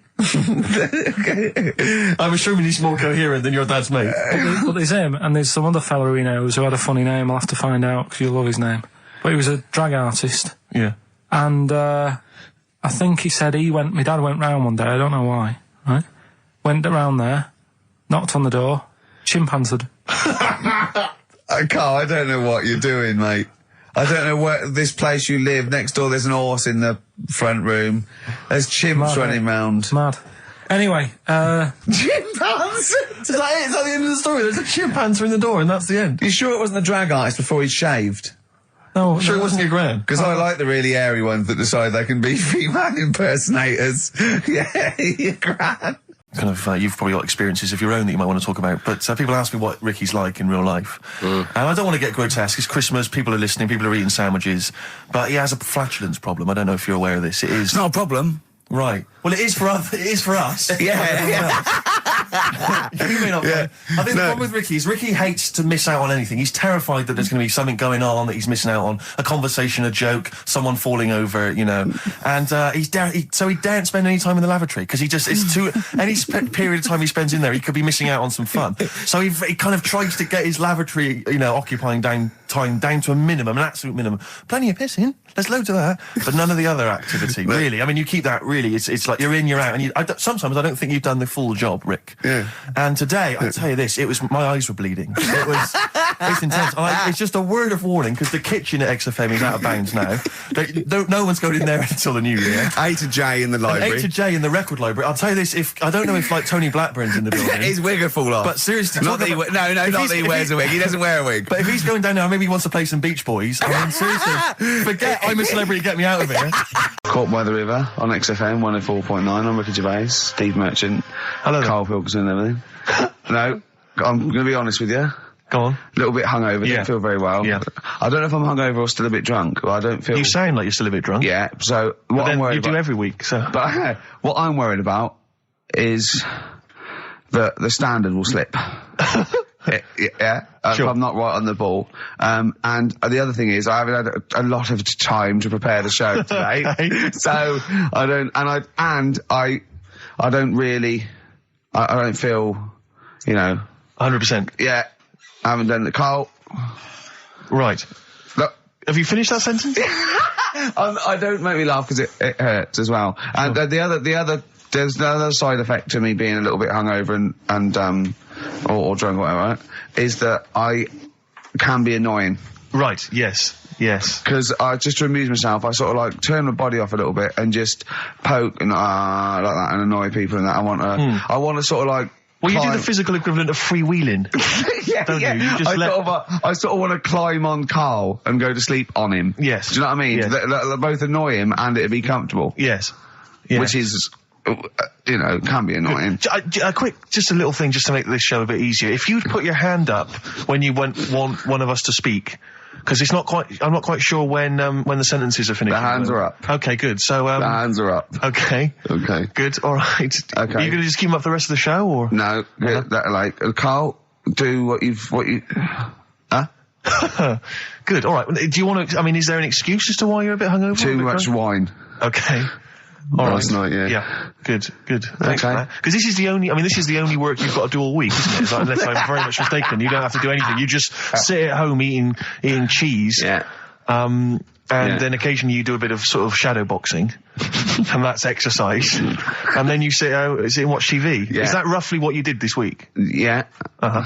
So this is the only 2 hours you had to do anything for all week. This is you had to prepare for this. Yeah, but who can plan a hangover? I want to tell you about Brian Blessed climbing Everest, and for some reason it made him it played havoc with his belly, and he followed through and he had to clean up. Shut himself? Yeah, using ice and snow. Why are you telling me that Brian Blessed... in what way is telling me that Brian Blessed shit himself once in any way educational?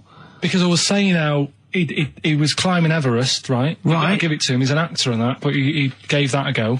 Yeah. Right? It played... What's the point of that, you'd say, wouldn't you? You'd say, God, he's you know... So he's alright. Me doing a boxing match for no reason is rubbish, but him climbing Everest and shitting himself... Yeah, he did that. It's commendable. Right, and he's only gonna, like, go and do it again. He's gonna climb it again. Yeah, but he might not shit himself this time. Yeah, but what's the point in going? Nothing's changed up there. Yeah, good point. Yeah, It should be. Well, it has. They've probably cleared it up by now. Like, but it's slip on it. I can't even be bothered telling you this one, because... Come on! To be Just honest, do it, or do it now! Steve, how we doing? Look, no, never mind that. Look, just tell me what that means. Oh, he's a nuisance. Oh, this is so annoying, Carl. I'm going to go mental. Right, talk. Right, listen, I'm just putting this in here, right? Right, nuisance is a bit of a nuisance. Yeah. Apparently, the old fella who used to hang people... 1700s? Yeah. He used to be able to tell somebody's weight just by looking at them. Right? That's a bit of a bonus fact. We'll be the judge of that. The thing that I wanted to tell you is money for old rope. Do you know what I'm saying? I can't even be bothered. Yes, you're going to tell me now. Come on, Carl. Right, I mean it. Basically, money for old rope came from the... Right. What was all that about? You can tell someone's weight. What was all that bonus for? fact. And blind blessed shitting himself. What are you... What? Look at you... No, tell me that now. You nearly made me swear then. I'm getting really annoyed. I'm getting really annoyed now. Tell me this back, Carl, or I'm going to go mental. Come on, Carl, time's running out. More that people years ago, when people used to be hung, right? Right. If you didn't like the person who's been hung, you'd go, God, I really don't like him. And so you never forget the Because time. if they're being hung, we take that as read. Yeah. So they never forget afterwards to get the hangman to get the rope and to cut it up into little pieces, and he'd sell them. He'd sell the little pieces of rope to people. See, Carl, that's the most interesting thing, if it's true, that you've come up with. Right, okay. And so so they sell the rope? They sell the rope, and it's money for old rope. Money for old rope? Meaning, like, you know, God, it's easy to make money, all they have to do is cut it up and sell it. I'm cynical. I'm not so convinced. Then, educate me. Did I tell you the time when the doctor said I was going to die? All right, keep talking. Right, ages ago, must have been about 15, right? And at lunchtime there was this... We used to have a choice of stuff to do at lunchtime, right? We used to have like a burger place that had an arcade machine in it, right? So we used to go there and play on that and have a burger. Or there was this baker's, right, that my mum worked at, and did great cakes and stuff, right? So she used to like bring some home and that, but she couldn't always bring them home every night because, you know, they'd cost money, and she used to get them for free. And they used to say they'd rather chuck them away than give them to the staff because there's a chance that the cream might be off. Right. Right, so they used to chuck them round the back. So I used to go around the back with my mate and eat a load. Brilliant. Eating out of bins. No, it wasn't out of bins. They were still in trays, but they just stacked them up near the bins, right? So this got out. I mean, it used to be chocker. Once the school found out, everybody used to go there, and it'd be like, well, have a cake. The headmaster fighting the kids off. Right, so I'd have, like, you know, you just eat, I don't know, 6 jam donuts or something, and then you'd spend your dinner money on the arcade machine. Brilliant. Right? So it was a good afternoon, really, right? So you'd do that, and this one day I must have had 6 or 7 jam donuts, a few Congress tarts. What's the Congress tart? I love them. It's me. I can't get them in London, right? So I'd have some of them. And if anyone can get a Congress tart for Carl in London, please let him know. So anyway, this day, that was just a normal day. Do you know what I mean? You'd twice a week, you'd have a load of cake. In your life, yeah. So normal anyway, day in your life. Were the frog boys there with the webbed hands and the big heads? And the horse in the settee? But the day after one of these days, I had really bad cramp in my belly. Right? I was like in agony, could hardly walk. So I said to my mum, you could hardly stagger to the free cakes. So I was in absolute agony. I said, I don't like doctors, but you'll have to get a doctor in because I don't know what it is. I can't walk. She gets the doctor round. I won't say his name, but he said, well, doesn't look like he's got long left. Blimey. So I was a bit like, hang on a minute, I've only had a few cream donuts. Yeah. My mum was panicking. Sure. He went. My dad came in from work. She said, something's really bad with Carl. I think it's serious. You know, the doctor said he ain't got long left. So he said, what? He said that and just left. So she said, yeah. He said, I'll have to call him then. So he called him up, said, what's all this about? You know, Carl hasn't got long left. How long's he got? So he goes, I was only messing. He's just had some bad cream. Can you believe that? Well, the thing is, I like the fact your mum didn't ask any questions. I know. She didn't but go she into doesn't. detail. No, Can you explain more, Doctor? No, I got a shoe off. but she doesn't. She doesn't like talking. you know, I don't want to diss you or your family, but I imagine if I was there, I'd have known the doctor was joking. That's all I'm saying. I mean, I sound very arrogant there, but I imagine he went, what's he been doing? Yeah, I had about 6 cream cones. Oh, right. Oh, wow. He hasn't got long to live then. I'll see you later. That's what I think the doctor did. Yeah. It didn't happen, Carl. The other one, right? A bloke, right? He's on a train station, and that's how I heard it. He's waiting for a crew station, whatever, and he shits himself. As you do. And so he goes, oh, my train's in 5 minutes. So he runs across to Millets and goes, quick, Levi's 36. The bloke just puts it in a bag. He runs onto the train. He goes into the toilet, takes his trousers and pants off. He's soiled. Yes. Throws them out of the window. I won't be needing those again. Cleans himself off. Open the bags. It's a jacket. Oh. No, it didn't happen, Carl. At what point did he go into it and go, quick, Levi's 36? And the bloke went, sorry, Levi's 36, what, a pair? No. Shall I wrap them? Them? It. Shall I wrap? Just wrap whatever it is. Do you want to look? No. I'm not looking when you're putting it in the bag, please. Right? 36 waist, or is that, don't say anything. I've told you 36 Levi's. And put it in a bag and charged me for it. Yeah. I don't want to discuss it further. Good evening, Steve. I've got something here brought in. It's just a normal soup. It's Rooster's Pride. What flavour soup is that, Steve? Oh, I know you brought that. And it's a genuine article, and it's cock soup. Can I have a closer look at that? Maybe there's some more humour I can draw. You want a closer look at my cock soup? Just a cock soup. It says here, delicious, appetising. 3 to 4 servings. You know what I'm thinking of when you're talking about the soup? I'm thinking of innuendo. I'm just thinking of a man's cock. Penises, yeah. Let me just... It's the darkness. Use Rooster's Pride cock soup as a snack with crackers or toast. Still thinking of a normal knob. An appetiser, again, or a soup base. That doesn't really work as an innuendo. That's disappointing. We'll work on that, though. On XFM 104.9, I'm Ricky Gervais, with me, Steve Merchant and Karl Pilkington, and a few new characters, Steve. I can't believe that. I just said, I know you love Moyles and his sort of wacky stuff, and Chris Moyles, Edmonds, one of the greats, and Edmonds, and just all well, I'm going to go along the same sort of vein. I've come up with a couple of. Can I show you one? I'm excited. Okay, well, it always starts with a sort of doorbell. Okay. So it goes, ding dong. I go, oh no, hold on, Steve, hold on, Karl. Who's that at the door? Yeah. Hello. Oh, hello. Oh, look, it's Camp David, the right queer gay.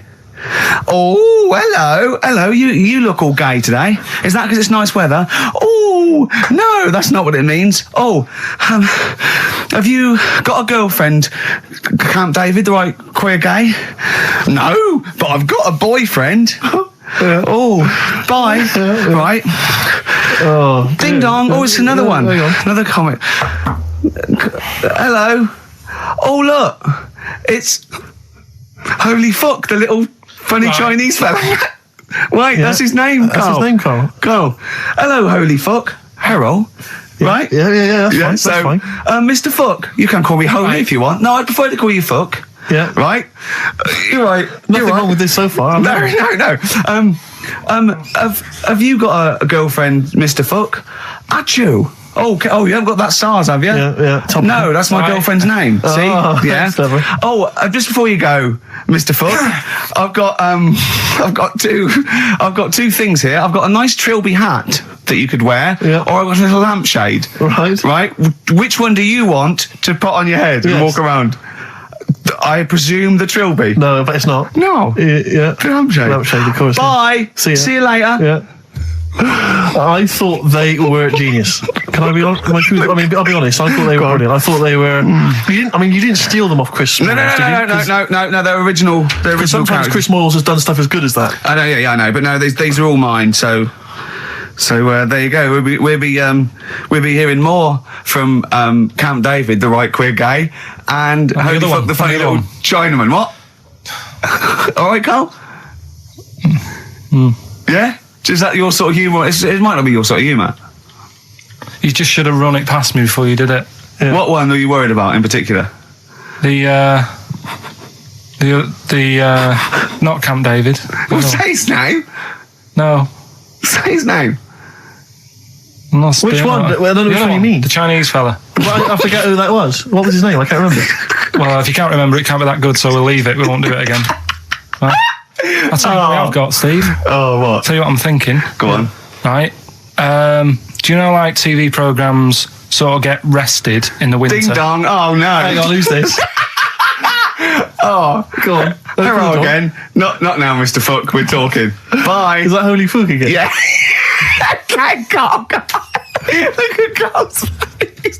Right, okay, that's it now. I'm not answering the door anymore. Right, okay, go on. Right, yeah. Ding dong, ding dong, ding dong, ding dong. He's trying to get in. You've got. Don't be impolite, Rick. Come on, Rick. He wants to come in. No, it's too late. It's too late. He's gone away now. Go on. Right. Anyway, what I'm thinking is, Rockbusters coming back for a bit. What? What are you talking about? He likes my idea. He likes my characters. He doesn't like that idea. If I Carl, I was going to say if I came up with what? With that Chinese fella. What was his name for again? a sketch? But do you not think that Columbo looks like he smells? Would you imagine he smells a bit? He's a brilliant detective. Well, he's got that dog and he smokes cigars, so I imagine he smells. I reckon he stinks. I reckon he doesn't clean his clothes enough. Oh, I think he has. I think he gets up and washes. But I think he puts just on a think he's too crumpled absent-minded. I think he's too busy thinking on solving crimes and stuff. What do you think? Do you think his wife makes him clean his pants now and again? I think they're quite a bohemian couple. I'm not sure she's really interested in that. I think she's got her own mind. Maybe she's a painter or something. No, maybe she's losing it a bit and he's a bit embarrassed by it. Yeah, that could be true. And she's probably incontinent, so while she's ironing his trousers, she just all over them, and he goes, oh God, she's shatting my pants again, I gotta wear them out. Yeah. Yeah, so that's what... Oh, ding dong! Who's that? Who's this? Oh, hello! Oh, look, it's David Gray, the bent piano player. Oh! All right. I thought it was going to be Columbo. That would be the joy. Ding dong. My wife loves you. No. Hello. Oh, I don't believe it. Look who's turned up, Carl. Let me see what we've got here. Is Dickie Anderson called in yet? Sadly, nothing from Dickers. I think I might make him one of my hilarious sort of comedy characters. What do you think he would sound like? What would he sound like? I sort of probably like that, I think. Ding dong. Hello. Hey, it's Dickie Anderson. I can't believe it. Your show's rubbish. Something like that? I mean, I think you should work on them perhaps before You're saying there's not a lot of substance to these guys? I'm just saying that, once the novelty of the doorbell has worn off... I don't think you understand comedy on radio, Steve. I'm not sure I do. To be honest. Listen to Noel Evans, listen to Moyles. You'll see you don't need to riff with it. It's just, you just do the doorbell and just say they're here. Right. That's all you need to do. Sure. So, that's the main thing. Well, so we've had a couple I'm of thinking of some more characters as well. Well, keep working on those. Yeah. Marcus has emailed. He says no to Rockbusters. He hasn't heard it, but it sounds rubbish. Believe me, you couldn't be more right. Well, does The Office sound good as a title? All right. This is someone else. Don't bring back Rockbusters. Please, can we have more Holy Fook? You're not pronouncing it right, Steve. I know. I was just a bit edgy there. It's Holy Fuck, the little Chinese fella. Holy Fuck, the little funny Chinese fella. Ding dong. Oh, who's that? Oh, it's a posh bloke who doesn't care about poor people. Hello, posh bloke, what are you doing? I'm in my Rolls Royce and I don't like the homeless. Oh, posh bloke, don't be a...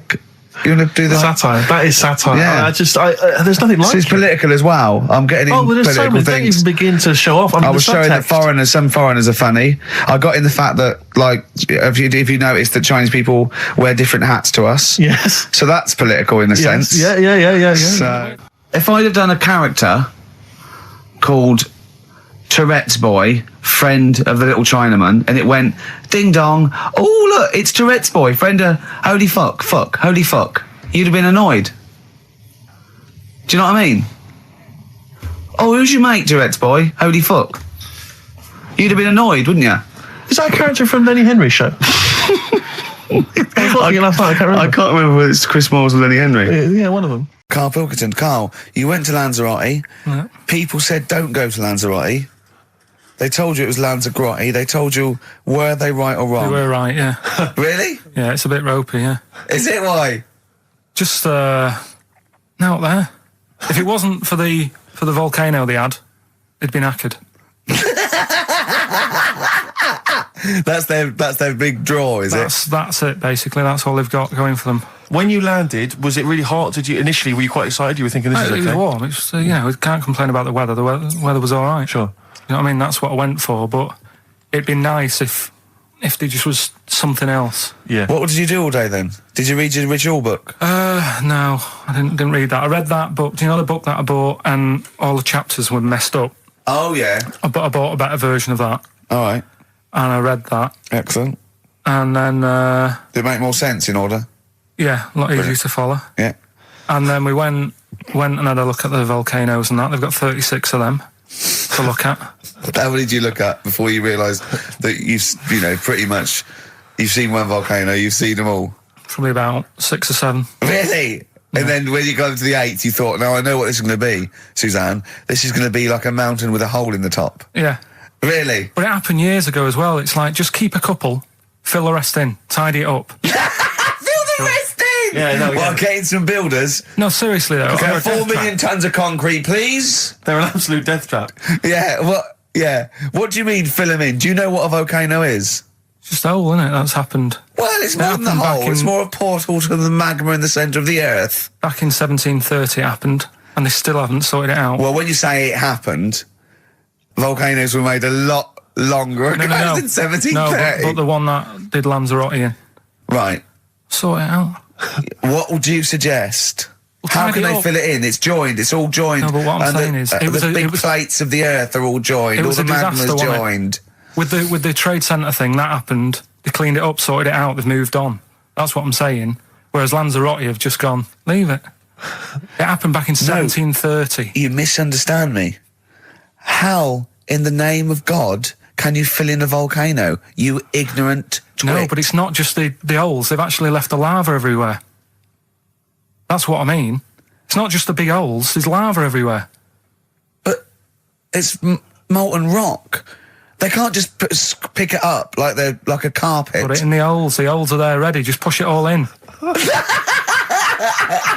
That's what I'm saying. What exactly is there then? Is it just a kind of moon-like kind of surround with just kind of dust and rock? That's exactly. You see, I was there when the Mars thing went wrong. Yeah. I would have just sent a camera crew there, filmed a bit of that, right, and say, here we are. This is it.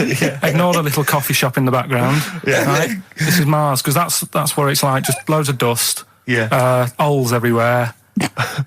Tidy it up. Little round-headed aliens complaining. Yeah. Well, I didn't do that well at school and that, right? But we had biology, and I didn't take much of it in. But there was one day when it was about, knob news and stuff. And it was all about how blood, is what makes engorges the erectile tissue. Sure. Yeah, it was all about that. And there's this girl in our class called Paula, right? We were sat there watching it, and she fainted. You just heard her go, oh! And she hit the floor, right? Because we were all sat on top of the desk watching this. I wasn't that interested in that. No. I wasn't looking at it and that.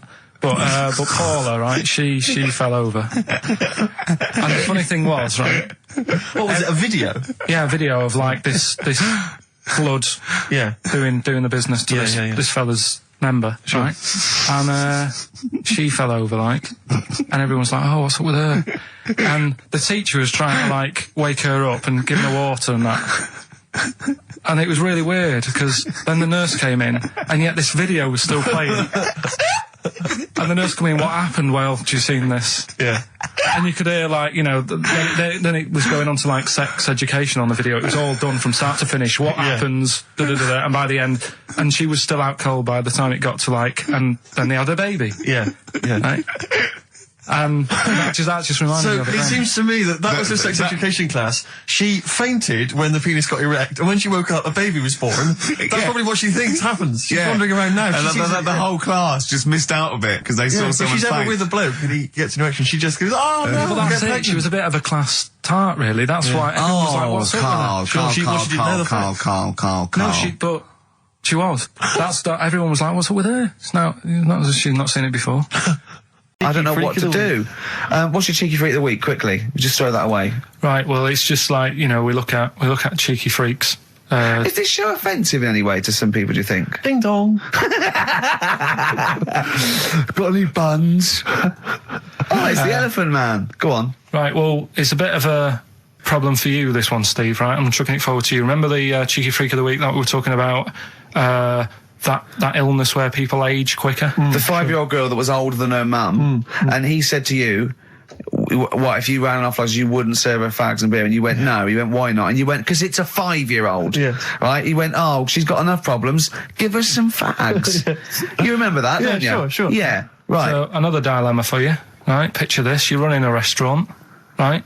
Door goes, right? Few people. Most of them look normal. You notice the woman at the back, crawling on all fours.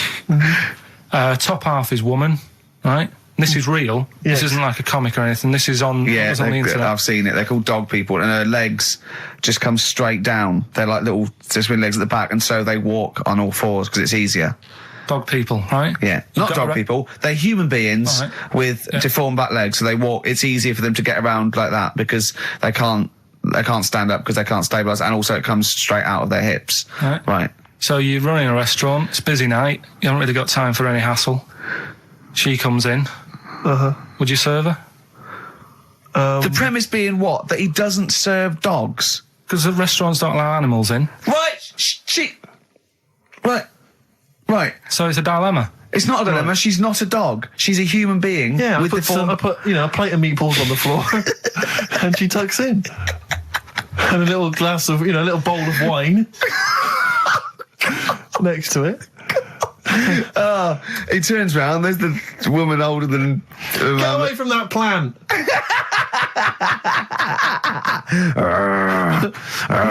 Is service included? Oh dear. Okay, so monkey news, please. All right then.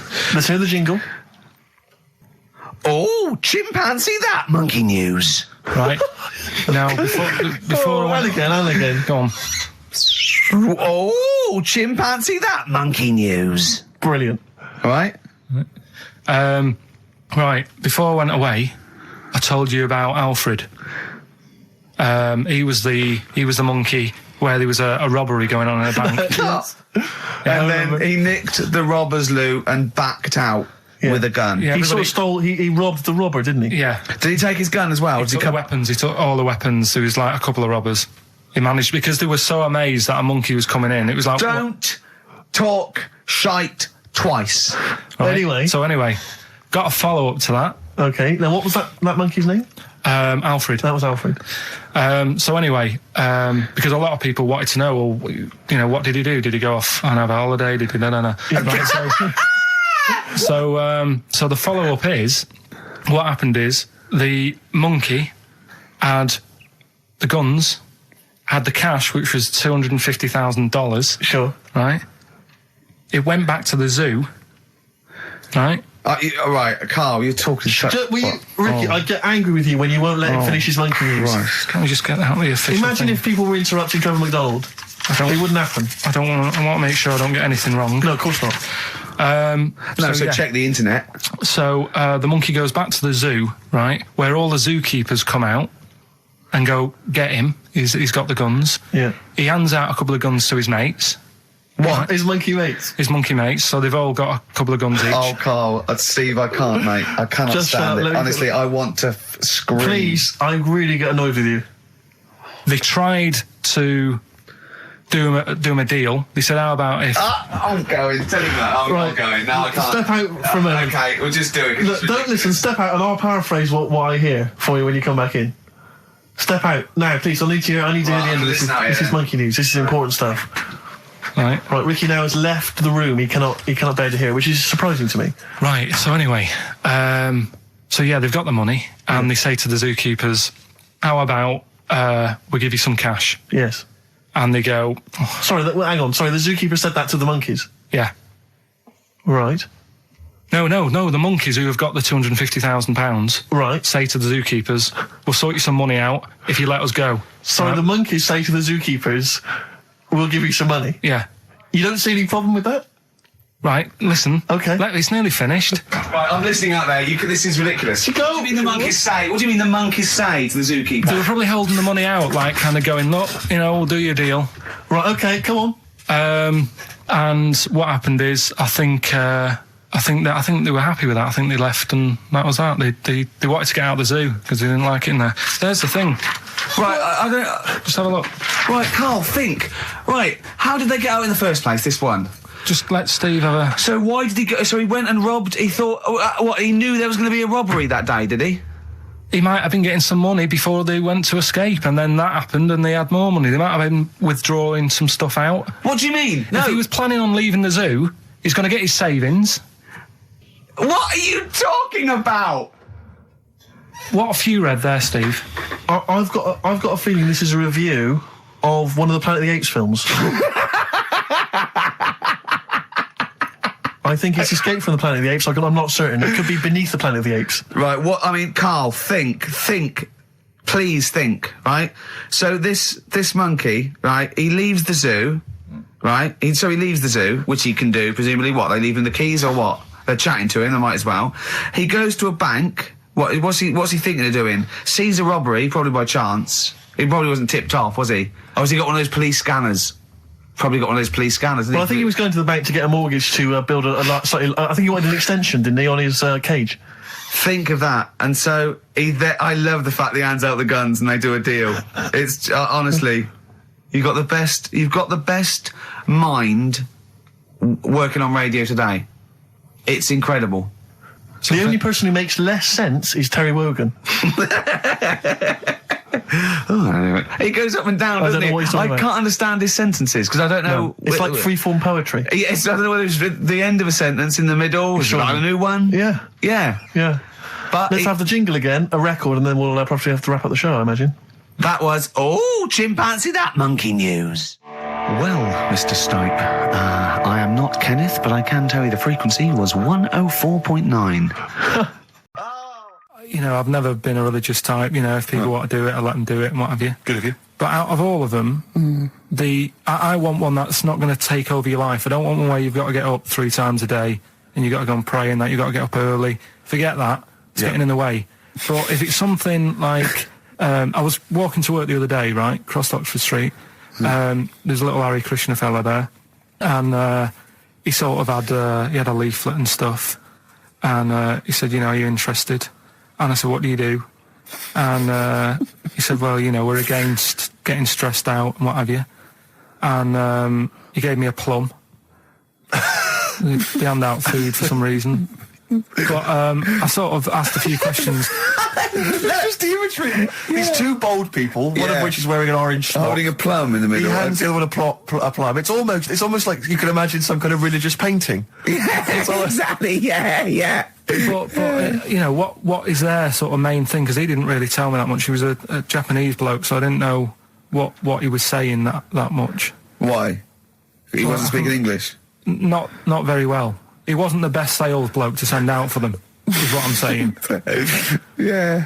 But what's that? Are they? You're saying they're nothing like? Well, I believe Hare Krishna is a kind of as an offshoot of a sort of Buddhist faith. It is. I think they are Buddhist, aren't they? Yeah, and obviously their kind of trademark, as it were, is that they have to say. I believe they have to say Hare Krishna, Hare Krishna in a certain rhythm, in a certain order, a certain amount of times per day. That's why you see them all down the street saying Hare Krishna, Hare Krishna, because it's actually a sort of religious chant which they're obliged to do. So you see, even if you go into the Hare Krishna faith, you may find yourself, in Tesco or whatever, forced to say Hare Krishna, Hare Krishna. Out loud, not just thinking it. Yeah, no, out loud. You can put it on an iPod and you can put that on an iPod. No, it doesn't count. No, I think you have to actually say it. So I guess that kind of eats into your social life a little bit. And there's the wearing orange as well. Particularly frustrating, I imagine, if you're in a cinema or a library. A little bit awkward there, midway through. Or Star you Wars, live next door to a bloke called Hare Krishna, who constantly thinks you're calling him. Yeah, that probably. Yeah, so that's in essence. I mean, I don't think we've quite done the Hare Krishna faith its full service there, but so interesting to you. I mean, you got handed a plum. You've been treated well by them. Yeah, well, but he couldn't tell. I just wanted to know how much time it would take up. What are the benefits? What can you do? What can't you do? I think the benefits are they probably don't get stressed out. They've probably got that sort of that zen, that chi-ness about them, where they try and interact and quite meditative. Yeah. Yeah. I've got some nice trainers as well, don't they, with their orange. What are you looking for then in a faith, Carl? You say what are the benefits? I mean, obviously Catholicism, you get the communion wine and bread, so... Yeah, but I can afford that. Right. Probably, just I like the Crusaders. I was forced into joining that as a kid, because a mate sort of joined it, and he sort of said he'd join in. I sort of swore at him. I said, I'm not doing that. Right? Yeah. He said, right, if you don't come with me, I'll tell your mum that you just swore. So I was like, oh. So I went. So I went along, and they used to just go on the Friday when they played, Sabutio and stuff. And then I went on one Sunday, and it was totally different. There was no Sabutio. There was no sort of table tennis. The thing where you hold a thing and knock things over. Skittles. There was all that on a Friday. Went on the Sunday. It was rubbish. He said, right, sit down in this room. They gave me a Bible.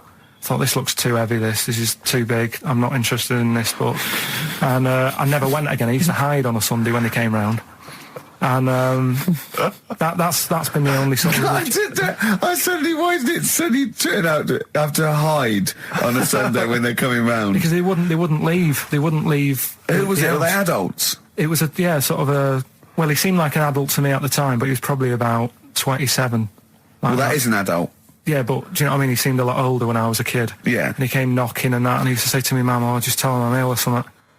And he used to hang around to see if I'd eventually come out to play and that. And if it did, I think they would have grabbed me and took me there. I love the idea that for you, religion has to bring with it some kind of gift. It's like, join our faith and you get an alarm clock radio. It's like something like I think religion does bring a gift. Usually, it's the gift of the Lord. Well, the gift of everlasting life, isn't it?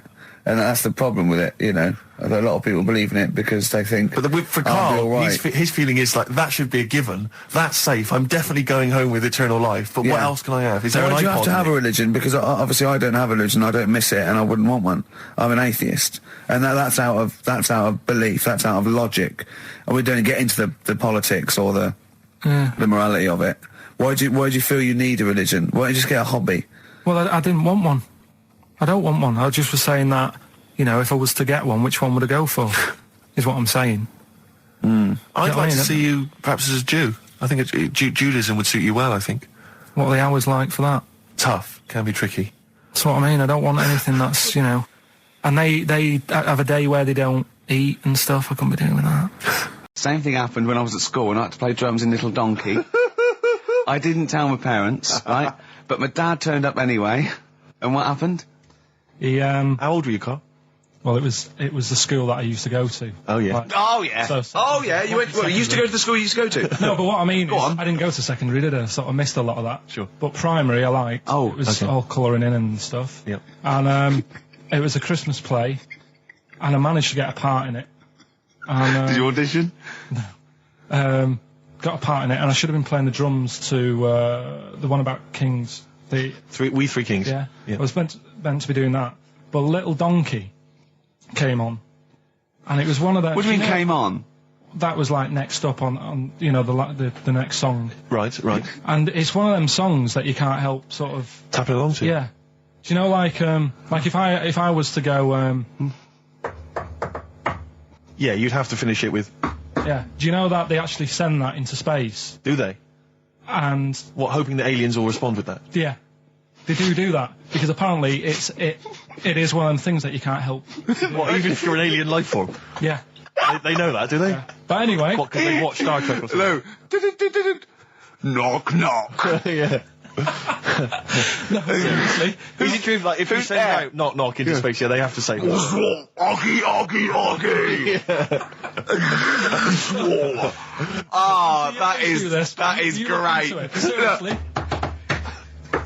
Oh, hold on, what's something out there? What's a little green fellow? That is great. Yeah, so anyway, that is Little Donkey is like one of them tunes that you can't... And I was there and I had the drumstick and I thought, oh, God. The drumstick! I could feel myself. And anyway... Just wanted to do it, yeah. I started going along and playing Little Donkey, which I wasn't meant to do. But it went down such a storm. What, were there people like parents and that dozing off, and then suddenly they heard your version of Little Donkey, they thought, wait a minute, now it's really picking up. What do you mean? I'm glad we paid £1.50 for this. What do you mean it went down such a storm? I'm going, hold on, was it like when People have Ringo... lighters in the air. You know, like when Ringo joined the Beatles now going, boo, Pete Best, but he went... Yeah, and they went, whoa! Oh, God. But the teacher just said, it went down really well, you can do that again tonight. Right. When you're in it again. But anyway, so my dad was there, and you hadn't told him about this performance, so he just turned up off his own back. I never took the letters home and stuff to show my mum and dad, because it just put me off. So, anyway, he turned up, don't know why, he must have heard from someone else's dad. Yeah. He turned up, and he swore about me, which... Did he? I don't... Could you use a word that's allowed to be said? The word? Of course it is. Right. If you got a kid in the car or anything, you can turn it down now.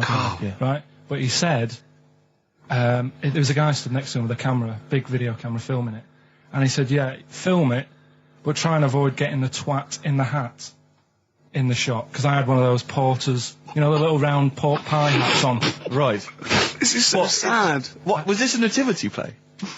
It was about Jesus and stuff. Yeah, well, there was a porter there helping him with his bags. Of course it was, I forgot. I mean, Mary and Joseph, they got there. Yeah, because it was the hope, you know, because the inn was full. Yeah. But I think the porter doubled up with the inn and the stable. Right, that was nice. So he carry bags over, Yeah, no, so yeah. You're right, though. I don't know why I was wearing one of them, but I was. And now, Ian. Yes. Who is your fourth? We need a lead singer in this mega group, the Monoliths of Rock. Who we got? Lemmy, Keith Richards. We've got Keith Richards on guitar. We've got Lemmy on bass. Yeah. We've got Keith Moon on skins. Right. Some terminology coming out there. Yeah. Who's doing the Vox? Who's given Golden Tonsils Award? Robert Plant. He's gone for Plant. He's gone for Plant. A lot of trad names there. There is the group. The lineup is Moon, Lemmy, Richard, Plant. Okay. Now our competition, Steve. Name that group. Okay. What's the best, heaviest rock name ever? Sure. this is obviously not a name that already exists. No. Okay. My mate of mine came up with, I think it was Brain Hammer. which I like. Velvet Nazi 666. Sure. So we want the heaviest, most mental piece of death metal, headbanging, bleeding out your brains rock. Axe Attack. Okay.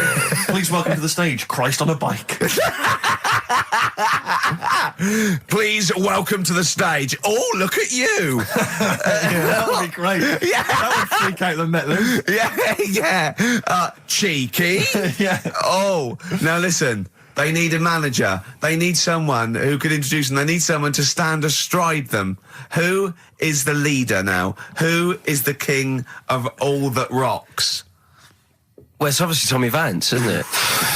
Do you know what worries me, Rick? We've said Vance a lot today. I'm wondering if the kids today, do they know Tommy Vance? Are they familiar with him? If they don't know, they shouldn't be listening. Okay. Fair enough. So, Vance is their manager. He needs to, they're on at Wembley. He's got them on at Wembley. They're the greatest rock band of all time. We need the name. Please welcome to the stage. What are they called? Phone in, email in, and the prize, we're going to get some... We'll rummage through the bins as Get Carl some old tat like Carl does, some VHSs, some CDs, greatest air guitar ever. Betamax. Yeah. Do we need to give out the numbers and stuff? Well, they can email, don't can't get they? them to phone in. You don't want to talk to him, Ian, seriously. No, you know when what's his name says to Agent Starling as she's going to meet Hannibal, don't let him inside your head. Yeah. Don't talk to the listeners, Ian. Exactly, it's very much the same Please thing. I'm a bit concerned that my email's going to be besieged by people sending you links to how to clean out the B-Day. Well, that's all right. But what's the most mental, head bleeding, banging, brain hammer operation this band can be called? Call in, Rick. Because it always amuses me. I know it's cruel to put you on the spot, but some of your former band names have always amused me. Well, the worst. The worst one. Right, I'll just leave this. Ricky's had a number of bands over the years. What was the worst one? Ready? Get ready to play that record because I don't want any aftermath. No, hang on, before you tell me, what was the one? Because these pictures of you, like when you're a New Romantic, keep on being published. That was Shauna dancing. Yeah, but someone... That's pretty bad. But someone told me, they were like, ask him about when he tried to be Bon Jovi. Can you imagine such a thing? I know the name you're thinking of. Here's one that I read in the week, right? Go on. About this woman. Yeah. She was a bit of a punk, and to get her hair done like she wanted it. Super glue? Right, no. She got lard. Apparently it's a popular thing, you might know. Put lard on your head. Yeah. And you put it in the oven. Now, apparently the heat that you get from the oven is different from the sort of heat you get from an hairdryer, right? And she had to do that to get the style that she wanted.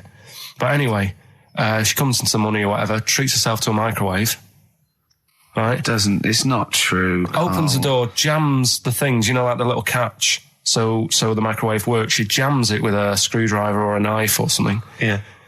Puts the microwave on, sticks her head in, boils her brain. Don't be ridiculous. Right?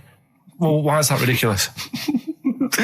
Boils her brain. She boiled her brain.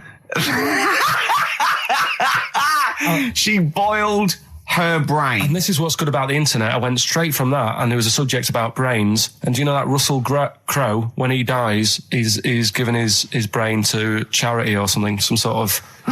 some people who can do stuff with it. She gave hers to Pot Noodle. Vesta. Yeah. Oh, That's boiling the a sort of skull. Yeah. It's not true. It's not true, Carl. Just urban myths. Someone made it up. Yeah. For a laugh. They're just too convenient urban myths. Everyone's you can tell an urban myth's not true because it's always this happened to a mate of mine, and when you say what happened then, they go, don't know, that was it. Was it? Was that it? Was it? Someone boiled a brain and that was it. There was no more story. Well, were there any dates, locations, times? I think it was in Belgium. There's that one. There's that one that a bloke, right, was going to get a phone call at 4:00 to find out if his business was, okay, right? And if he didn't get the phone call, he knew he was broke, destitute. So dead on 4:00, the phone didn't ring. So he went up to the roof, his office, and he jumped off to commit suicide. And as he was passing his window, the phone was ringing. Oh no.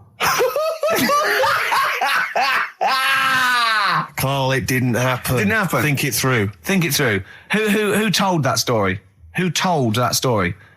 As he hit the pavement at 120 miles an hour. He's the only person who could have known that series of incidents. Also, why didn't he wait? As his life's at stake, why didn't he wait till 5 past? I said I'm going to give it 5 minutes just in case. Just in case the lines are busy. Yeah. And what sort of bloke goes out? I'll call you at 4. Okay, if your business. Well, call me anyway. No. If I don't call exactly 4, then no, you commit suicide. Commit suicide. I would, because if I don't call at 4, that's the end of it. Well, call me anyway. No, that's not the way I work. Why can't you just call me and tell me the other way? Well, I'm telling you how I do it. If you're bust, I don't call. Can't you just call to verify in case someone goes wrong? What if it's engaged? It won't be engaged. Just commit suicide at 4, please. Hang on, I'd love to have some monkey news, though. Go on then. Got any monkey news? Yeah, got some monkey news. Go on then. No, Rick, come on. Cheer up. Well, it's just sort of like, he moans that he's got too much time on his hands, and he comes up with that Okay. shite. Monkey news. The jingle, please. Oh, chimpanzee, that monkey news. Okay, There's been quite a lot of stuff going on. There was a few bits in that Guinness Book of Records book that cost me 20 quid. Yeah, well, that's not news, is it? They printed that probably last September. No, so there's one in there. New music. New monkey news from last September. You're a lord. Come on. Waster. Please, Ricky. Monkey news. Right, there was this monkey in a zoo in Brazil. Right. And there's a little man monkey, a little woman monkey. And you're a scientist, aren't you? Go on. And they said the people in charge were like, oh, wouldn't it be good if they had kids? Brilliant. Right. So anyway, the chimps used to stand sort of, they'd have their little caves each, and they used to sort of lean on the fence having a bit of a chat and stuff with each other. Like. Well, just gossiping, gossiping. The equivalent sort of thing. Yeah.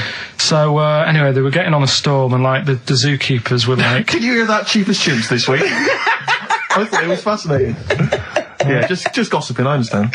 So what's any monkey news? I don't know. Let's tune in. What was monkey news this week? Come on. It was from last September. So there was. Stood there having a chat, and the zookeepers were like, I wonder if they're ever going to, have kids and that. Yeah. Anyway, it went on for ages, this just chatting, no sort of action. So what the zookeepers did was, they said, I know, they'll have kids. Are we letting that go? They were just chatting, are we just letting that go? We're letting it know go. what I mean?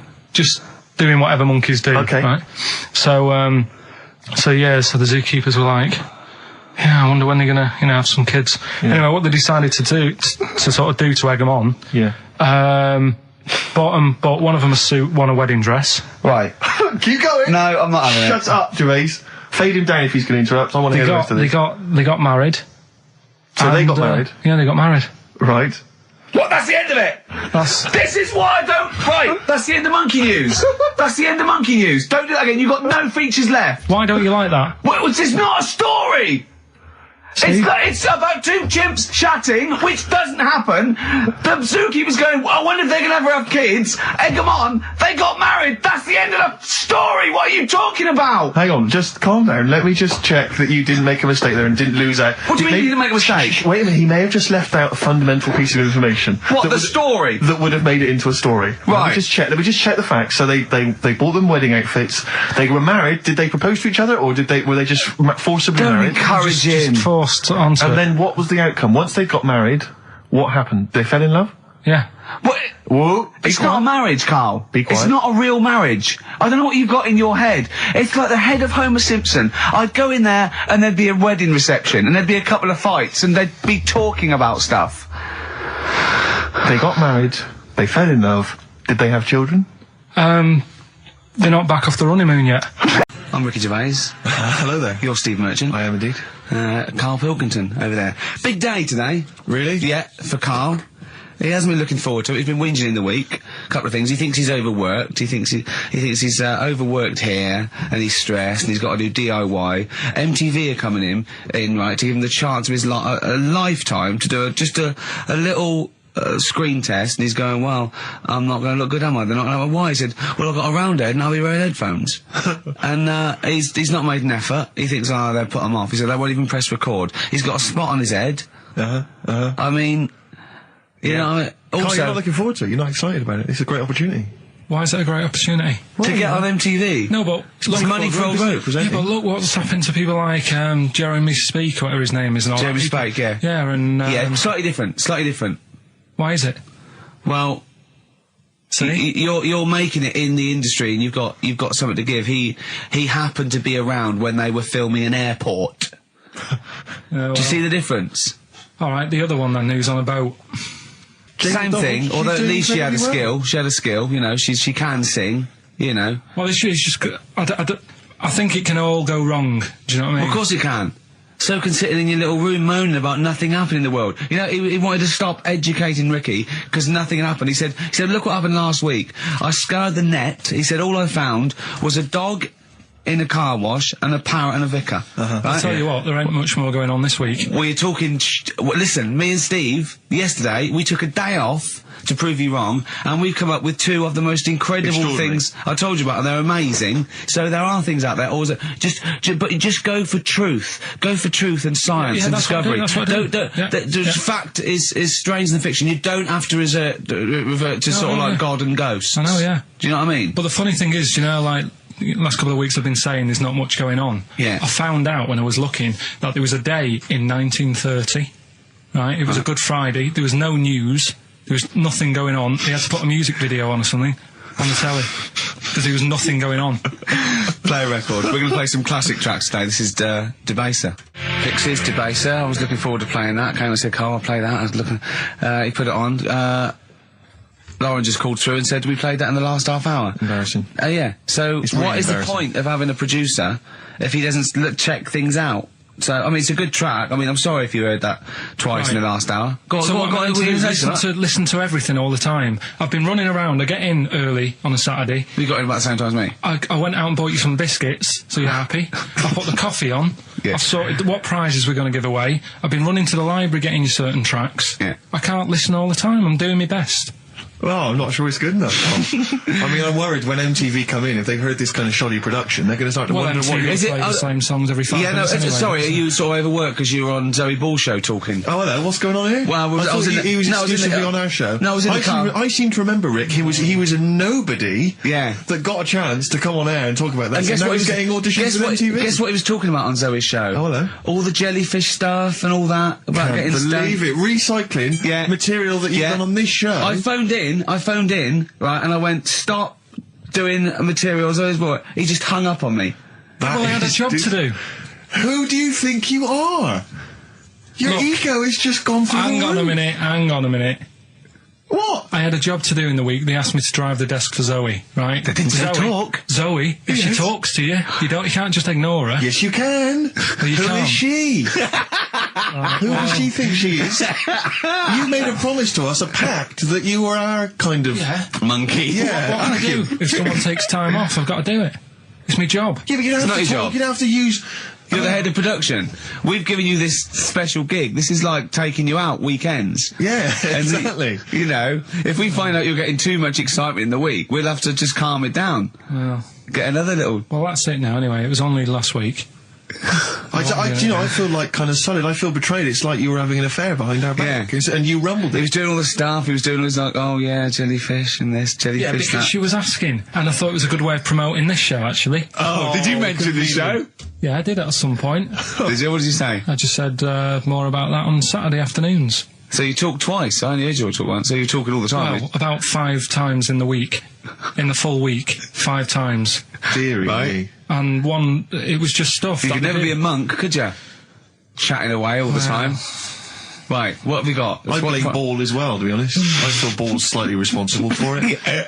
Yeah. She can't find her own, gibbon to get on the show. She can't find her own kind of, loser, then don't start stealing ours. Outrageous. Well, coming up, right, Yeah, we've got maybe we'll get Fat Boy Slim in. Indeed. Next. Yeah. Saturday, if you're listening, Slim, Yeah. come in on the show. What's his name? Ernie or something? What's his name? Norman. Oh, yeah. Right. Ernie! Yeah. I don't know. That's great, Ernie Ball. Yeah. No, he wouldn't change his name. I'll tell you what, though, talking about ghosts and that, do you know how I'm into them? Yeah. Right? How weird do you think this is, right? Well, it's not true. Before you say it, play a record. No, go on. Go on. Right, it's this woman. I don't even know if it's ghost, really, it's just a bit weird. Yeah, sure. There's this woman, Yeah. and she's not a woman, she's a kid. Sure. Okay. Sure. She's walking down like a street in her area. It's a nice day and everything. Everything's normal. She's walking down, and a woman comes up cycling past. Right. The woman on the bike looks at the kid, absolutely terrified. Right. Got a really scary face on her. Yeah. The kid's thinking, why is she doing that? Yeah. Right. So anyway, she thinks nothing of it. Goes, I think she was playing in the park or whatever. Goes and has a nice day. About 15 years later. Oh, right, yeah. I don't know, I think she was going to work, right, on a bike. She was riding her own bike. Riding her own bike, cycling down the road. Oh, yeah. Looks at the kid. That's the thing that happened, like, 15, 20 years ago. Right. It's her on the bike looking at her as a kid. Right. Not another child. No. So it's her, she's seen herself. What, Carl? I mean, I don't know where to start. Firstly, where's this information come from? But I mean, why do you ever? I mean, I don't know what part of that you think can be true. I mean, honest. I'm speechless. I don't know what to say. What are you talking about? Bit weird, though, isn't it? But it's not true. It didn't happen. Nothing happened like that. She said it did. Well, she's wrong. She said she saw herself. She saw herself as a kid, didn't she? Did she carry on riding and as an adult when she was a kid. Did she stop and talk to herself, or did she ride on by and think, that's a bit weird, there's me as an 8-year-old. I won't stop, I'll be late for work. Yeah, if I'm late again, the boss said he'd be in trouble. Yeah. Oh. Well, And where is this information? Did it happen to someone you know? No. You overheard it on the bus? No, it was in the 14 Times. Oh, right. Well, Okay. that's the answer. Good. We've Okay. got to the bottom of that. Right. Right, Silence of the Lambs. The bit where Jodie Foster is having a chat. Good evening, Clarice. Right. Just thought I'd come and see you. How very thoughtful. Don't mind me popping in though, do you? It's just no one else is interested in the sort of things I like talking about. People will say we're in love. Well, say what they want. Did you hear the show last week? We were talking about gay people, if they should have their own toilets or not and stuff. That was good. Yeah, it's all right, wasn't it? Got a good debate going. Enjoy doing the show. It's a favourite part of my week, really, just talking about weird stuff and that. Oh, Clarice, your problem is you need to get more fun out of life. I have a lot of fun in my life. You know, come and see you, and spend a lot of time on the internet, looking up weird stuff, reading something about a hairy Chinese kid. There's another thing, there's a fella who, no arms and legs, is known as a pillar man. Everything you need to find him is right there in those pages. Bizarre magazine. Yeah, I get this. The hairy Chinese kid, what annoys me is he could sort it out. He could just have a shave, couldn't he? Do you know what I mean? No, he cuts. Does he? Well, he used some like EMAC stuff. Yeah, don't be getting funny with me, just because you're in a bit of a mood, right? You know you shouldn't eat people. Your eyes are bigger than your belly, I've always said that, so I'll see you later. Interesting. Atmospheric, moody, and the question is, okay, here I have it this. How many films have been made featuring the character Hannibal Lecter? How many films have been made? They haven't got time to phone in now, have they? No, they can email in, they'll have time. Do you care? I don't care. No, exactly. Ricky.Gervais, xfm.co.uk, if you can be bothered. If you're interested in what, and you want a $4.99 copy on VHS of Silence of the Lambs. He's dissing that as well, Carl. What do you think of that?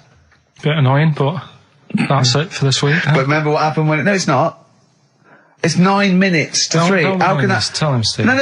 How can that be it? It's 9 minutes to 3. What's he doing? Is he playing a record? Carl, what can I do to get back on your quiz team? You're not. Right. Songbird Oasis, right. Send Carl a little present. Send him some essential oils or something, or, a little lavender pillow, or just a little message. Send him a little message. Tell him it's all worth it. He's getting all grumpy, aren't you? I just get sick of it, that's all. It's not worth going through the stress for 30 quid every Saturday. You lying little... You'd get more than 30 quid. Oh, not much more. Anyway, Steve, who's the winner? The winner is Mike McNulty. He correctly answered the fact that there were 4 films featuring Hannibal Lecter. There's a downer now, isn't there? There's a downer. I think it was you, actually. I mean, I don't know, Carl.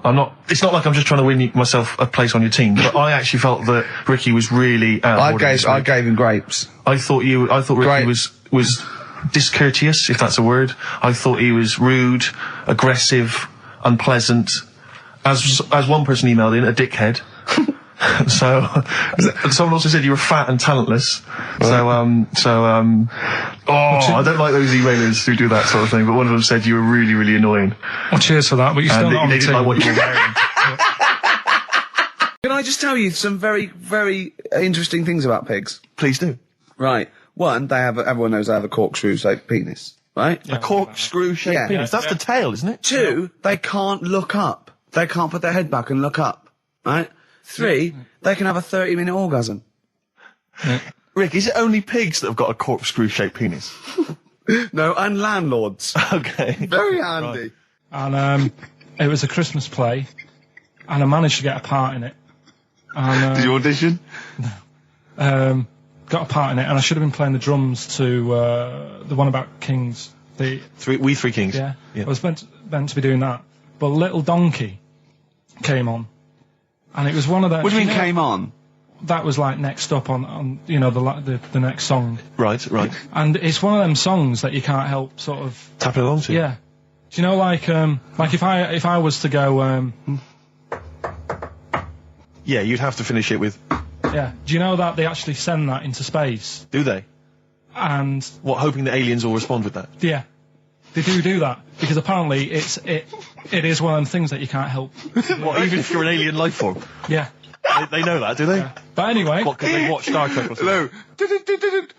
No. Knock, knock. Yeah.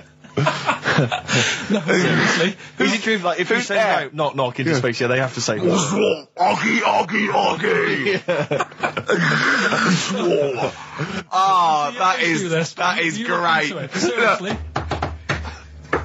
Oh, hold on, what's something out there? What's a little green fellow? That is great. Yeah, so anyway, that is Little Donkey is like one of them tunes that you can't... And I was there, and I had the drumstick, and I thought, oh, God. The drumstick! I could feel myself. And anyway... Just wanted to do it, yeah. I started going along and playing Little Donkey, which I wasn't meant to do. But it went down such a storm. Okay. Does it worry you? I mean, you sort of joke about it now, and we're talking about it in the office, you know, like, oh, is Steve really touchy about the way he looks? And, Oh, what's this? Where's that come from? He's done it again. He's done you again. I was walking home the other night, and I was thinking about it. And do you worry that when you're old, you will be on your own? You did start it, though, didn't you? Well, Carl, I'm glad you brought this up. because I mean, for me, you know, a lightweight, frothy entertainment show on XFM on a Saturday afternoon is exactly the place where I want to discuss the desperate, lonely future that's inevitably coming my way. Oh, God. I'll tell you what will cheer you up and forget all that. A bit of Embrace. Oh, one of the most hated bands. What are these fellas doing? There's a couple of... It's quite noisy, it's just distracting. Yeah, there's a couple of fellas behind us taking pictures. I don't know why it takes two of them. I think one of them just got, a couple of hours out of the office. Yeah. They're from the... what are you from, X-Mag? X-Ray. X-Ray. X-Ray. What's X-Ray? It's the XFM magazine, Steve. The XFM what? Magazine? And where's that go, then? Is this available in shops? Is it just a giveaway thing? It's kind of giveaway, bit of information on bands. Right. Gigs are coming up. How is it available? Who gets it? It's in top magazines. You're really selling it, Carl. You're obviously a fan of the magazine. It's all right. Yeah. I don't want to make it... This seems now like you've said, let's pretend we don't know what it is. You sell it on air, make it sound... I don't know what it is. Well, I'll show you later. Okay, cool. And if people want a copy of it, they can go to the website and subscribe and you get it for free. That's all right. Yeah. Cool. And you're going to be in it. And we're going to be in it. Centre pages. I don't look my best. I don't dress for radio. And, Well, it's okay, because I'm photogenic, so I'll make up for whatever you I'll lack. push you forward. White Stripes and their version of Jolene. What did you make of it, Rick? I loved it. I want to ask Carl a question, though, because Carl, sometimes in all of this newfangled world that we live in, what do you think of the scenario? What do you think is going on there? Because it's a bloke singing to a woman, begging her not to take his man. What do you think is going on there? Say again. Well, that's a bloke there singing. Yeah, to his wife Jolene. Right. Were you listening to the lyrics, or? You see, I got mixed What do up you mean? anyway. I thought it was about that one about the person who chucks himself off a bridge. So I was thinking more about that than listening to that one. Right, listen. Well, go on it. Right. Jolene, I'm begging of you, please don't take my man. You flaming locks of auburn hair, even though you can, don't. He's all I've got. You're a beautiful woman. Don't take my man, because I can't compete with you, right? Yeah. What do you think's going on there, though? Because, you know, it's Dolly Parton singing it. We know what's going on. They're fighting over the same man, aren't we? Yeah. What do you think's going on when a bloke's singing it to Jolene? What do you think of the scenario there? That's one of them names, isn't it? That could be a bloke's name. It's like Leslie. Oh, Christ. Okay, sorry, it was a... I wish you'd not asked him that question. It's so exhausting. I love him. Do I love Carl. Do ants sleep, Carl? Which bird's got a cock? Swan. Okay, nice one. Listen, I want to play that song for various people who've emailed and phoned in saying they want requests. We don't really play requests on the show. We'd like to mention them anyway. Matt Barr, Magic Thighs. That's not Matt Barr's Magic Thighs. No. That's Matt Barr and Magic Thighs. Yeah. Kieran in Dublin, Stuart in Hackney, Lisa and Alison in Crouch End, and Glenn in Crystal Palace, who was phoning up with a nice message earlier. All of you, thanks for listening and thanks for enjoying it. Sorry we didn't play your requests, but tune in next time. It'll be fun. Anyway, I just all I wanted to say, really. Here's tragic. What's tragic? What did you want me to say about that song? Just your opinion. Your own opinion was fine. It's in fact, your own opinion is better than anything I could really hope for. Without doubt. Whenever I ask you a question, you constantly surprise us. Yeah, it's wonderful. So only ever carry on telling the truth, carry on saying exactly what's on your mind, and I think this could become a great... You're like a man who was frozen in Victorian era and has been reawoken and he's kind of discovering the world. Some things make sense, other things don't. It's beautiful. As opposed to one that was made in a castle in Victorian times, like Steve. I'm gonna have to thump you. Yeah. Do you know the saying, shut your face? Yeah, I've heard the well-known Shakespeare, isn't it? Yeah. Do you know how it came about? No, Joe Dolce. No, go on. It's ages ago. Oh yeah, literally. Like knights who wore armour. Okay. And that's armour gonna have to thump you. That's how it came about. Okay, armour.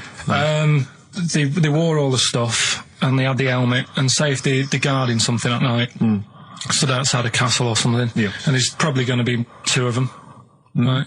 So they stood there talking and that, and talking about stuff, and The future. Sort of, medieval stuff. one of them's like, oh, we should shut up, I've been stood here for hours, and he's going on and on. Yeah, sure. So he'd say, shut your face.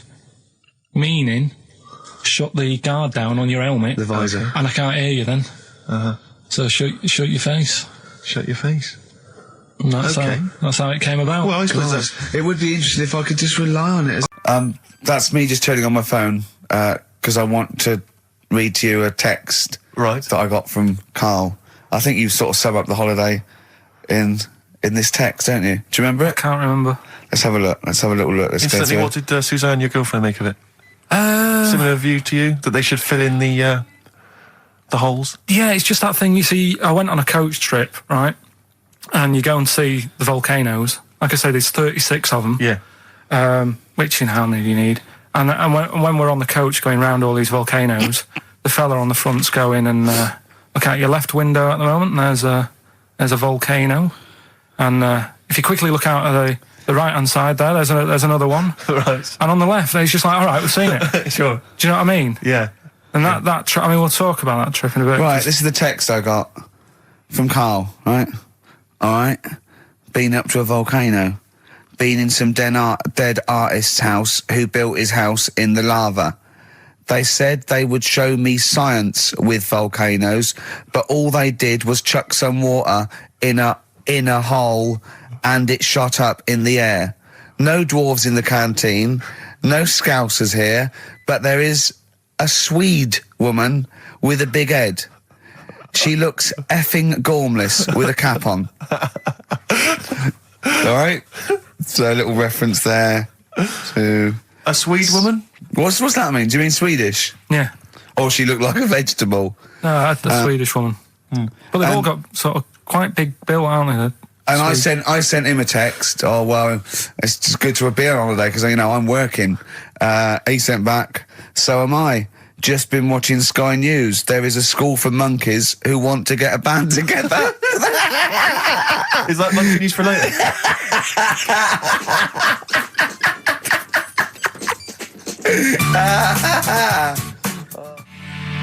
Oh My Corazon by Tim Burgess. I can't get enough of that. I love that chorus. On XFM 104.9. Ricky Gervais, Steve Merchant and little Karl Pilkington. But it was a nice holiday. Yeah, it's all right. It's just, I went there to relax and that. Exactly. Did a little bit of that. Trying to think of some new, features and stuff. Sure, always working. 3 holidays a year, Jesus. Oh, well, not really 3. Two. It's all one big sort of like work thing to me and Steve. 2 holidays, isn't it? Work hard, you need the holidays. So, yeah, the things that annoyed me was like, you get bored sat around the pool after a couple of days. I'd read my book. Yeah. There wasn't much going on the... Not even any crabs to throw sand at, was there? No crabs or anything. They wouldn't bother with Lanzarote, right? So, decided to go on a little trip. That's when I saw the volcanoes and that, 36 of them. So, we go on the trip, and the thing that annoys me, it does happen every holiday that you go on. If you go on a sort of a package thing, they have these trips, right? And you pay about 40-odd quid, and they give you some wine, so it make it feel like you're getting your money's worth. But how many of these trips have you been on then? Loads. Probably about 12. More holidays than I've had. Go on. So anyway, so you're on the coach, right? And they take you for the volcanoes. They took us in the middle of nowhere. Yeah. Right. There's nothing else round there. Sure. It's like I say, it's like Mars, but with holes in the ground. Yeah. Right. And they sort of drop you off, and they go, right, everybody, see you back here in an hour. There's loads of volcanoes for you to look at, and a coffee shop over there. And for a fact, right, you don't need an hour there. You could just say, well, just keep the engine running, because I'll have a look in this hole, we'll get back on, give us 5 minutes. Don't need an hour. Absolutely. But you know that they've got something going. It's a backhander, definitely. What, with the coffee shop? Definitely, yeah. They go there. And they get everyone to have an ice cream and a coffee, and they sit down, have a fag, talking to the bloke. Yeah, and it's like, cousin. Yeah. How much was the coffee? Was it probably about €3 each euro? So I think it was $3.50. Sure. Yeah, which is, I don't know, what, that's about £2.50 in Yeah, they've stitched you up. Well, I remember we were on a family trip to France once. We went to Paris. We got a coach coming back from Paris to one of the ferries, one of the ports, Calais or wherever it was. Coach trip. That's quite a long coach trip. And at one point we were thinking, we're on the motorway, this is fine, we're making good progress. Suddenly we came off the motorway. We must have gone like 40 minutes out of our way, end up in this street, completely empty, little French town. And it's pulled up outside this, what appears to be a restaurant. And a guy jumps on, dressed like a Butlins redcoat. He's French, but he's putting on a kind of English accent. He goes, hello, oh, thank you very much, top of the morning, good morning, hello. Come in, we've got food, drink, go upstairs, we've got rooms if you want to have a rest, or play around. No, it's up to you. And we all had to funnel off this thing into this restaurant, and this one family went, well, we don't want to go in the restaurant. We've brought sandwiches, we just want to get to the port, we're not interested. And they said, well, you've got to come in the restaurant. And well, we don't want to come in the restaurant. So the guy said, well, I'll have to lock you in the coach. So this family were locked in the coach while we all traipsed off in, and I could just look, but I looked back and just saw this little kid with his face pressed up against the glass. Take me with you. I want to go in the restaurant. They were just stuck in there. Look at our toes. Yeah. I've sort of got air all the way, but then it just runs out where it should be. On the top of your head. Top of your head. And is this part of the reason why you're always uncomfortable about, being nude or around naked people? Is that partly the reason, do you think, because you look so grotesque? Well, when I'm on holiday, I don't really like wandering about without a top on unless, like, it's a quiet beach or whatever. Sure. So what would you normally wear? I just have like a nice sort of light, summery, sort of linen shirt, maybe, just a few top buttons open. Yeah. But I don't like, the naked body isn't that nice anyway, is it? You know what I mean? Whatever it is, if you're a cat and you're shaved, you don't look that nice. Do you know what I mean? But with I think you'll find a cat is naked even with its fur on. Cats don't wear clothes. No, but what I mean is, a bald cat isn't that good. You know, it does me head in that I'm bald. I'm not, I wish if I could have hair, it would be nice, but that's life. Would you prefer animals to wear clothes like Mickey Mouse does? Or Goofy? You know that I don't like nudist and all that. We've done it. But don't you think sometimes you could sort of like maybe fancify a little bit, like if there was such a thing as an ape salon, and there isn't, Carl. There isn't, right? Would you give a orangutan a trim, maybe sort of his hair? Because some of those look like they're going bald, but they've got a comb over, they don't should they? just have a shave. When it's like that. That's what I did. Just take it back. And the underarms as well. Yeah, they've really got a lot of underarm hair. Even the women ones. Really? Yeah. That's disgusting. I know. I don't know. I don't even know why they breed. I don't know how they laid some of those horrible old hairy ginger orangutans. Yeah, they are particularly grim, some of those. I know, yeah. The big ones. I know. Ginger ones. Yeah. They can't be happy, can they? What is that? Where did that happen, the ginger thing? Why do people give them, like, a hard time and that? Well, you just gave them a hard time then, so why did you do it? You were just buying in, were you, to people do sort of give... I don't understand why, but ginger people get quite a bit of stick, and I've never understood it. No, it's just, I don't know why. They do, though, don't they? I don't know, it might be historical, it might have been because... I'm sure they don't everywhere in the world. I'm sure it's probably... No, they are. They're always... I've said to you about even, like, ginger cats, they're always fat, because they're sort of sick of it, probably. Wait. Ginger cats, what do you mean? When you see a ginger cat... They've been eating, like, because they're upset, they've been bullied. You never see, like, a thin, happy ginger cat running about. It's always overweight and looking a bit fed up. It's just a good point, isn't it? I wouldn't say it's a good point, Carl, it's a point. So last week, the Chinese don't age well. Now, anything ginger, including cats, are sick of it. No, but I'm just saying... Are you ginger? Would you like to take issue with any of Carl's points? 83 XFM is the text. You can text us. Maybe you've seen a thin ginger cat. I'm not having a go, though. That's what I'm saying. I'm just saying it's weird how people give them a hard time. And it's if I could have hair, I'd go for ginger hair rather than being bald. Really? No. So let's take us back a few steps, Carl. What's the story? Right, so I did some research, right? Let's just recap again. There was a guy you read about who had his head chopped off. He was guillotined. Yeah. He had said to the people around him, I'm going to blink once I've had my head cut off to show the brain that life can still... Or the brain can continue to work after death. Okay, so we queried that. So you weren't having any of it? Well, no, possibly for a few seconds till the oxygen stops being fed to the cells because the blood has drained away. But, nothing spectacular. So right, go on. Well, along the similar sort of lines, right? This is quite a few years ago. this fella sort of upset the royal family doing something. Right, so they said that this isn't good. Wasn't Ben Oughton at that Jubilee thing, was it? I can't remember what it was. And they said, right, that was terrible. We're gonna cut your head off. You know, you gotta show people like you can't be doing what you've been doing. What was this? The 1970s? When you say a couple of years ago, you mean maybe sort of. Was it the olden days when the phones weren't very good? Ages ago. Yeah, ages ago, sure. So yeah, fair enough. Yeah. So very philosophical. Yeah, imagine that when you was near school. This was literally ages ago. Yeah, exactly. Yeah, Simon Sharma's History of Britain. Yeah. Oh, and even before that, which is yonks before, when it was all mental and different. Sorry, Carl, go on. So he's having his head cut off, and he's resigned to it. It's the day before. He's kind of got it into his head now that I'm not going to have my head much longer. Sure. So he said, let's make use of this. Yeah. He said, I wonder how long, like, the body can stay alive without my head on it, right? So they were like, oh, I don't know. So, Hoover. So... The jailers? Whoever he was asking. These jailers with one eye. Yeah. Get out, pal. So he said, no, wait a minute, I've got an interesting scientific experiment, jailer. Well, fair enough. What is it? So, he said, what I want to do, right, he said, you know, surely it's my last right. You know, I'm gonna be dead tomorrow. Sure. So let's. He do a didn't test. draw it out this long, did he? Yeah, and he said let's test this out. You know, he said do us a favour. He said, you know, it's my last day. What I want you to do is you're gonna cut my head off. Let's put a white line on the floor. Right. And see if. You know, because there's no point asking how far he can sort of walk without an head if there isn't a line, because you don't know what to count. Do you know what I mean? If he loses his head and he's running around all over the place, you can't really count That's that. not impressive enough, yeah. So they said, let's make a white line. Sure. Yeah. Who said this? He did or they did? I think they started to join in with him and saying, well, let's make this a... Sure. You get it, go on. So, they got Norris McWhirter down.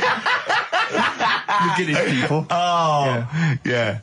So they said, let's get this white line. Yeah. And dedication's all you need. We'll do this tomorrow. And he said, all right, then I'll see you in the morning. I'll see you in the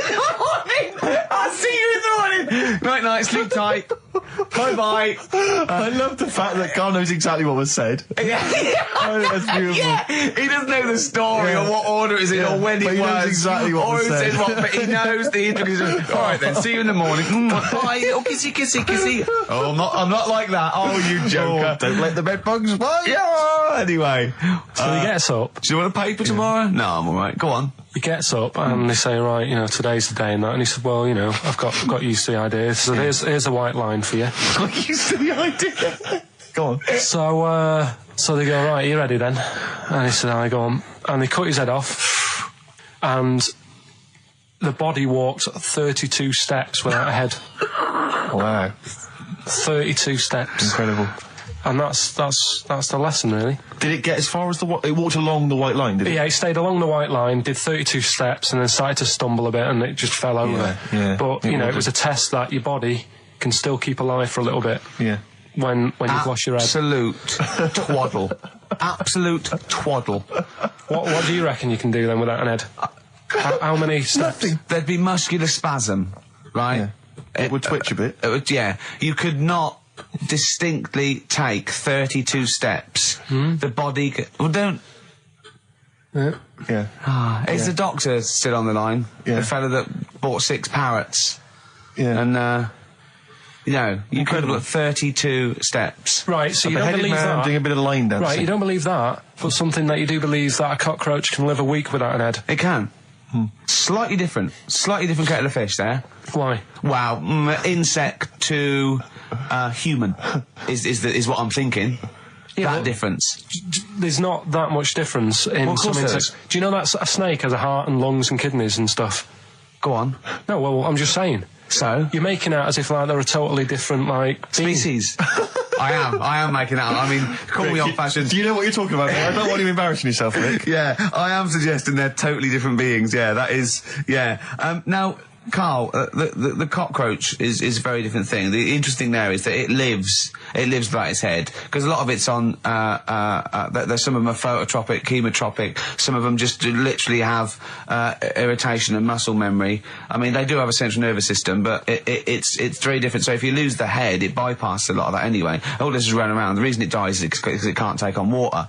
But it's very different to a man, right, having consciousness and then losing that, and the body's still going, no, I think I remember what I was going to do here. Yeah, so I'm going to carefully walk 32 steps along this white line. Imagine you just looking down going, oh, missed a bit.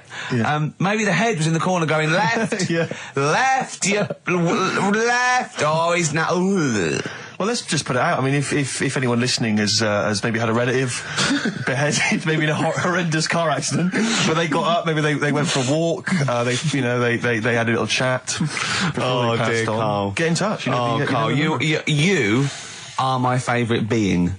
You are my favourite species. Now, you, Carl, may not be particularly different genetically from a cockroach.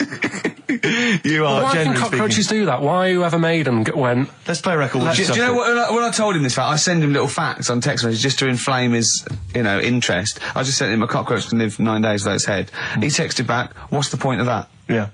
What's the point of They're that? not doing experiments. These cockroaches. He's a boring last week to have.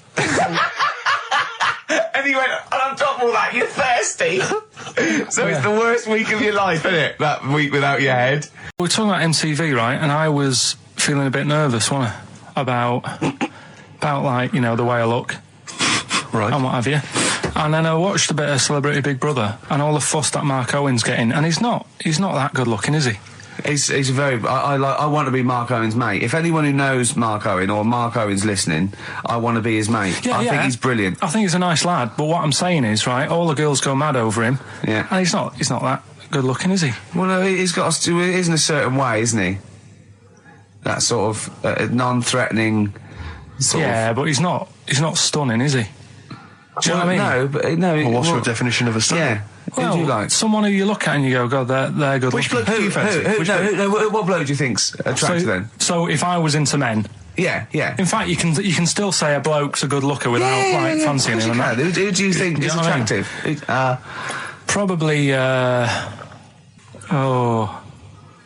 mean, it depends what you're looking for. No, just look. You think it's different looks as well. Of course, yeah. No, who would you say was attractive? Who would you say was like stunning in your definition?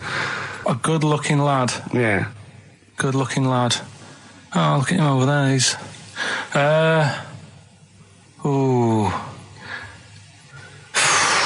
Do you find, Robbie Williams? Do you find him attractive? Boy Next Door. Look. No. Who do you? Carl, hurry up, because it's we've only got 2 hours. Probably. I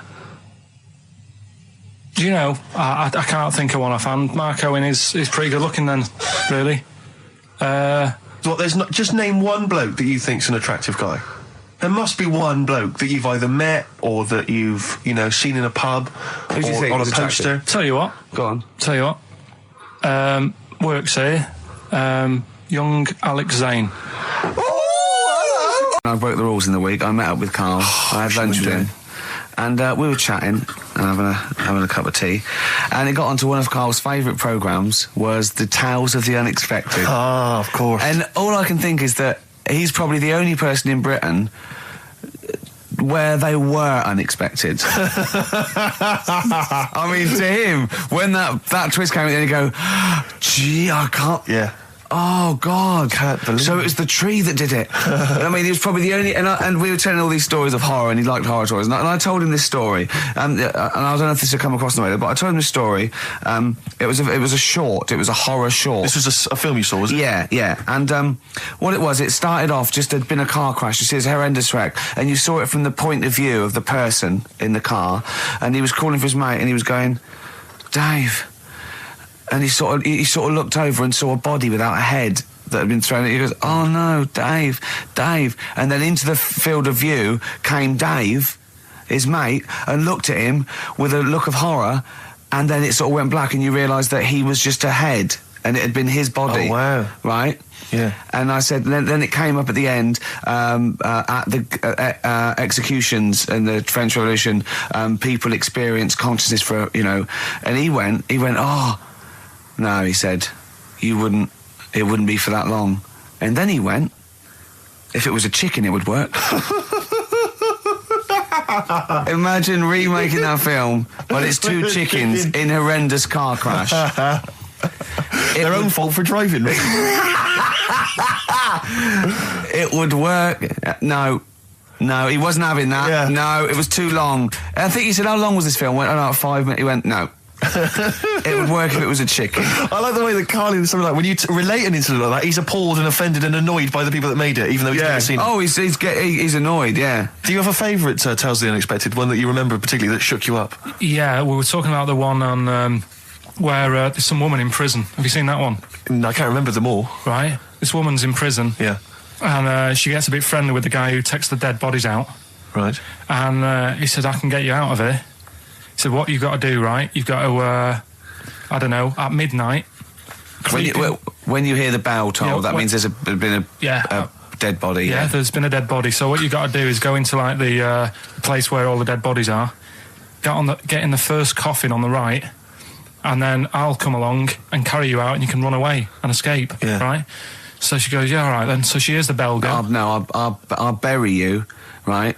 And then I'll come back later and dig you up. Right. Yeah, but that's the point. It doesn't matter. It does matter. Trust me, Carl, it really matters. Okay. Listen, I don't know if I'm going to ruin this for people at home. Yeah. Can I just skip to the end? I would imagine that she gets buried and he doesn't come back, and she has to get buried alive. Better than that. So she gets in the coffin, and she's lying there for ages. She's buried. She can feel a bit of movement going on, so she's obviously, being carried somewhere, so she's thinking, this is it, I'm getting out. And she's lying there for ages and thinking, why isn't someone coming and lifting the lid off this? Do you know what I mean? Letting me get out. So she's really bored. She gets a lighter out, right? Lights it to have a look at who she's lying on. It's only the fella who said he'd help escape. Oh. How bad is that? That is... How bad is that? So it is quite important that she's buried alive then, isn't it? In retrospect, you realise that the jeopardy is that she is buried alive and can't get out. Yeah. It makes it so much worse, doesn't it, than just like lying in the morgue and going, actually, I'm getting out of here. Yeah. This isn't going to work. Look at Carl's face. Having told that, he's so pleased. His face is lit up. He's beaming like a child. Is that educating, Ricky? What have we got? Airy Chinese kid, go on. Right, yeah. This is the... I didn't want to do this. What do you think you want to do it? Well, I wanted to give you three, and I gave you one. It was like the alien man gets a beard or whatever. Yeah, which was total rubbish, so this one should be better, maybe. Hairy Chinese kid. Right, well, we've talked about hairy people in the past.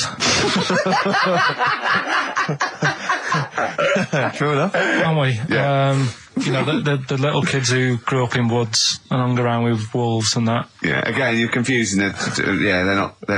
There were some people that were born...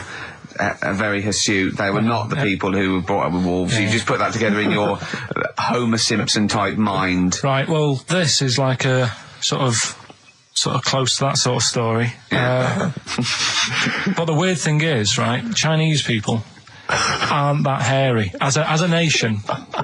No, seriously, that's a well-known fact. They don't have that much body hair and stuff. Okay. So this little kid who was born over there, he was like covered in stuff. Was he? And it was only his nose that wasn't hairy. The rest of his body was caked in hair, right? And his hair sort of... What sort of hair was it? Was it... Thick hair. No, what I mean is, was it sort of like a pony's mane, so he just looked like an Ewok? You know what I mean? Just like hanging down sort of straight, dark hair. In the picture, it looked like... it grows from his eyebrow. It grows from his eyebrows quite thick. And then it just goes all the way over his head. You don't think it was just really long eyebrows that he'd done a comb over? No, it was all over his body. It had a picture of like his back and that. Yeah. And had he styled it? Had he styled it at all? Did he have it in a quiff or? No, it was just hanging all over him. Yeah. And they were like, this is a bit weird happening in China, where we're not normally that hairy. That was the scientist speaking there. And the local press and that were getting him down, calling him monkey boy and all this. Oh. And thinking Chinese press. But the doctor... Yeah. Oh, they're cruel, aren't they? The doctor, like those game shows. That's Japanese, isn't it? Yeah. That's what. Yeah. And the doctor said, I was Carl talking through all that time while we were just like talking to each other then. Because I turned round and I still saw he was talking. So anyway, the local press came in to see the hairy boy, the monkey Yeah, boy. and they were like being tight and taking the mickey out of him, and the doctor said, throwing him nuts. Said he's only hairy. Said he's a healthy young kid. The only faults he's got is he's got a little bit of eczema and a boil. And he said everybody should just treat him the same, and I think he grew up a healthy kid. Yeah, so that's the end of the story. That's not a story. Why? But I've got nothing. I don't know what to say to that. So someone in China was born slightly hairier than the rest, and he was normal apart from eczema and a boil. That to me isn't a story. But if it is, I've got a million. I mean, it's sort of like bloke from Manchester went a bit bolder than the rest, got a job on radio. He was normal. I mean, that's not a story, is it? I'll tell you what though, my mum was loving it. Do you know Rockbusters? Do I know Rockbusters? I love Rockbusters. I think I dream of it. She was taking part. I mean, she doesn't know a lot of the new bands and that, but she made some up for some older bands and that. Oh, she did some herself? She made some herself, sent them in the post. So are you going to use those today? She's not quite got the hang of it. Okay. I'm like her genius son. Have you got them there? Can we hear what they are? You keep talking a second then. I'm quite excited. I mean, if they're even approaching, say, the genius of Wet Knee Houston. Yeah. There was another one which was something to do with a trench, Carl. What was that? That was Dandy Warhol's. That was a good one. Dandy Warhol's. I think that was his finest moment. Yeah. Incidentally, I've got an email here from someone called Sauda, if that's a he or a she, but let's assume it's a she, just for glam's sake. Yeah. She says she saw an old man eating a Twix last week, Carl, so that blows your theory up. I'm not having it. Okay. So if you are a bloke, he's calling you a liar, so maybe you want a little rumble later? In fact, if you are a bloke, he's calling you a girl. Yeah, exactly. Right. Yeah, then. These are ones that my mum's made up. Brilliant. Right, just in case you're a new listener, I'll give some initials out and a cryptic clue. And it makes up a band, doesn't it? Yeah. Or a soloist. Yeah, not so much cryptic as what you're thinking. But go on. My mum sent this one. This group would be good at doing your hair. This group would be good at doing your hair.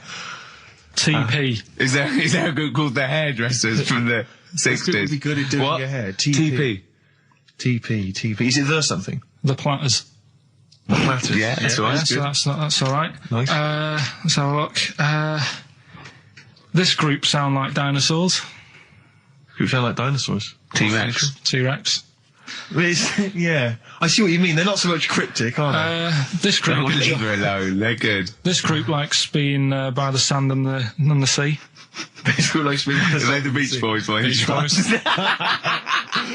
This band are called the Beatles. The Beatles. Hang on.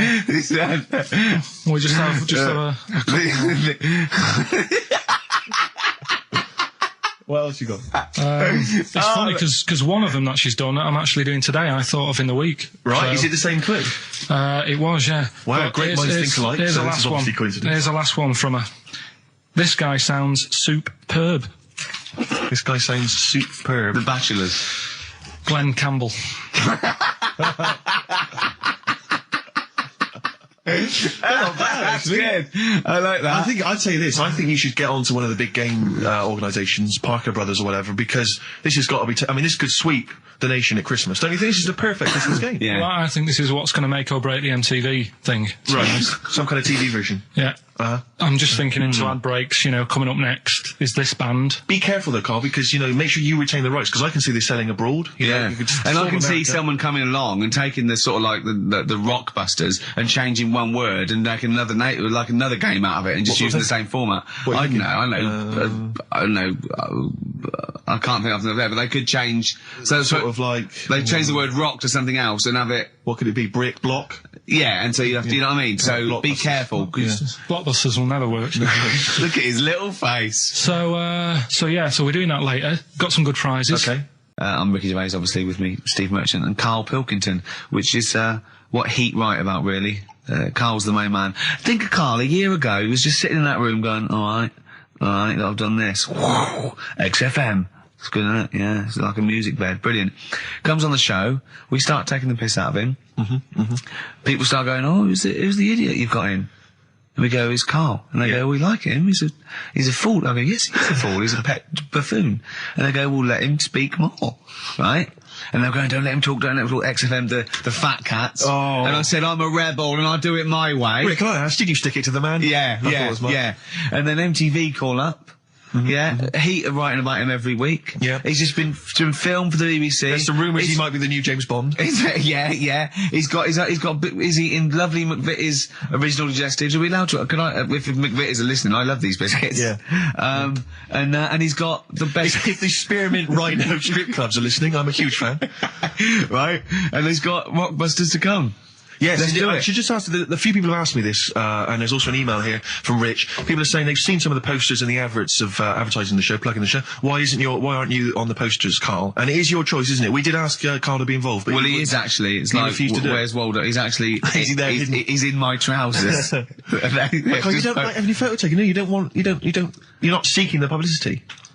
No. I reckon you are secretly. I don't believe you. No, he's right. He's totally right. He's doing it just right. But I think there's a fine line to be drawn that, if you like being in, around radio, you've got and you want your own show, or you enjoy talking and they just happen to be filming you for MTV, that's different. I think what you just avoid is going to silly celebrity bashes, having a picture taken for the sake of it. I mean, I think you're right, but I think you should do the screen test. On a serious note, I think you should do the screen test. Just because it might be fun, and if it's no good, they won't do it. And you can stop any time you want. No one has to keep going on telly. I just think we're going to lose him. No, we won't lose him. Listen, right? I'll always be part of this. I'm just worried that you're going to exhaust yourself. You're going to be drained. You're going to have told all your anecdotes on MTV. Certainly will if you have to help the old fella upstairs with the bed. Yeah. Yeah, £50 an hour. Oh, that's terrible. Go on. But I'm what I wanted to do, right? Because I don't want to embarrass myself, right? I don't want to embarrass the woman at MTV when I turn up and she thinks, "Oh, look at him." Yeah. What a waste of film this is going to be. Because it's not cheap. I know that. It's not film either, but go on. Well, it is cheap. It is cheap. They're filming on a DV camera that they can go over. If it's no good, they won't show it to anyone. It'll be great. It's just what they want you. Honestly, I can just see you doing little things, just like popping up, between the records and going, "All right, MTV, music television, hear about the airy Chinese kid born," which is weird, isn't it? Because they're not usually airy. And it just goes, MTV. It'd be brilliant. It'd be brilliant, Karl. If I'll come down with you. Well, we'll see. Go on. We'll think about it, right? Go on. Right, Rockbusters. So Rockbusters, it's a little clue, some initials, 3 different clues. You email in ricky.gervais@xfm.co.uk. You can win the load of stuff that we've got. So, first one, here's the clue. Stop throwing that fruit about. Oh. Yeah. What's the initial? That's CB. CB. Stop throwing that fruit about. Yeah. All right. Is Anders listening? Has he emailed us in yet? Anders, not had any response from Anders. I'll keep I hope he hasn't stopped listening. Because he doesn't like the show. He's gone off. I hope he hasn't gone off the show. So, the second one, that Scottish fella has made an error. That Scottish fella has made an error. Yeah, Interesting. That's M. M. Right, that Scottish fella has made an error. Right. Okay. And the last one, God, you can make a right load of toast with them. You can make a right load of toast with them? Yeah. All right. What's the initial there? That's G. G. I was thinking it might be bread for a minute, but no. G. So, first one was stop throwing that fruit about. Stop throwing that fruit about. The answer is CB. That was Chuck Berry. Oh, of course it was. Okay. All right. I'll give you that. The one that you've worked out, I'll do next. The, God, you make a load of toast with them. That was G. Gorillas. Gorillas, though, isn't it? Gorillas. And the middle one was that Scottish fella's made an error. That was Mystique. Mystique. So, does anyone get that? Extraordinarily, almost all the people who emailed in. I'm beginning to think it's us then, because I was thinking mistake, I was thinking muck error and muck mistake, but mistake. Yeah. So, do you want to pick a winner? Yeah, I was going to give the prizes to Amy Massey, who's from Wiltshire, the West Country. Losers down there. Probably as weird as you. Yeah. So she's won, and congratulations to her. I'm assuming she's listening online or maybe via some kind of... We must have a lot of listeners outside London, because all these are from Norwich and... Have we got any listeners in London? Places, you know, it's where there's a lot of inbreeding. Yeah, there's nothing else to do. Exactly. Norwich and Wiltshire. Well, you know, cheers for that, Amy. Well done. He waved then when he said that. He did, yeah. He waved. He's working. No, he's working, getting ready for TV. Of course he is, yeah. Rick, can I just explain some of the prizes we got here for Rockbusters? Because I just want you to try and picture, if you would, the kind of XFM listener who particularly want this collection of gifts. You've got the best chill out album ever. This is the one, as I said before, that's largely made up of songs you may have heard in adverts. Sure. So you've got the Volvo advert on there. Yeah. You've got the T-Mobile TV. T-Mobile. Brilliant. That's on there. So that's Roy Cobb. So look forward to that. Again, just imagine which XFM listener is particularly looking forward to Top of the Morning with Terry Wogan. His 2-disc set there. You got it starts with we've got the Bangles on there. We've got Billy Joel, River of Dreams, Shine On by Mr. Christopher. So just look forward to that. Oh dear. We got the Only Fools and Horses last year's Christmas special. We gave one of those away last week, but still more to shift.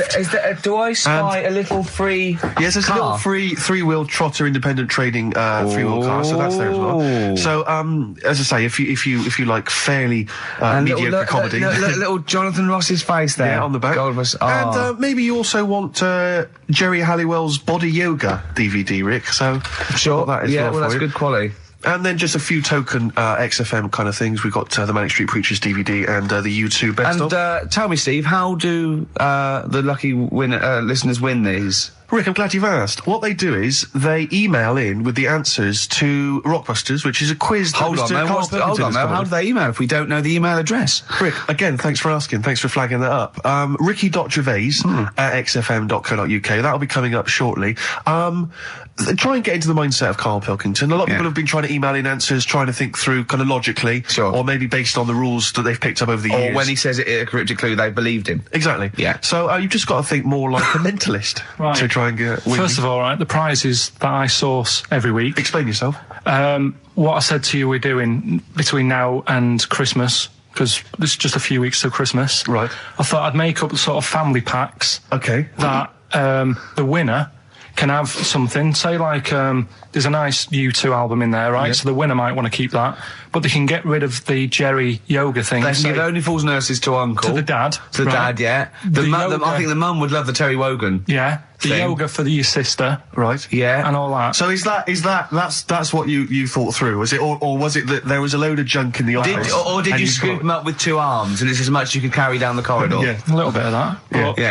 But that's me workings on why you've got all that. Okay. Brilliant. That's excellent. That makes a lot of sense, yeah. That's coming up. But I was in the cinema. This was not long ago, and I went to see that. It was I think I was off to see that film, Crouching Tiger, Hidden Dragon, or whatever it's called. You know, well, they could be on the phone for that because there's subtitles, so it's not going to ruin it, is it? Yeah, it wasn't her. I was sat next to another woman. She was crunching, a big fat woman. No, but he's got a good point there. Loads of people could be on the phone in there, and it wouldn't sort of niggle you. Fine. Well, at least we've cleared that. Imagine if that was true. No, because it's like when you go on the tube and read a paper. There's loads of noise, but you can still concentrate, can't you? He's got you. Do you know That's such a great point, isn't it? Right, yeah, because it's so easy to lose yourself in that magic realism world, you know, with all the sound effects and music and surging, exciting noise, and there's a woman clattering on going, yeah, well, I'll probably meet you later, Stan. Should we get some Diamond White in and around by the park? Yeah. Switch off. I do it. Yeah, but we know what you're like. Yeah, you can switch off, Carl. It's like you can turn your ears off. That's the skill you have. It's not the ears, it's the behind the ears. Yeah. It's the process between the ears and the brain that you can switch off, so we can still hear all these things like a cat. But I was in the room, there was this woman sat next to me, she was a big fat one, she was crunching on some popcorn. Again, that's a crime. Why they're selling popcorn in cinemas? I don't understand why the noisiest... regularly, why the noisiest food in a cinema? Yeah. I don't understand why that's come about. Yeah. Really makes me angry. Yeah. Exactly right. Smoothies. We want smoothies without straws. Exactly. The trailer for that film AI, Artificial Intelligence, came on. Remember that? And the tagline was, David is 11 years old. He weighs 60 pounds. He's 4'6" tall. He has brown hair. His love is real, but he is not. Oh, yeah. And she just went, how old was he again? To her boyfriend. Right? Just ruined everything. War film trailer comes on for some Pearl Harbor or something. She goes, yeah, I don't fancy that. Just announcing this, don't fancy that. Too many war films. So then the trailer, then the opening credit comes on for Crouching Tiger. Before that, you know that thing that comes up that says it's signed by the BBFC and it has the kind of certificate and everything, and that certificate to say what age you have to be to see it. That came up, and it said Crouching Tiger, Hidden Dragon, in brackets subtitles. She went, It's not subtitled, is it? I thought this was the most famous foreign film for years. It won Oscars. It was a huge film. Everyone knew it was foreign. She goes, it went, and so the credits begin. It says Crouching Tiger, Hidden Dragon. She went, stupid name for a film. What? She just She wanted paid it. to see it. She was with her boyfriend. So then it starts, right? And obviously it's in Japanese or Mandarin or something. She's like, and they're all talking in Japanese. Japanese or Mandarin. Whatever it is. So they're speaking in this, Japanese language, Oriental language. And she's going, don't they sound stupid? Hot ching chong chong chong chong chong. Don't they sound stupid? She was going, and then the subtitles come up, and it's quite a weird kind of strange language they're talking. And she was going, can't make the subtitles out either. It's both gobbledygook. Just wittering on every step of the film. I totally agree with you, but what I like in your telling of it, I know you start getting quite emotional. I'm genuinely livid. But she went Mandarin or Japanese, some Oriental language. And well, I don't know what it was. It's a strange language. It's a strange language. Well, anyway. Oh, dear. So then I moved. I climbed over several seats, made a big huff of, make a big show of moving. Yeah. Sat next to a guy on the phone, just chatting on the phone. Oh, I'd have gone mental at that. So now I hate that film. I didn't enjoy it. I don't like seeing it. I don't want to even think of it. It's subtitles, isn't it? Well, rubbish. That's why I get videos. I'm a big fan of that TV show. It's on digital TV. A lot of people won't have it, but Inside the Actors Studio with James Lipton. Yeah. And he interviews lots of big Hollywood stars, and he always asks them these same questions at the end. Can I just run a few of them past you? Go on. Okay. So, if you could do any other profession other than the one you do now, what profession would you do? Can you just change that to apart from a paper round? Apart from a paper round. Oh. If you could do any other profession, Carl. And it doesn't matter about It doesn't matter if you've got the skills or anything. In an ideal world, if you had the ability. Well, I think I'm about to buy somewhere, so I reckon something, using tools and like doing a bit of plumbing and that. So a plumber? Well, sort of an all-rounder. Right. A handyman. Well, yeah. I think, you don't get paid that much, but it's useful, isn't it? So. But you get your own show, couldn't you, with Carol Smiley eventually? Well, all that, but the money that you don't make, you save by not having to pay someone else to do the chores. Do you know what I mean? I don't know what that sentence meant. Right. No. A plumber, how much is the average plumber on? The money you don't make, you save on not getting someone else to do it. No, just think of that. No, look, break that sentence down. Are there any... Sorry, Rick, but people who live in glass houses. Yeah.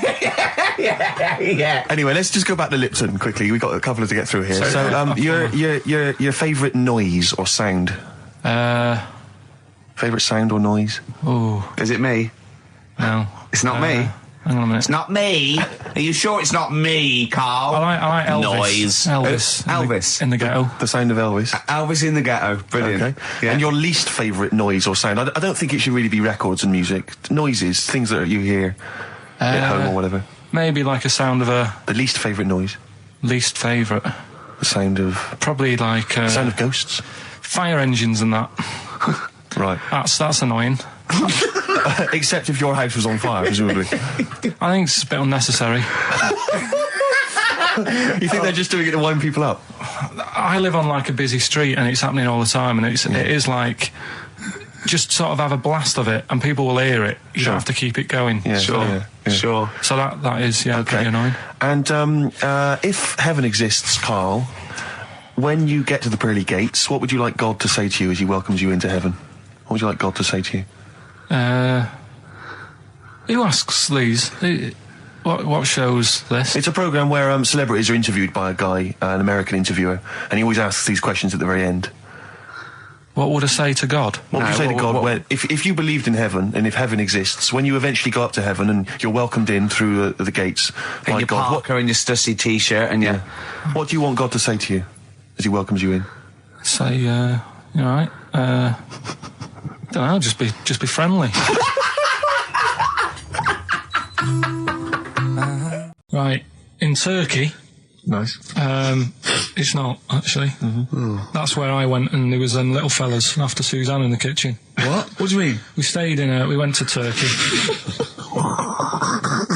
You went to Turkey and there were some little fellas? Well, they had quite a few sort of midgets working in the kitchen. Why? Is it a theme? No, was it a theme holiday? I don't know. Might get them cheaper or something. Was it... So they were working cheaper. They were working in the kitchen, and one of them fancied Suzanne and kept sort of eyeing her up, and she was winding me up, saying, "Oh, not eyeing up and down, just eyeing her up." Anyway, no. So what was she doing in the kitchen? No, it's like a pick what you want to eat like Buffy, but you have people clearing the tables and that ready for you to come along. Are they low tables? And you know, he was just keeping an eye on her. What did he say though? Was he It was Turkish, so I don't know what he was saying. But he was a little fella, yeah. Did he? What do you mean a little fella? What do you mean little fella? Sort of dwarf-like. What do you mean dwarf-like? He had magic powers, or he was 4 foot? No, what do you mean, Carl? A little bloke, just like a normal bloke, but small. If you stood him in the desert, you wouldn't know. But he'd be hot and says, right, Carl. You should watch out for the monkeys. Yeah, underground. Those underground monkeys are dangerous. You can't just say there was a little midget fella who was eyeing up my girlfriend and then leave it. What do you mean? What was happening? This is a story to us. This is much more interesting to us than, and she was deaf, right, and she hit her head. That's much more I don't understand how how it manifested itself. Did he come over and say something? No, do you know when it's like girls know, don't they? When someone fancies them. What do you mean there was lots of them as well? Do then? they? That's worth knowing. Listen, right, come on, right. So you went to this holiday, yeah? Yeah. And you went into the dining room or something? Yeah, downstairs. And you looked over. You thought, this is all. There's no one serving. Yeah. And they go, Wait a minute. Hold on. You looked down and there was a little waiter. There was loads of them running around busy. Why though? Why did they get summer? What do you mean? Because it was Loads of summer. them. They had more of them. They come out in summer. They come out in summer. What do you mean they had more? What do you mean? Because it's busy, isn't it? No, but they hibernate in the Why winter. were they all midgets? I don't know, maybe it doesn't heat stunt your growth or something. No! Well, they just happened to, maybe it was a thing that they did for tourists or something, I don't know. I just got on with my meal, it was a holiday, do you know what I mean? God. Right, so some midgets serving. I'm not going to ask any questions. Right, okay, yeah. So they're all little fellas running around, and this one always was like, you know, oh, do you want a new serviette? You know what I mean? Going out of his way to sort of... for turning on the charm. Yeah, he was going out of his way, the others weren't. Right. I think what was happening is he'd been working with Santa all the winter. Yeah. This is sort of little summer break. This one He was hadn't your seen a girl. waiter, and so he was being polite to you. Maybe. But what did Suzanne say then? Well, she was using it to wind me up. What was she saying? Oh, he's... Oh, just like, you know, look he may be small, but he's built like a... Yeah, he's all man. So... Were you jealous of a midget then? You were jealous of him? It is a bit annoying, isn't it? Why? It wouldn't bother me as much now, because I've been with her for ages. Right. But at the time, that might have been one of our first holidays, and it's like... You don't want to be what's going on? I paid for this holiday. Yeah. And then you get off with a midget? Yeah. Oh. So anyway... But it doesn't matter, because you got chatted by a bearded lady. So. yeah. Tell you what, no, that's got nothing to do with that. What were you going to say? What were you going to say? I was going to say the hotel was half board, and maybe... Oh, right. I thought you were going to say it's just one of her shortcomings. So listen, right? Play a record. Steve Merchant with 5 little hamburgers. Got 5 burgers here, yep. And so I don't know, how should we begin, Carl? Do you want to just look at the size of these burgers? Look, they can see it on webcam, can't they? They can see us stuffing these burgers into your mouth. Hmm. And by the way, I'm filming this, Steve. Look, Brilliant. Look, I've got a camcorder. Yeah. We'll put this on unseen footage on a DVD or something. Or maybe on the website. On the Oh, Carl, what if you break the record? Okay, Carl, I'm coming round now to just monitor this and adjudicate. What's the web? If people want to see this on the webcam, what is it? XFM.co.uk. Right, okay. Hold on. Can I, Steve, I'm can not I do being that? funny. I'm not being funny, right? But I think I have got like a bit of a wheat thing. You've got a bit of a what? A wheat allergy Oh, thing. don't give me that. No, seriously, my head's... I've been eating a lot of shredded wheat recently. And my head's got a bit bigger. Carl, I don't think you can let us down now, mate. So you just got to put that first No, one I can't put that like that in my mouth on its...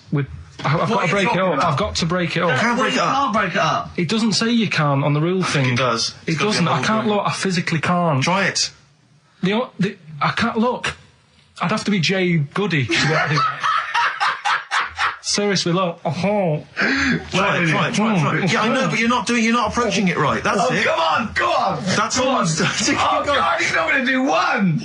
Keep going. That's good work. Keep going. How does I get free? Keep pushing. Ease it Keep in. pushing. Ease it Keep in. pushing. Get one in at least. Ease it. Get one in at least. Get one in. Ease it in. Get one in. Push it. That's one. Let's go for another one. I reckon you've got to rip it up a bit. Okay, do that then. See how many you can get in. You've got to get in 2. No, just one. No. Well, it's three. Pack it in. What do you do? Pack your cheeks first. Honestly, Steve, my head is swelling a bit because I have got a wheat thing, a wheat allergy. That'd be good then, there'd be more room. Right, okay, look, Carl is now just sticking it in his cheek. Right. Yeah. Don't eat any. You can't swallow any. It's like a hamster. You got to work it like a hamster. Yeah, stick it in. Come on. He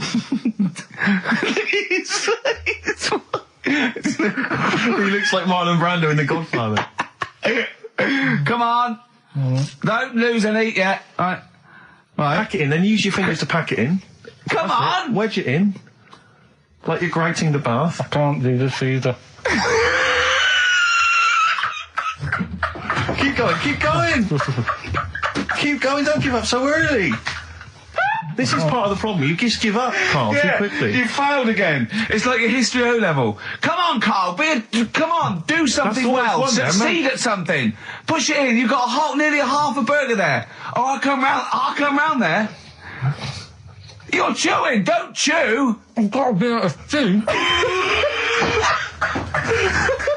I don't know what he said, but... Is that a whole one? Is that a whole one? No, it's not. I can see bits left. Come on, Carl. Come on, keep working at it. We keep working at it. But there's so much space in your mouth, I can see it. He's going red. Okay. Okay, we'll do another one. We'll do another one. That one then. We're doing a... Oh, are you alright? Are you going to be sick? Are you alright? Alright? Oh God, should we play a record? He's making my eyes water now. Oh. Okay, I'll find a different one for you. Find a different one for What him. about most grapes eaten in 3 minutes? I'll go. Do you want to do that? Grapes are easy, aren't they? That's easy. Great. Come on, grapes are easy. Come on, don't make him laugh. He's choking. He's choking. Oh, Carl. Quick! Keep going, Carl. Come on, come on. Come on. What happened? Did he just throw up? No. Don't make him laugh. Oh, come on. We can make wine. Come on, Carl. You're doing so well, Carl. mate. I want to go. Come on. Only. Why are you making him laugh? That was a world record attempt. Come on. He's over. Keep going. Come on. You got 25 seconds. Come on. Oh, I think that was a shame actually because you were doing well, but something went wrong. I know, and I think those are bigger grapes than the ones I've seen before. They're quite big grapes. Look at his face, he looks so despondent. Come on, Carl, 8 seconds. Just a few more. 5. Come on, what's the matter? 2. 2. 1. It's all over, Carl. It's all over. Better count how many you did. You can get good at this. We can get good at this over the weeks. I think that was a fairly pitiful attempt, actually. I really thought you had a... It's interesting, actually. These are harder records than you might think. Yeah, I know. 6, 8, 10. How do you feel after that record-breaking attempt? Not happy with that. What are you not happy about? The fella who did it, was he in hospital and just had loads of grapes? I was bored. I'm sure he wasn't producing a radio programme, that's for sure. Well, to be fair, neither are you. What was tricky about it? What did you find hard? I think having Ricky standing over me, sort of shouting, "Go on!" isn't normal. No. But so that wasn't... He hasn't eaten any! Hold on, that's 50 left. That's quite a poor attempt then, by the seam of it. Would you think about trying to maybe do that again in a couple of weeks? Would you do some practice and try that again? No, leave it. Leave it to the experts. And I noticed a tricky point. Maybe sort of when you had about 50 seconds to go, you seemed to be spewing things into the bin. What was that? Again, mainly Ricky standing over me. So 88. He's got 88 left. Okay, so what's the mental arithmetic there? Because we put how many in? It was 150 in the thing, wasn't it? What did I say? What did I say I had left? Well, I'm not doing it again. 88. So you had 88 left. So 62. God, you're only at 62. What's the matter with you, Carl? There's people starting you at 62. That is rubbish. That's disappointment. Let's leave that. So you failed on 2 world record attempts there. 62, and the record's that is rubbish. What were you doing? Oh, yeah, but like I said, I've got a small throat. I can't drink a drink quick. Ever since the Mr. Freeze Pops when I was 6, that I nearly choked on, I nearly died on, I can't go back. It'd be like asking, I don't know, someone who got run over to play Frogger or something. I Badly Drawn Boy on XFM 104.9. I'm Ricky Gervais, with me Steve Merchant and Karl Pilkington. I'll tell you what, the Sony's then. Oh, This Thursday at the Grosvenor House Hotel. Yeah. Everyone in Radio's Anyone has entered their show in different categories, saying, they get it down to, winners this year included the brilliant Dominic Mohan, former showbiz editor of The Sun. lots of people won. Lots of people won gold. Lots of people won silver. Lots of people won bronze.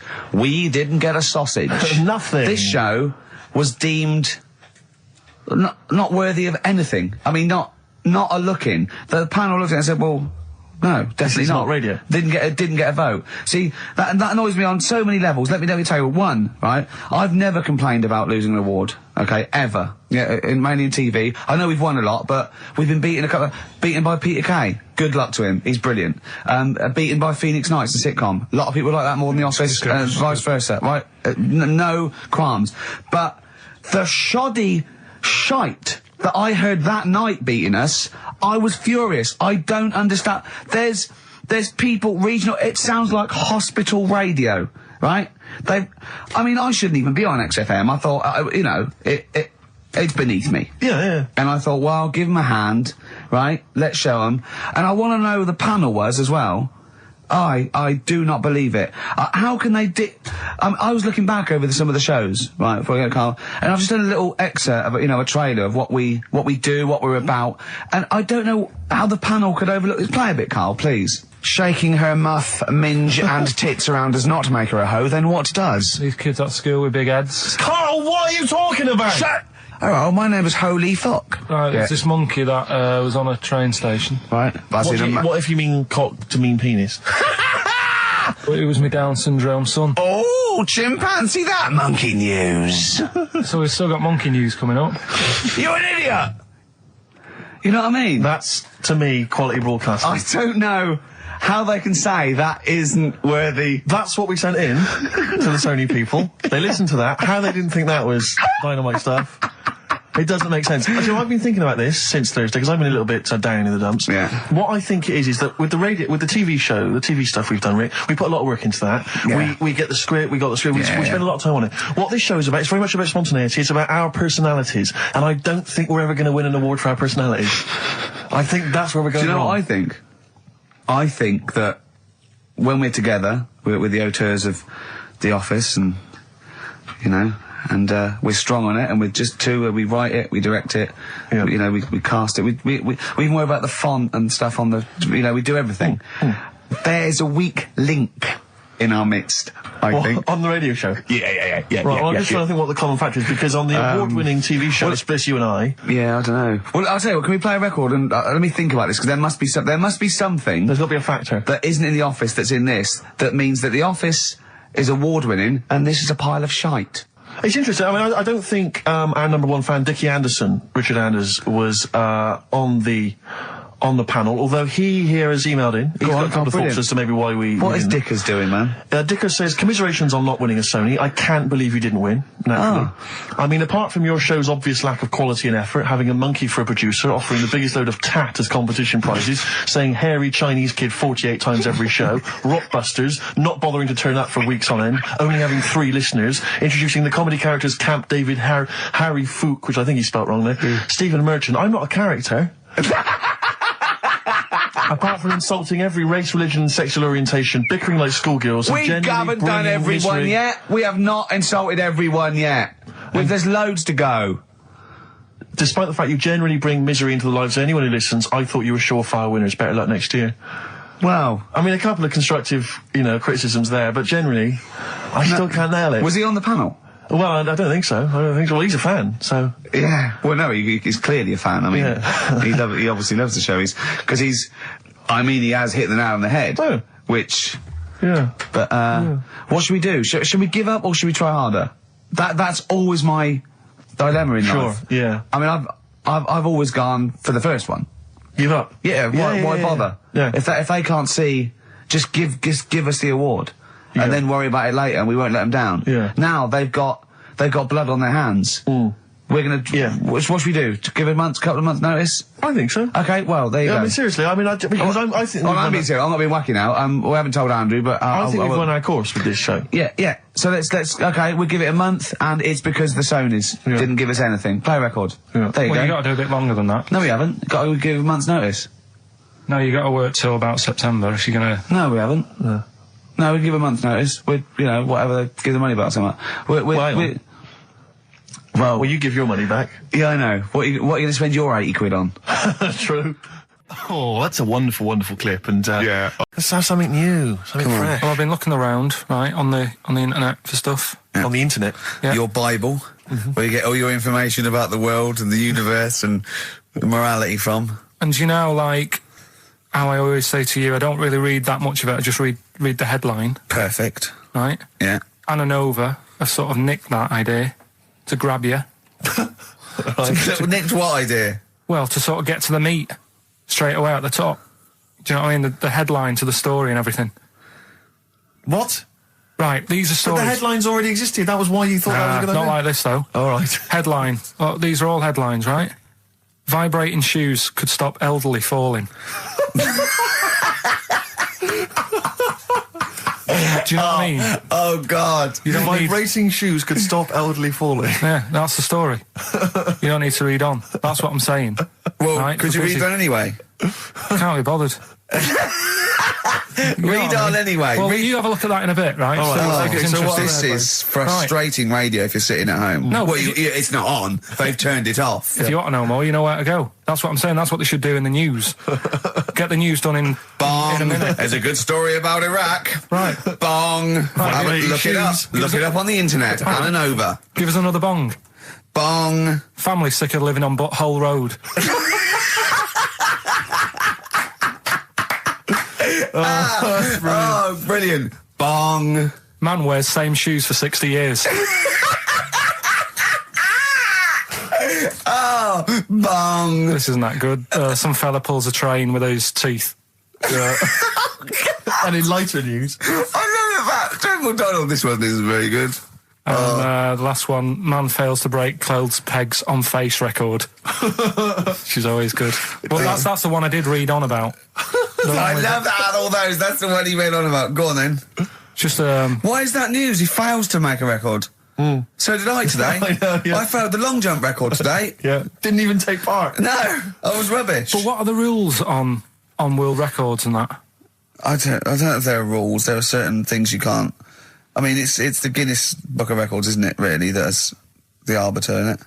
Yeah, but is there anything, if you said you wanted to do it, would they say, well, you can't do that? Yeah, they've stopped some gluttony records, obviously things that are in danger, so anything that's illegal, yeah, anything that's immoral. Yeah, like that American serial killer that just got discovered. Yeah. Having killed 47 women. I don't think he can make that into the Guinness Book of Records. No, because people would be trying to beat it, won't they? But there was some other story about a fella eating watches and that. That can't be good for you. So why don't they say, look, don't do that, do something else? He wanted to stay regular. Do you know what I mean, though? Look at Carl. I love that look at Carl. Carl is looking back and forth. You know when you sort of you go to a cat and it looks back and forth between two people? That's very much like Carl's looking at us now. Or when, like, a child sees a midget or something in the street. They're just transfixed, aren't they? And the parents go, don't stare. When we were pushing Ash, as our producer's in a wheelchair, and we were pushing him through the VC. He's not a midget, we should make that. No, he's not a little midget. He's not tall. But we were pushing him through the VC, and this little kid just came up and just stood in front of him and looked at him. Yeah. I just laughed. It was funny. Do you do that? I imagine you get caught staring at things. Do you go up to people with problems and go, Mummy, is that a monster? Well, I was telling you one about when I used to go with my dad in the taxi. Oh, yeah. What Tell us happened? this story. Well, your father was a taxi driver? My dad he had loads of jobs, which he did back then, and they don't do that anymore, do they, people? They don't have variety loads of of stuff. Sure. But at one point, he had a black cab, and I used to go with him. He used to get a beer crate and put it in the front of the black cab and sort of sit just next to the meter. And anyway, we got this call, and like the guy on the end of the radio said, "Oh, you've got your son with you, haven't you?" So he said, "Yeah." So it's just like, we've got to pick up at number 11 Village Lane or whatever. And I said, all right. And it was this woman. It was like a woman version of the Elephant Man. Wow, the Elephant Woman. Yeah, it looked like... It was really strange because I was in the front of the cab, and when you're a kid, if something looks odd, you're a bit scared of it, aren't you? Yeah. And my dad was like, "Look, be all right." And we're driving towards her. Look, don't worry, son. I've got loads of buns. And just to I think I'll just throw one down the street if it's See, right after you're it. being mean, right? I am a little bit. So Yeah. how old were you? 18? No, I was about 12 or something like that. 11, 12. And as we got closer to her, it looked like she was holding like a bag of spuds on her shoulder. For a snack. Right. And her head was all a bit mangled and messy and that. And my dad said, whatever you do, don't stare at her face. Yeah. And she got in the back. Because you turned into stone. Well, she got in the back, and I had like the mirror, the driver's mirror thing, and sort of having a look, trying to work out. And he said, don't stare at her face.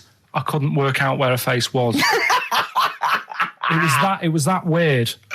Oh, God. So I'm not sure you're from Manchester. I think you're from like Narnia or something. Yeah, you got frog boys walking around. The Lord of the Rings. That got like the claws of a lobster and the head of a toad. Yeah. And you got women getting in with spuds for heads. I mean, what This is not Manchester. This is not the place you grew up. This is mad. Oh, you can't believe it in London, can you? You come down and go, look, symmetry. It must be amazing. It must be a thing to do with upbringing now, mustn't it? And because, again, do you know, I've said to you before, years ago, when I was a kid and didn't have any worries, good-looking lad, you go through it a bit, have a few more worries, and you look knackered. Now, back there's a lot more worries and stuff, so you get a lot more freaks. Whereas in London, everyone's like happy, aren't they? I love the fact that stress can cause your fingers to fuse and your heads to grow. No, but if she must have been really stressed to have a head. Yeah. She was she an accountant or something? You know what I mean? But what did she do? What did she say? Where was she going, by the way? She couldn't speak. London Zoo, please. I think she was going to like a the pet fair. shop. Seriously, honest to God. On my mum's life, she was. Because at the end of the day, that's a good thing with animals. They don't judge you, do they? She wasn't an animal. She's a human being. She's not actually an elephant. No, but you know the elephant man was not actually an elephant. You understand that? He's got no elephant genes in him at all. No. That was just a cruel name people gave him. Yeah. No, it's the name of the disease, isn't it? Elephantitis. Look, so listen. So this woman, why was she going to a pet shop? She was going to a pet shop. To find a husband. Is this true? No, it is true, yeah. Oh, God. I'm not taking the mickey because it must be really bad for you. Of course it is. Carl, I'm going on to you today about cutting myself shaving. Yeah. I was going on about that. To think that she's probably not alive now, but to think... But you're saying that you're going to say this is a worse problem than a little cut shaving, aren't you? Yeah. Yeah. Do you know what I mean? I think you're right. Carl, there's a couple of key questions I need to ask. One, if she couldn't talk, how did she tell your father where to drive it? Did she have it written on a note? Did she point with her nose? Yeah. Right, this has got silly. Pick your song. But also, finally, where did you say she lived again? It was like in a village, a little small village. Right. Just hidden out of the way. All I'm saying is we could maybe get like some sort of coach, book some coaches, get a coach party up there to have a look at her. Take some photos. And now you can make some lemonade. The offspring of a woman and some spuds. Yeah. Fool's Gold. Classic. All he saw was the name of the band that this email was promoting. So all he saw, all Carl saw, and you can imagine how excited he was all he saw was Half Man, Half Biscuit.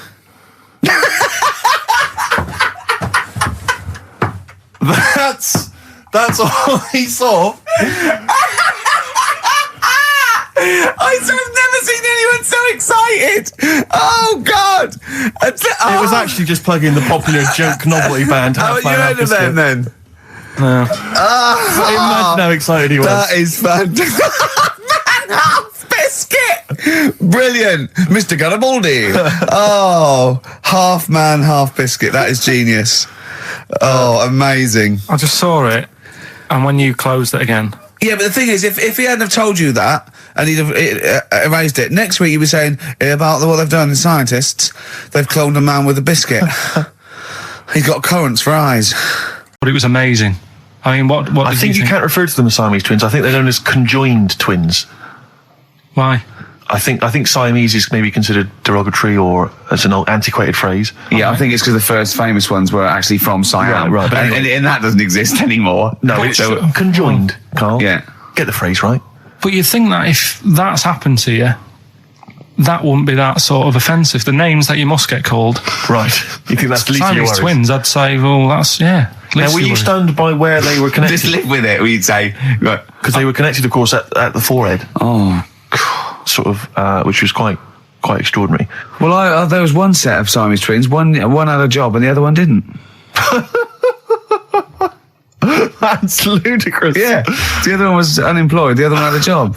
She had to go to work. She had to get up at 6 o'clock on her day I'm off. supporting you, literally. Yeah. Then they get done off the social for sort of... Yeah, because the other one was signing on. That wasn't a question that Trisha asked. Annoyingly, because I know that much of the audience was thinking that. There was a few things that didn't crop up. What questions would you have asked of them? Because what things did you feel weren't mentioned? I'd love to just watch Karl watching amazing things. Exactly. Do you know what I mean? It's like early learning thing. Mouth slightly open. Yeah, mouth open at dribble, looking round to see if anyone else has seen it. You know, I hate that. Like when a cat sees a bird land on the balcony. Exactly. It can't believe it's luck. I'd probably say, how do you buy her like a birthday present? A surprise gift, yeah. Because everything's ruined. Sure. Right? I'd probably ask... yeah. Well, did you not think it was interesting that one of them had a boyfriend? Well, that was a bit weird, wasn't it? Uh-huh. But what was the other thing I was thinking when I was watching it? I was thinking if one got into crime and that was sent to prison... Right. What would happen? How would you handle that? It's brilliant. It is brilliant. If a chimp could talk. And what was the other one? The other thing was, what did he talk about? Because it's not as if you can say, oh, guess what I did today? Do you know what I mean? Yeah.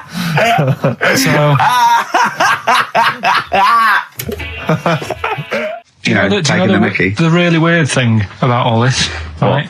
And it's annoying because you were saying about, what should have Trisha have asked and all that. Yeah. But one of them mentioned that one of them was adopted and the other one wasn't. Don't talk rubbish. No, seriously. I didn't understand it, right? Of course you didn't. And then Trisha sort of said, well, let's have a chat. And they were like, no, I don't want to go into that. What do you mean one was adopted? That's what he said. One of them... don't quiz me on it, but that's what was said. I've said in the past to you, Rick, that my grandparents, so I love them dearly, but it's like for the last 30 years, they've been waiting to die. I know, It's yeah. like they just sort of, it's like, the novelty wore off of like... Life in the 50s. Yeah, they got kind of bored of it. Life, in the 40s, it was brilliant. All sat around the old Joanna's, the bombs fell, singing, they loved that. The 50s, that was great as well, because that was the post-war years. It was, it was a bit tight in the pocket, but it was all right, everyone pulled together. And then the 60s came along, all the crazy music, the funny hair. Let's stay in bed. Exactly, they basically stayed in bed. And it was one Christmas when my grandmother said to my dad, what do you like for Christmas? What do you fancy for Christmas? And this must have been, I don't know, 20 years ago.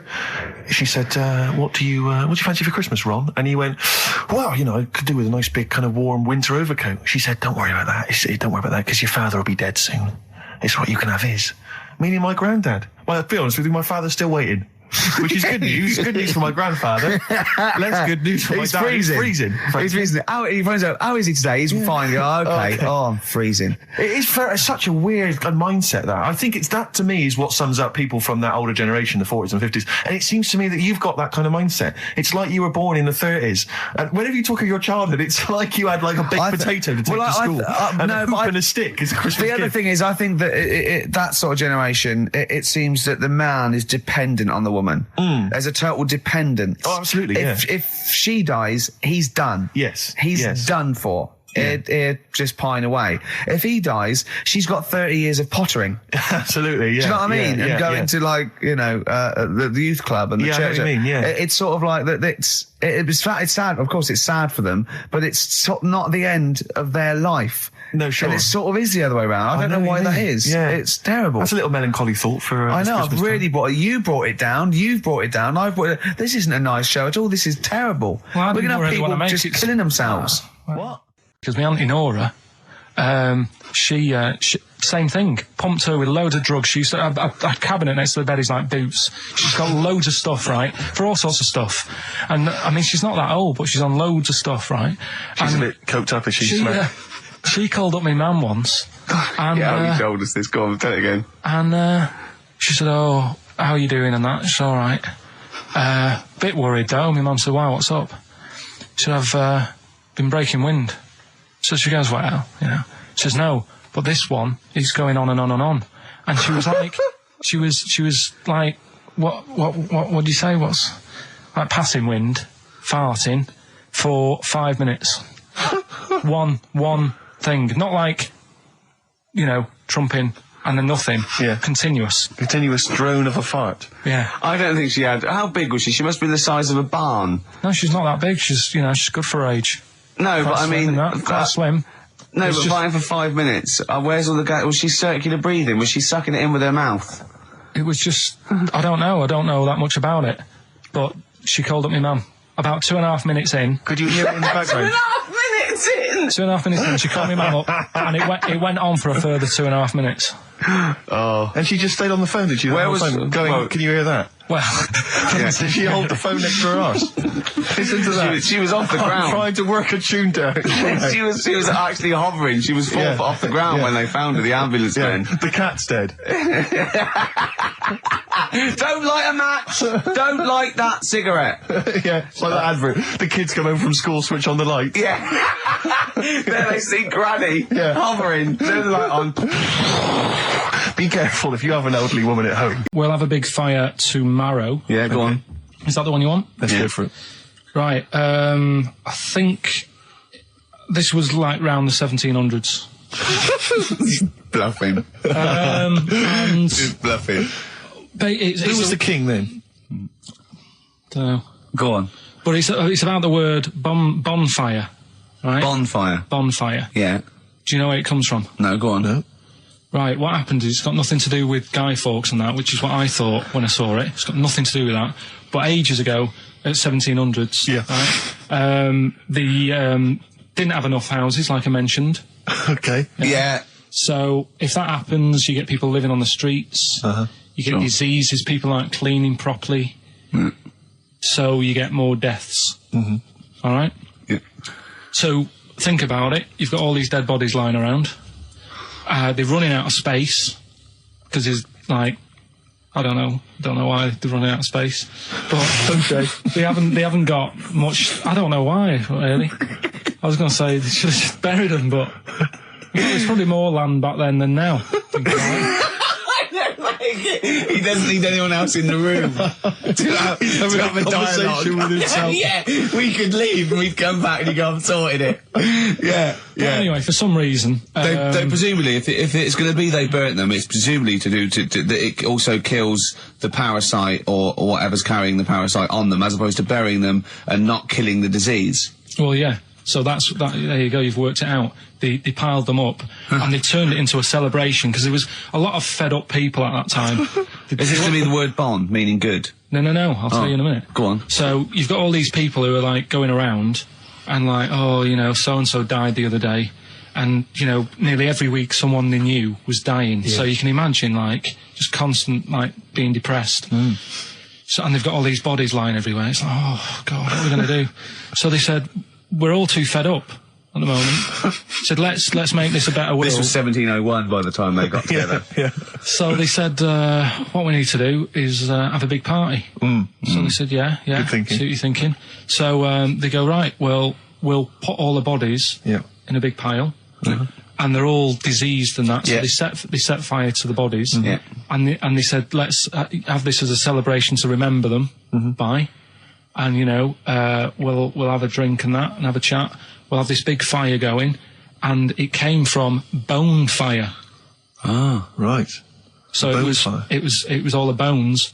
Bonfire is bone fire. Yeah. Excellent. Yeah? That's interesting. So that's how it came about. Yeah, in the 1700s. Yeah. That was? No, probably. Okay. I reckon it was 1600. Probably earlier. I reckon it was the plague. I reckon it came from. But interesting stuff. So that's. Did you celebrate Bonfire Night? Is that a big celebration for you? Do you like the fireworks? I'm sick of fireworks. I just think they're rubbish. I'm not impressed. I've never been impressed by fireworks. Even as a kid, you know, you have to go to like sort of community kind of gatherings with a bonfire and fireworks, and some local vicar or whatever would come out. But I also think the adults think the kids love it, and if they just got together and said, "Should we go see it?" They'd all go, "No." Yeah, absolutely. Let's not go this year. What would be better is if the vicar had wheeled out like a massive rocket, climbed in, gone last one to the moon is a bender, and then fired himself off. Now that, I'd pay to see. That's a firework display I'd like to see. As it is, it's just rubbish. Oh dear. Yeah. What? That's not, it's not, what do you mean? No. When a woman has a knob put on, to have a sex change, where do they get it from? Is it constructed? Do they find like, I don't know. From a donor. A donut? From a donor. Oh, well, yeah. A donor? A donor, yeah. Yeah, but presumably it's like maybe there's someone who wants after they're dead, I mean. No, I thought maybe very few people, it's not like giving someone a kidney and then sort of like celebrating with them. Maybe if you're a guy and you want to become a woman, you've got one to spare. That's true. Yeah. Well, a swap. Yeah, just do a little swap, probably on the internet or something. Or Noel Edmonds. What do you mean? On Swap Shop. He's not a man. No, but he could go, we got a fella here who, got a lovely, nearly new, unused penis. Keith Chegwin out in kind of Bognor Regis. Wants a couple of tits and a fanny for that, so, call in. It reminds me of the, do you remember the John Wayne Bobbitt story? Which it's always seemed odd to me. I never really kind of got all the information. Do you remember that one, Carl, where the woman cut off her husband's penis because when he was sleeping? I think he was sleeping and she drove off. I think he woke up quite quickly. That's so much better than the alarm clock. Yeah. And she threw it off. She threw it out of the car into the woods. Yeah. And he went and found it. Yeah. But imagine if he'd got to the hospital and they'd sewn it back on and he'd gone, that's bigger than I remember. I'm not sure this is mine. How many of you cut us where we dump all the knobs? We dump all the knobs out there. Yeah. That was an extraordinary story. And then, bizarrely, he became a porn star. Yeah. Yeah. A very strange life that man's had. Well, it is a bit of a shock to the system, isn't it? Oh, cutting your knob off. I know. Do you remember that French bloke, the performance artist of about 1910? Do you remember him? No. He, as a performance art, in a theatre, he cut his knob off to a crowd of people. Now, what? That's only a one-night trick, though, isn't it? Exactly. Yeah. But what if there had been a bang outside? They went encore. He went, what? Yeah. Or they looked outside because a car backfired. He went, did you see that? I go, what? I go, just cut my... Did you? Yeah. Think of that. Sacre bleu. I know. French are funny, aren't they? Cutting your knob off for your art. See, Christian's giving away a trip to Salem, Massachusetts. That's bizarre, actually, because I was in America recently and I went to Salem, Massachusetts, and that's not a prize. Isn't it? Believe me, we were there, we were sort of obliged to go because we were at someone's birthday. It's rubbish. Really? I mean, that's a really poor trip. That's such a boring he probably can't believe his luck. It's probably the biggest thing Christian's ever had to give away. The great thing about, and you've just dissed it. The great thing about Salem, Massachusetts is that I don't think we're good for this station. I don't think we're selling this station like we should. Well, it's its own fault, it shouldn't have hired us. I blame it, Yeah, and paid us in advance. Yeah. They're lucky we turn up. No, I went to Salem, Massachusetts, and this is the place that's famous from, like, Salem's Lot and the Salem witch hunts, famously. Famous for all things Salem. Anything with Salem in the title, that's what it's famous for. The whole place has gone mad over, like, witches and anything. Basically, it's like, there was the Salem witch hunts in, like, 17-something or other, or 16-something or other. So the whole place now is just full of, like, people dressed as witches. Yeah. And then it's, like, any supernatural stuff. So that I went in, and it was amazing. It's quite like Glastonbury tent. It was, it's awful. Every single place there, every single shop is kind of horror related. Yeah. And I went to the Boris Karloff World of Terror. Right? It's amazing. You went in there, right? I don't know if Boris, the famous horror actor, has actually been involved, but you go in there, you walk in the door, you've got to put these 3D glasses on, right? And it's supposed to be this kind of chilling journey around this kind of like a sort of a crypt, And you put these glasses on, and I couldn't tell. They were so poor. I couldn't tell what was supposed to be a 3D effect and what was actually three-dimensional. Really? So I couldn't tell if like the floor was actually sloped or if it was just appeared to be. Yeah. Whether the wall was actually kind of knobbly or whether it was 3D glasses. It was so much, and it literally took about 45 seconds to get through it. Imagine and he just that. came out blinking into the light again. It was so rubbish. So I just want to throw us over to Carl. So there's Steve Merchant with funny glasses on in this place horror, and he's walking round. Do you think he scared people, Carl? I've set this question out, haven't I? I've loaded the question. I know the answer you're fishing for. Carl, do you just want to have a dig at me? Because it's coming up to 2:00 and you've not really put a lot of effort in today, slagging me off. I don't do it on purpose. No, he doesn't do it on purpose. He's just an honest northerner and he can't lie. He's like George Washington, but without the wooden teeth. Yeah. Salem. I didn't mean We've to say... lost it again, haven't we? You didn't mean to say Salem. This is such bad radio. Was just this the is word really... that was at the tip of my tongue. Genuinely, this is bad radio, it's awful isn't it? radio. Quick. Oh, yeah, my mate went to one of those things... in the West End where you walk around and it's aliens and they jump out at you. Right. And he was so scared when the alien jumped out, I mean, he ripped a bit of his face off. And the bloke- alien's face off? Yeah, it was foam, and the bloke went, "Don't do that, mate." Brilliant. Well, in the Salem one, I was wandering around, and this was one guy that kept jumping out. Yeah. Because there was about 10 of us, I was at the back. I always missed him jumping out. So when I got round, I missed all the frights. It was Oh no! You'd at least you'd have thought he'd jump out, then double round and jump out again. For Yeah. the people at the end of the Everyone queue. back catch that? No. Stuff to dear, do. what's going on? Stuff to talk about and that. What's been going on? Before you came in, you saw it, didn't you? That experiment I was doing with the... An experiment? Yeah. Well, all I know is as I walked in the building, I passed the little kitchen area, you were hitting Karl on the head with a tin tray. Didn't it make a good noise? It was a great noise, but I'm interested, explain more about the experiment. Well, I wanted to see how hard I could hit him and make it resonate, right, before I either caved his skull in, or, Right. you know what I mean? So, you had to hold it quite loose, so it could, like, vibrate, but you had to grip it hard enough to give it a good whack. Right. And his head's brilliant for hitting stuff on. Is it? It is perfect. Karl, could we recreate that moment a bit later on the radio? You'll notice that you've been on for 15 minutes, haven't said a word. So it's had a bit of an effect on me. still a little bit shaken. Okay. Dear. But yeah, do it again later. We were talking about your head a little bit earlier, weren't we? It's not going to mean that you're sort of a bit, fuzzy thinking, is it? That'll be alright. Yeah. So, Okay, good. Can we recreate that later, maybe towards the end of the show? Just hit you on the head with various objects, see which make the best sound? So I First one to get it. The first one to get it, but... Well, it's not that, though, Rick. I mean, Karl has just decided to revise the actual rules of the competition. Yeah. So that, we've decided, is very easy. So that's now a qualifier. And so then they have to answer one live. Exactly, so whoever gets that one right can play Is it for a quick big money. one as well? Because some people will lose the will to live. Yeah. Just cut to the chase. And because they've got to qualify now, we're throwing an Office DVD that aren't Yeah, ready you'll sign yet. that, won't you? Yeah. Yeah. No. That increases value by 42 pence. Right, go on. we'll just go live, yeah? Hello, XFM. Yeah, hi, how's it going? Not too bad. Not too bad. Listen, A very, very quick recap, Karl, if you will, please, for the people listening. Very quick. Right, A man ends up in a loft. man's, after moving into this house and he's in the loft, and he's tidying up. His missus is downstairs doing the kitchen because that needed doing. He's up there, he's cleaning up, emptying the boxes. He finds a little... He rubs a lamp, a fella comes out wearing 501s. What's the song? What's the song, mate? are you talking to me? Yeah, sorry, yeah. Oh, look, I'm sitting in this bar, right? I'm not ringing up relating to anything that's going on right now. I'm after one of these armbands to go and meet Bowie on Monday. Can you help me out? What?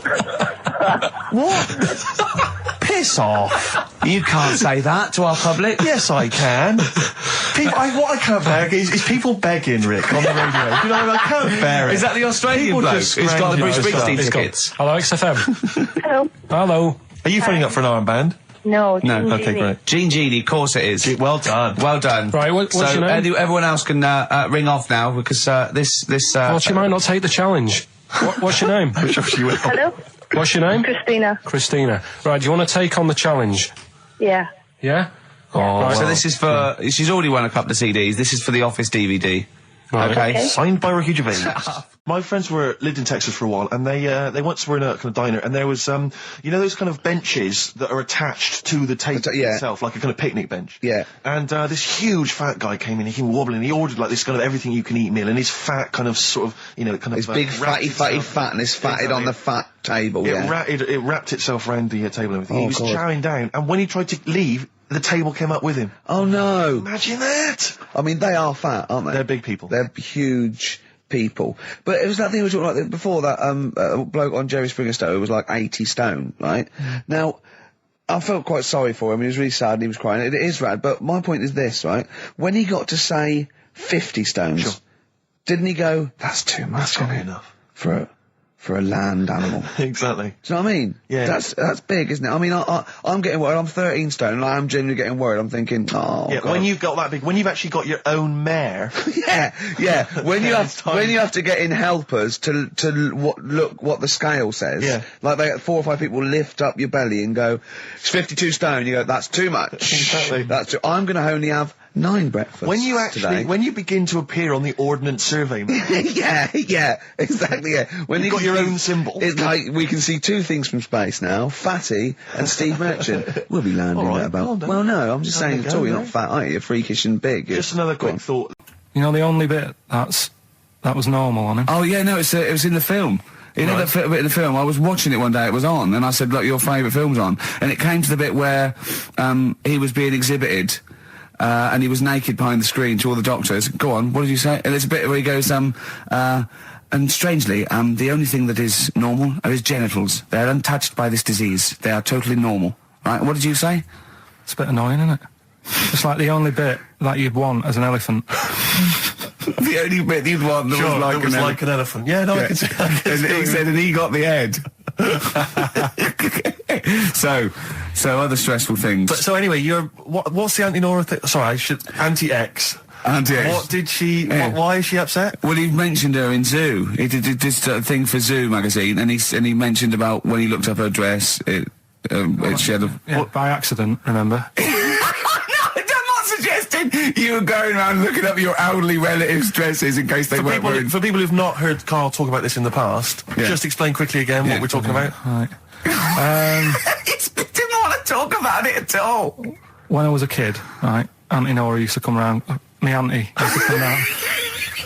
As if there's any ambiguity now. Yeah. My auntie used to come round and stay, right? And I'm sat on the floor watching the telly, right? She sat on the sofa with a caftan on. I turn round, right, and it was there. It was looking at me, right, and we've mentioned this, and I just briefly sort of said, what did it look like? And you know, a split tennis ball came to mind. That's what we talked about, right?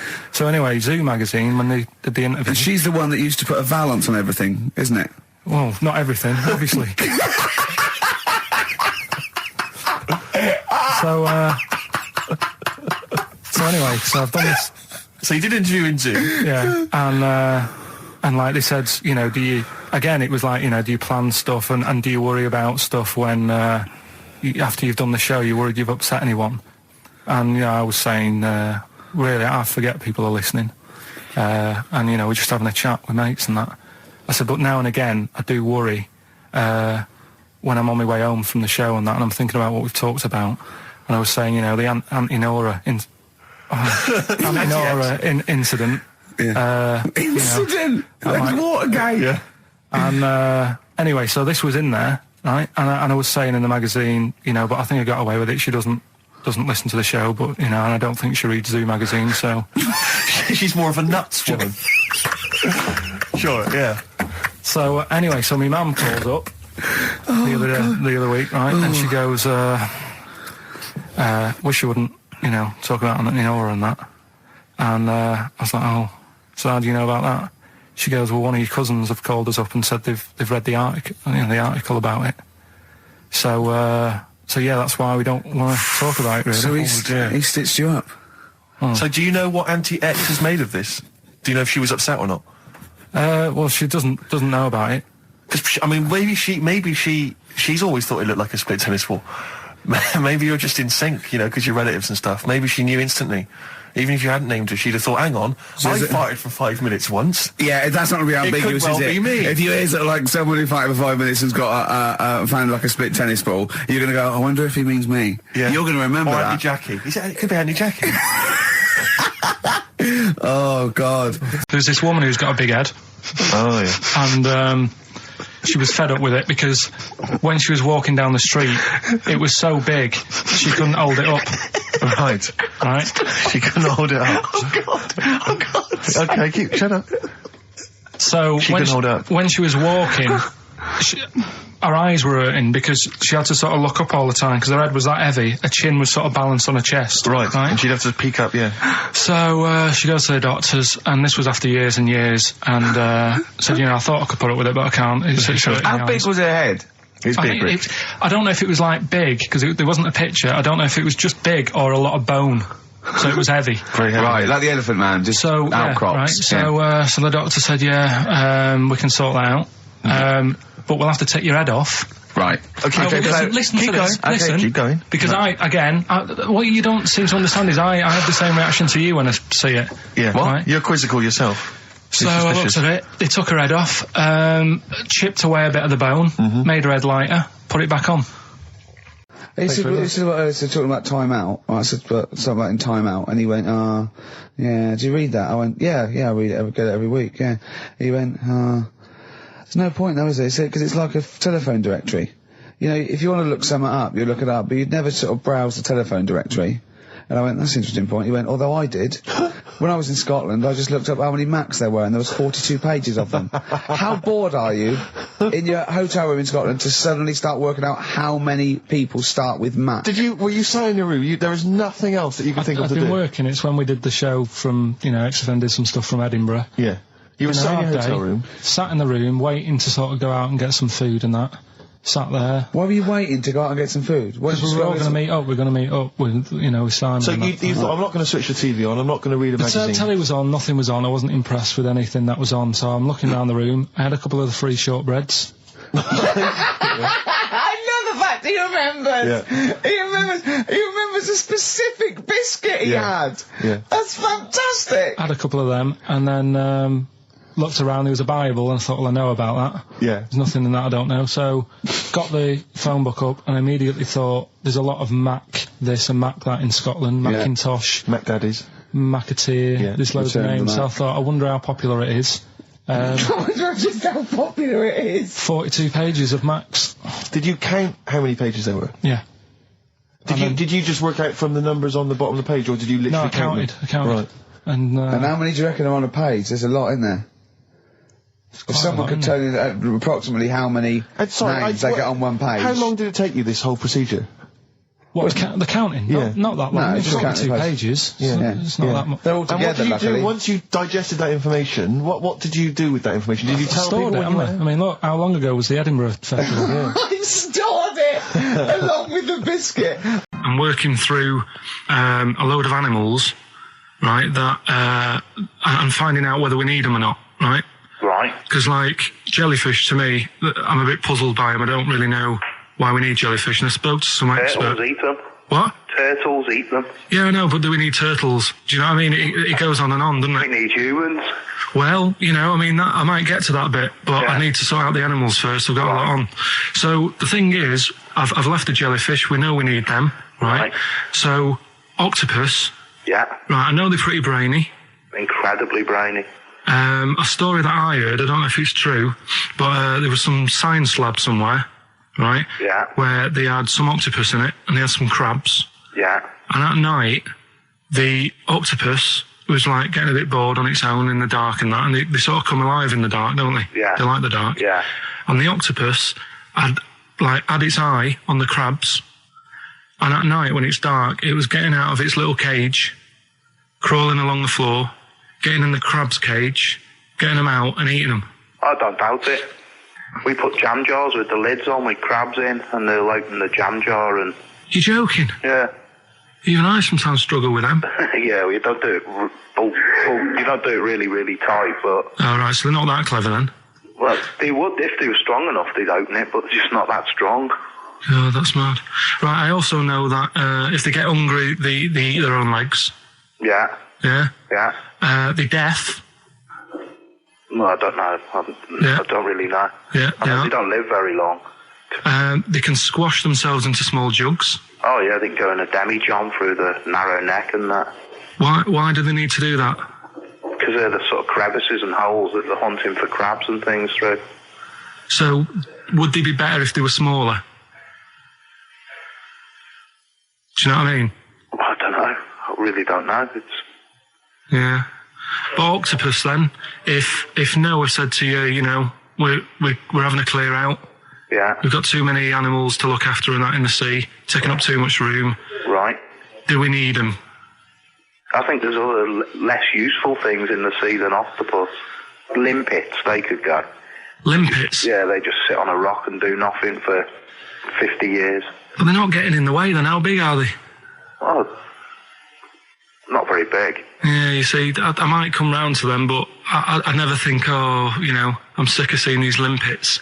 Whereas octopus, you know, crawling about, opening jam jars and that. You'd never see them, though. They're really rare. Wow. We get 2 or 3 caught a year. It's quite amazing. Do we need them? Yeah. Yeah? Yeah. Well, we'll just have to keep them then.